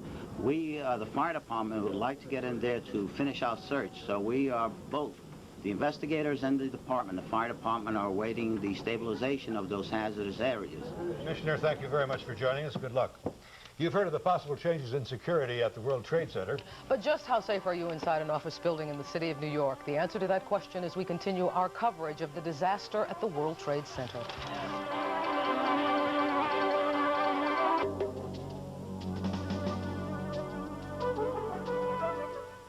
The explosion at the World Trade Center on Friday came absolutely without warning. People had no time to brace themselves or to better prepare against it. What if a catastrophe hit your office tomorrow? Would you survive? Tim Fleischer reports on how New York office towers measure up and fall short. Nearly 2 million people returned to their jobs in Manhattan's 800 high-rise buildings. Perhaps today a little hesitant. The first thing that went through my head was, you know, what would happen if my garage was the one that blew up. And after seeing the problems in Friday's evacuation of the trade towers, it's understandable. Oh, definitely. So many lives at stake. Those who own, manage, and operate the giant skyscrapers found themselves checking again, wondering, too, if safety standards are in place. We have generators, backup generators, but we also have portable generators in case the main generator went out. We have portable pumps and all of that, but we try to deal with each situation as it occurs. Lino, open the door for them, Lino. But if an explosion in fire knocks out all of the safety systems, primary and backup, as it did last Friday, it's thought few would be equipped to operate, making emergencies more difficult. Still, high-rise buildings must comply with the toughest fire and safety codes in the country. Smoke detectors, sprinklers, emergency lights, all required. Local Law 5 provides for a systematic approach to fire safety in the buildings. It has an extensive mechanical system of communications, control of the air conditioning systems and ventilation. When the accidents happen, the experience in New York City has demonstrated that the systems work. They work exceptionally well, and we've had really very little loss of life and loss of property. Even with all of the emergency procedures and the safeguards built into these buildings, there is still one important factor to consider, the human factor. Fire officials believe that anyone who works in a high-rise building has a responsibility and a very important role to play in an emergency. Like that taken by Ira Krulik, a designated fire warden on the 11th floor of his downtown building. During a fire last year, he and others helped evacuate the building. We made sure that we got everybody out. I personally went through every office, went downstairs, and then told the head warden that the 11 was clear. I think emotionally we're ready. Ready if they had to react to an emergency again. Tim Fleischer, Channel 7 Eyewitness News. And fire safety experts say the best thing that you can do to protect yourself is to keep a flashlight in your desk drawer, and you need to know at least 2 ways to get out of your office building without using an elevator. The disaster at the World Trade Center tested the courage of the old and the young alike.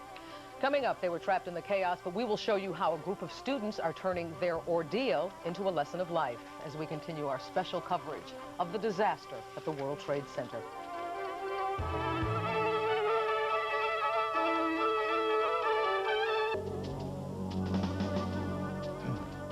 There have been many stories of survival and endurance in the wake of the explosion at the World Trade Center.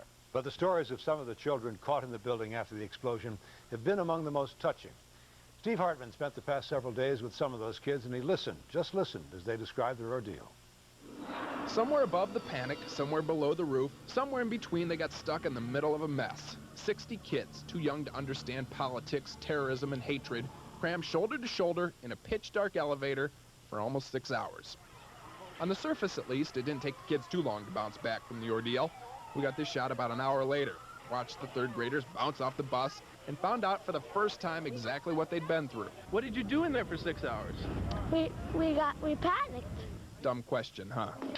The next day we met up with the same group, got more details, and got even more impressed with the people telling them.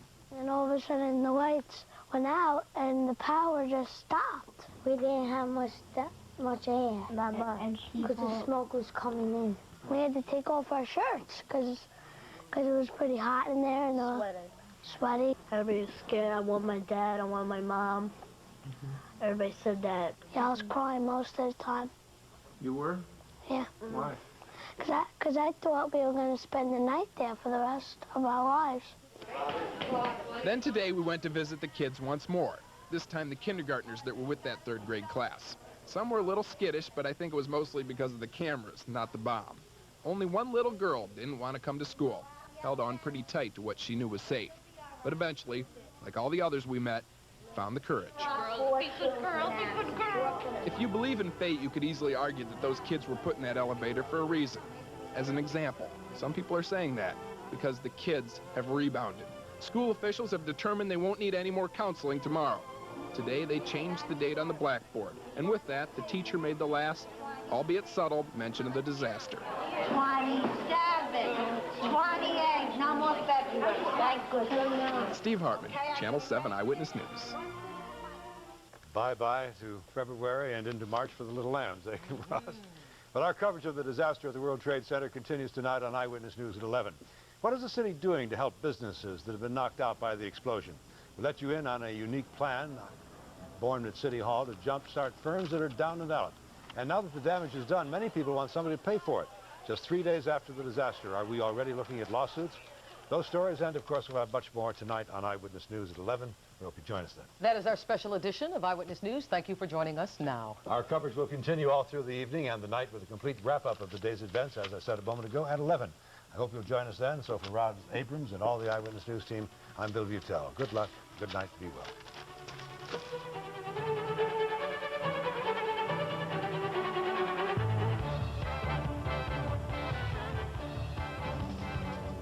This has been a special edition of Channel 7 Eyewitness News.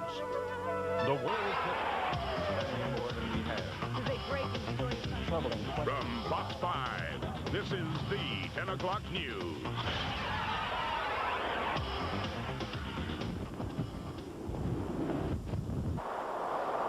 We got slammed by another major winter storm. We're taking a pounding.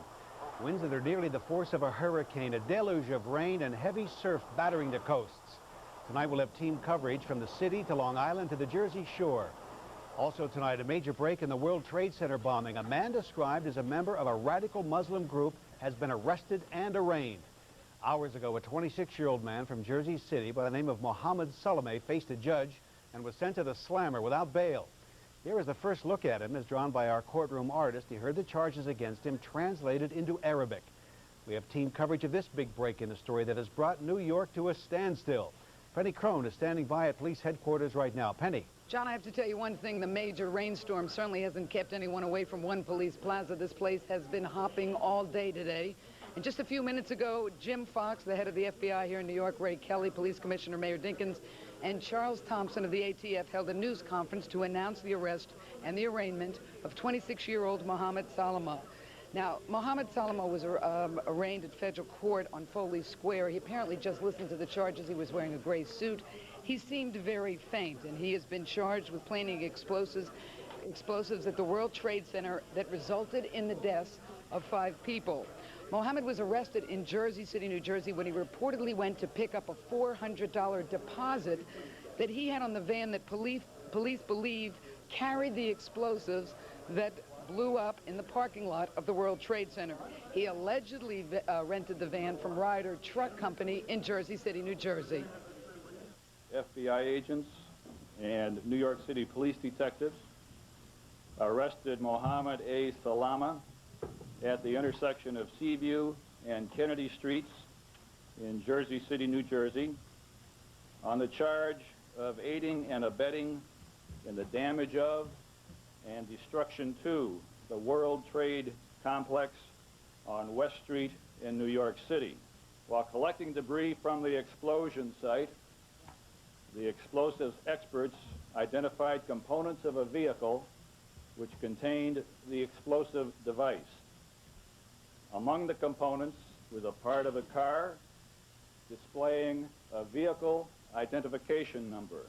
A search warrant was executed this afternoon, and among the things recovered were tools and wiring and manuals concerning antenna, circuitry, and electromagnetic devices. A police bomb technician concluded this evidence indicated the presence in this apartment of a bomb maker. Mr. Fox, on the arraignment papers that were just issued at the arraignment, An FBI agent said that he was arrested by returning to the Ryder Truck Company. It is on the arraignment papers, which is public record. Could you kind of paraphrase it and explain it? He returned to the Ryder Truck Company about 10:15 a.m. this morning, ostensibly to obtain the return of a $400 deposit fee he had left for the van when he rented it. When he returned, agents and detectives were in the office. When he left, he walked about a block and a half to a nearby bus stop at the intersection previously indicated, and when it appeared he was going to board a bus, we effected the arrest. Now, Mohammed's attorney asked for, a court-appointed attorney asked for a $5 million bail. The judge turned it down after the assistant U.S. attorney said, no way, Mohammed would probably leave the country, and what's to prevent this from happening again? We're going to have a lot more for you tomorrow morning on Good Day New York and tomorrow night on the 10 o'clock news, but for now, we'll say back to you, John and Coran. All right, thanks, Penny. Amy Atkins joins us now. She is at the Jersey City Mosque where the suspect worshipped. She found quite a different story than the FBI story. Amy? Yes, I am standing in front of the building. Actually, on the third floor of this building is the mosque where the suspect worships. It is not the first time that a member of this mosque has been linked to a crime. All eyes right now are on this place of worship. Earlier, it was a place of business that had the FBI's full attention. Mohammed Salama came to the Ryder rental agency, a customer seeking a refund. He left with the FBI, a suspect in the bombing of the World Trade Center. On Tuesday, Salama, a Jersey City resident, had rented a Ford van. The same vehicle authorities believe carried the explosives that killed at least 5 people on Friday. The suspect told the agency the van was stolen. He demanded a $400 refund, which he eventually got. What he didn't realize is that the feds were behind the counter. He came back a number of times. He came back Friday afternoon and told me that the truck was stolen from his possession. And he wanted his $400 deposit. He wanted his deposit back. Sources tell Fox News the FBI has been conducting searches all over Jersey City, one of them at this apartment building. Gladys Moore, who lives here with her Egyptian boyfriend, says FBI agents broke down her door and ransacked her apartment. Oh, they took a piece of my hair, and they put some things in my hand, and they took a test, they sent it out, they came back, and they said I could go. 6 blocks away, the mosque where Mohammed Salama worships. Apparently, it is much more than just a place of prayer. Among the 300 to 400 followers, Sultan Ibrahim El Ghali, an Egyptian-born Muslim who was convicted of trying to smuggle hundreds of pounds of explosives to the PLO in 1985. Another notable, El Said Nosser, charged with the murder of right-wing Israeli leader Meir Kahane. Nosser was later acquitted. Kahane's attorney says the mosque is a hotbed of terrorism. After all, the people in the mosque were under serious consideration for deportation this very year. Why the delay? Why does it take an event like this to shock people to the realization that there are terrorists in our midst that can knock us out any day or night? Nosser's attorney denies a connection. I think it's utterly ridiculous. There's, I believe, one mosque in Jersey City. A lot of Islamic people live there, and the fact that 2 men went to the same mosque is irrelevant. The same as saying is 2 people went to St. Patrick's Cathedral, that they would connect them in the bombing of the World Trade Center. It's utterly ridiculous. In this tight-knit and tight-lipped community, those who know the suspect quietly defend him. He's a nice person, yeah. Those who worship here defend the mosque. I doubt it very much that if someone from this building could do such an act. I doubt it very much. People should be very proud of the work done by the law enforcement authorities. They worked hard together, they worked aggressively, they worked without stopping until they made, I think, a very quick arrest. While many were praising the quick work, others were pressing for quick justice. New York Senator Al D'Amato was calling for the death penalty for convicted terrorists. If someone is so depraved that they will set off bombs, explosives, without regard to human life, then certainly a jury of his or her peers should have the ability under the proper circumstances to call for the death penalty. Also today, D'Amato introduced legislation to label the Palestinian group Hamas a terrorist organization. If that bill passes, members of Hamas would be forbidden from entering the United States. is dedicated to destroying the Egyptian regime and has carried out scores of attacks on tourists and assassinations. And Mr. Rahman himself was implicated in the killing of Anwar Sadat in 1981, then the killing of the Egyptian Speaker of Parliament in 1990. He was also implicated in funneling a death hit list to Egypt in 1992, in which 2 other people on that list were assassinated as a result of that. In the United States, he has hundreds of followers, and essentially no one makes a move without getting his blessing. So even though we don't have any more information available from the law enforcement authorities, I think we can presume at this point that this was an operation that was carried out with the blessing of the organization headed by Omar Abdul Rahman. From the press conference tonight, we heard that apparently Salameh was not the bomb maker. At least that was not definitively pointed out. So what would his role have been? And obviously the culprits that you mentioned before that they are looking for would, I guess, include the people that actually made the bomb and the triggering device. Well, it appears obviously that the suspect, Mr. Salameh, was the driver and the renter of the van. And as terrorist operations go, essentially they're very compartmentalized. It is, everybody has a different part, and they're supposed to be kept secret from one another so that if one person gets caught, he doesn't really allow the others to get caught. Now, in this particular case, the investigators, I think, outfoxed the culprits. I think it's important to add that the organization to which the young suspect belongs to is an organization that has a tremendous capability to carry out violence, not only in Egypt, but as we see now in the United States. We still don't know what the motive is, however, for this bombing. And I think it's very important to say that maybe he has confessed, but I doubt that. My suspicion is that the motive, and I want to emphasize that it's purely speculation, could have been designed to show resentment against the deportation proceedings against the sheikh, which has been initiated in the last 2 months. He is now actually seeking to live in Switzerland, and in fact has a Swiss bank account worth millions of dollars, from which hundreds of thousands of dollars flow to Egypt to carry out operations against the Egyptian authorities and to attack tourists. Stephen, do we know for sure that the World Trade Center was the actual target, even though the van was parked in the garage and did blow up there? But was that the intended target? Do we know for sure at this point? We don't know for sure, and that's one of the mysteries that will be resolved, we hope, within the next few days or weeks or whenever. Of course, a possibility does exist that this van was parked there as a means of hiding the explosives, and that, in fact, the van was designed for another operation. We simply don't know at this point, and it would simply be a guess, a wild guess at that, to think of why it was parked there. It could have been the World Trade Center, and yet it equally could have been someplace else that they designed, that they wanted to blow up.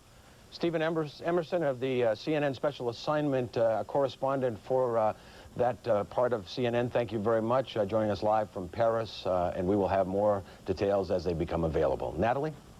When we return, we will go live to that standoff in Waco, Texas for an update. Stay with us.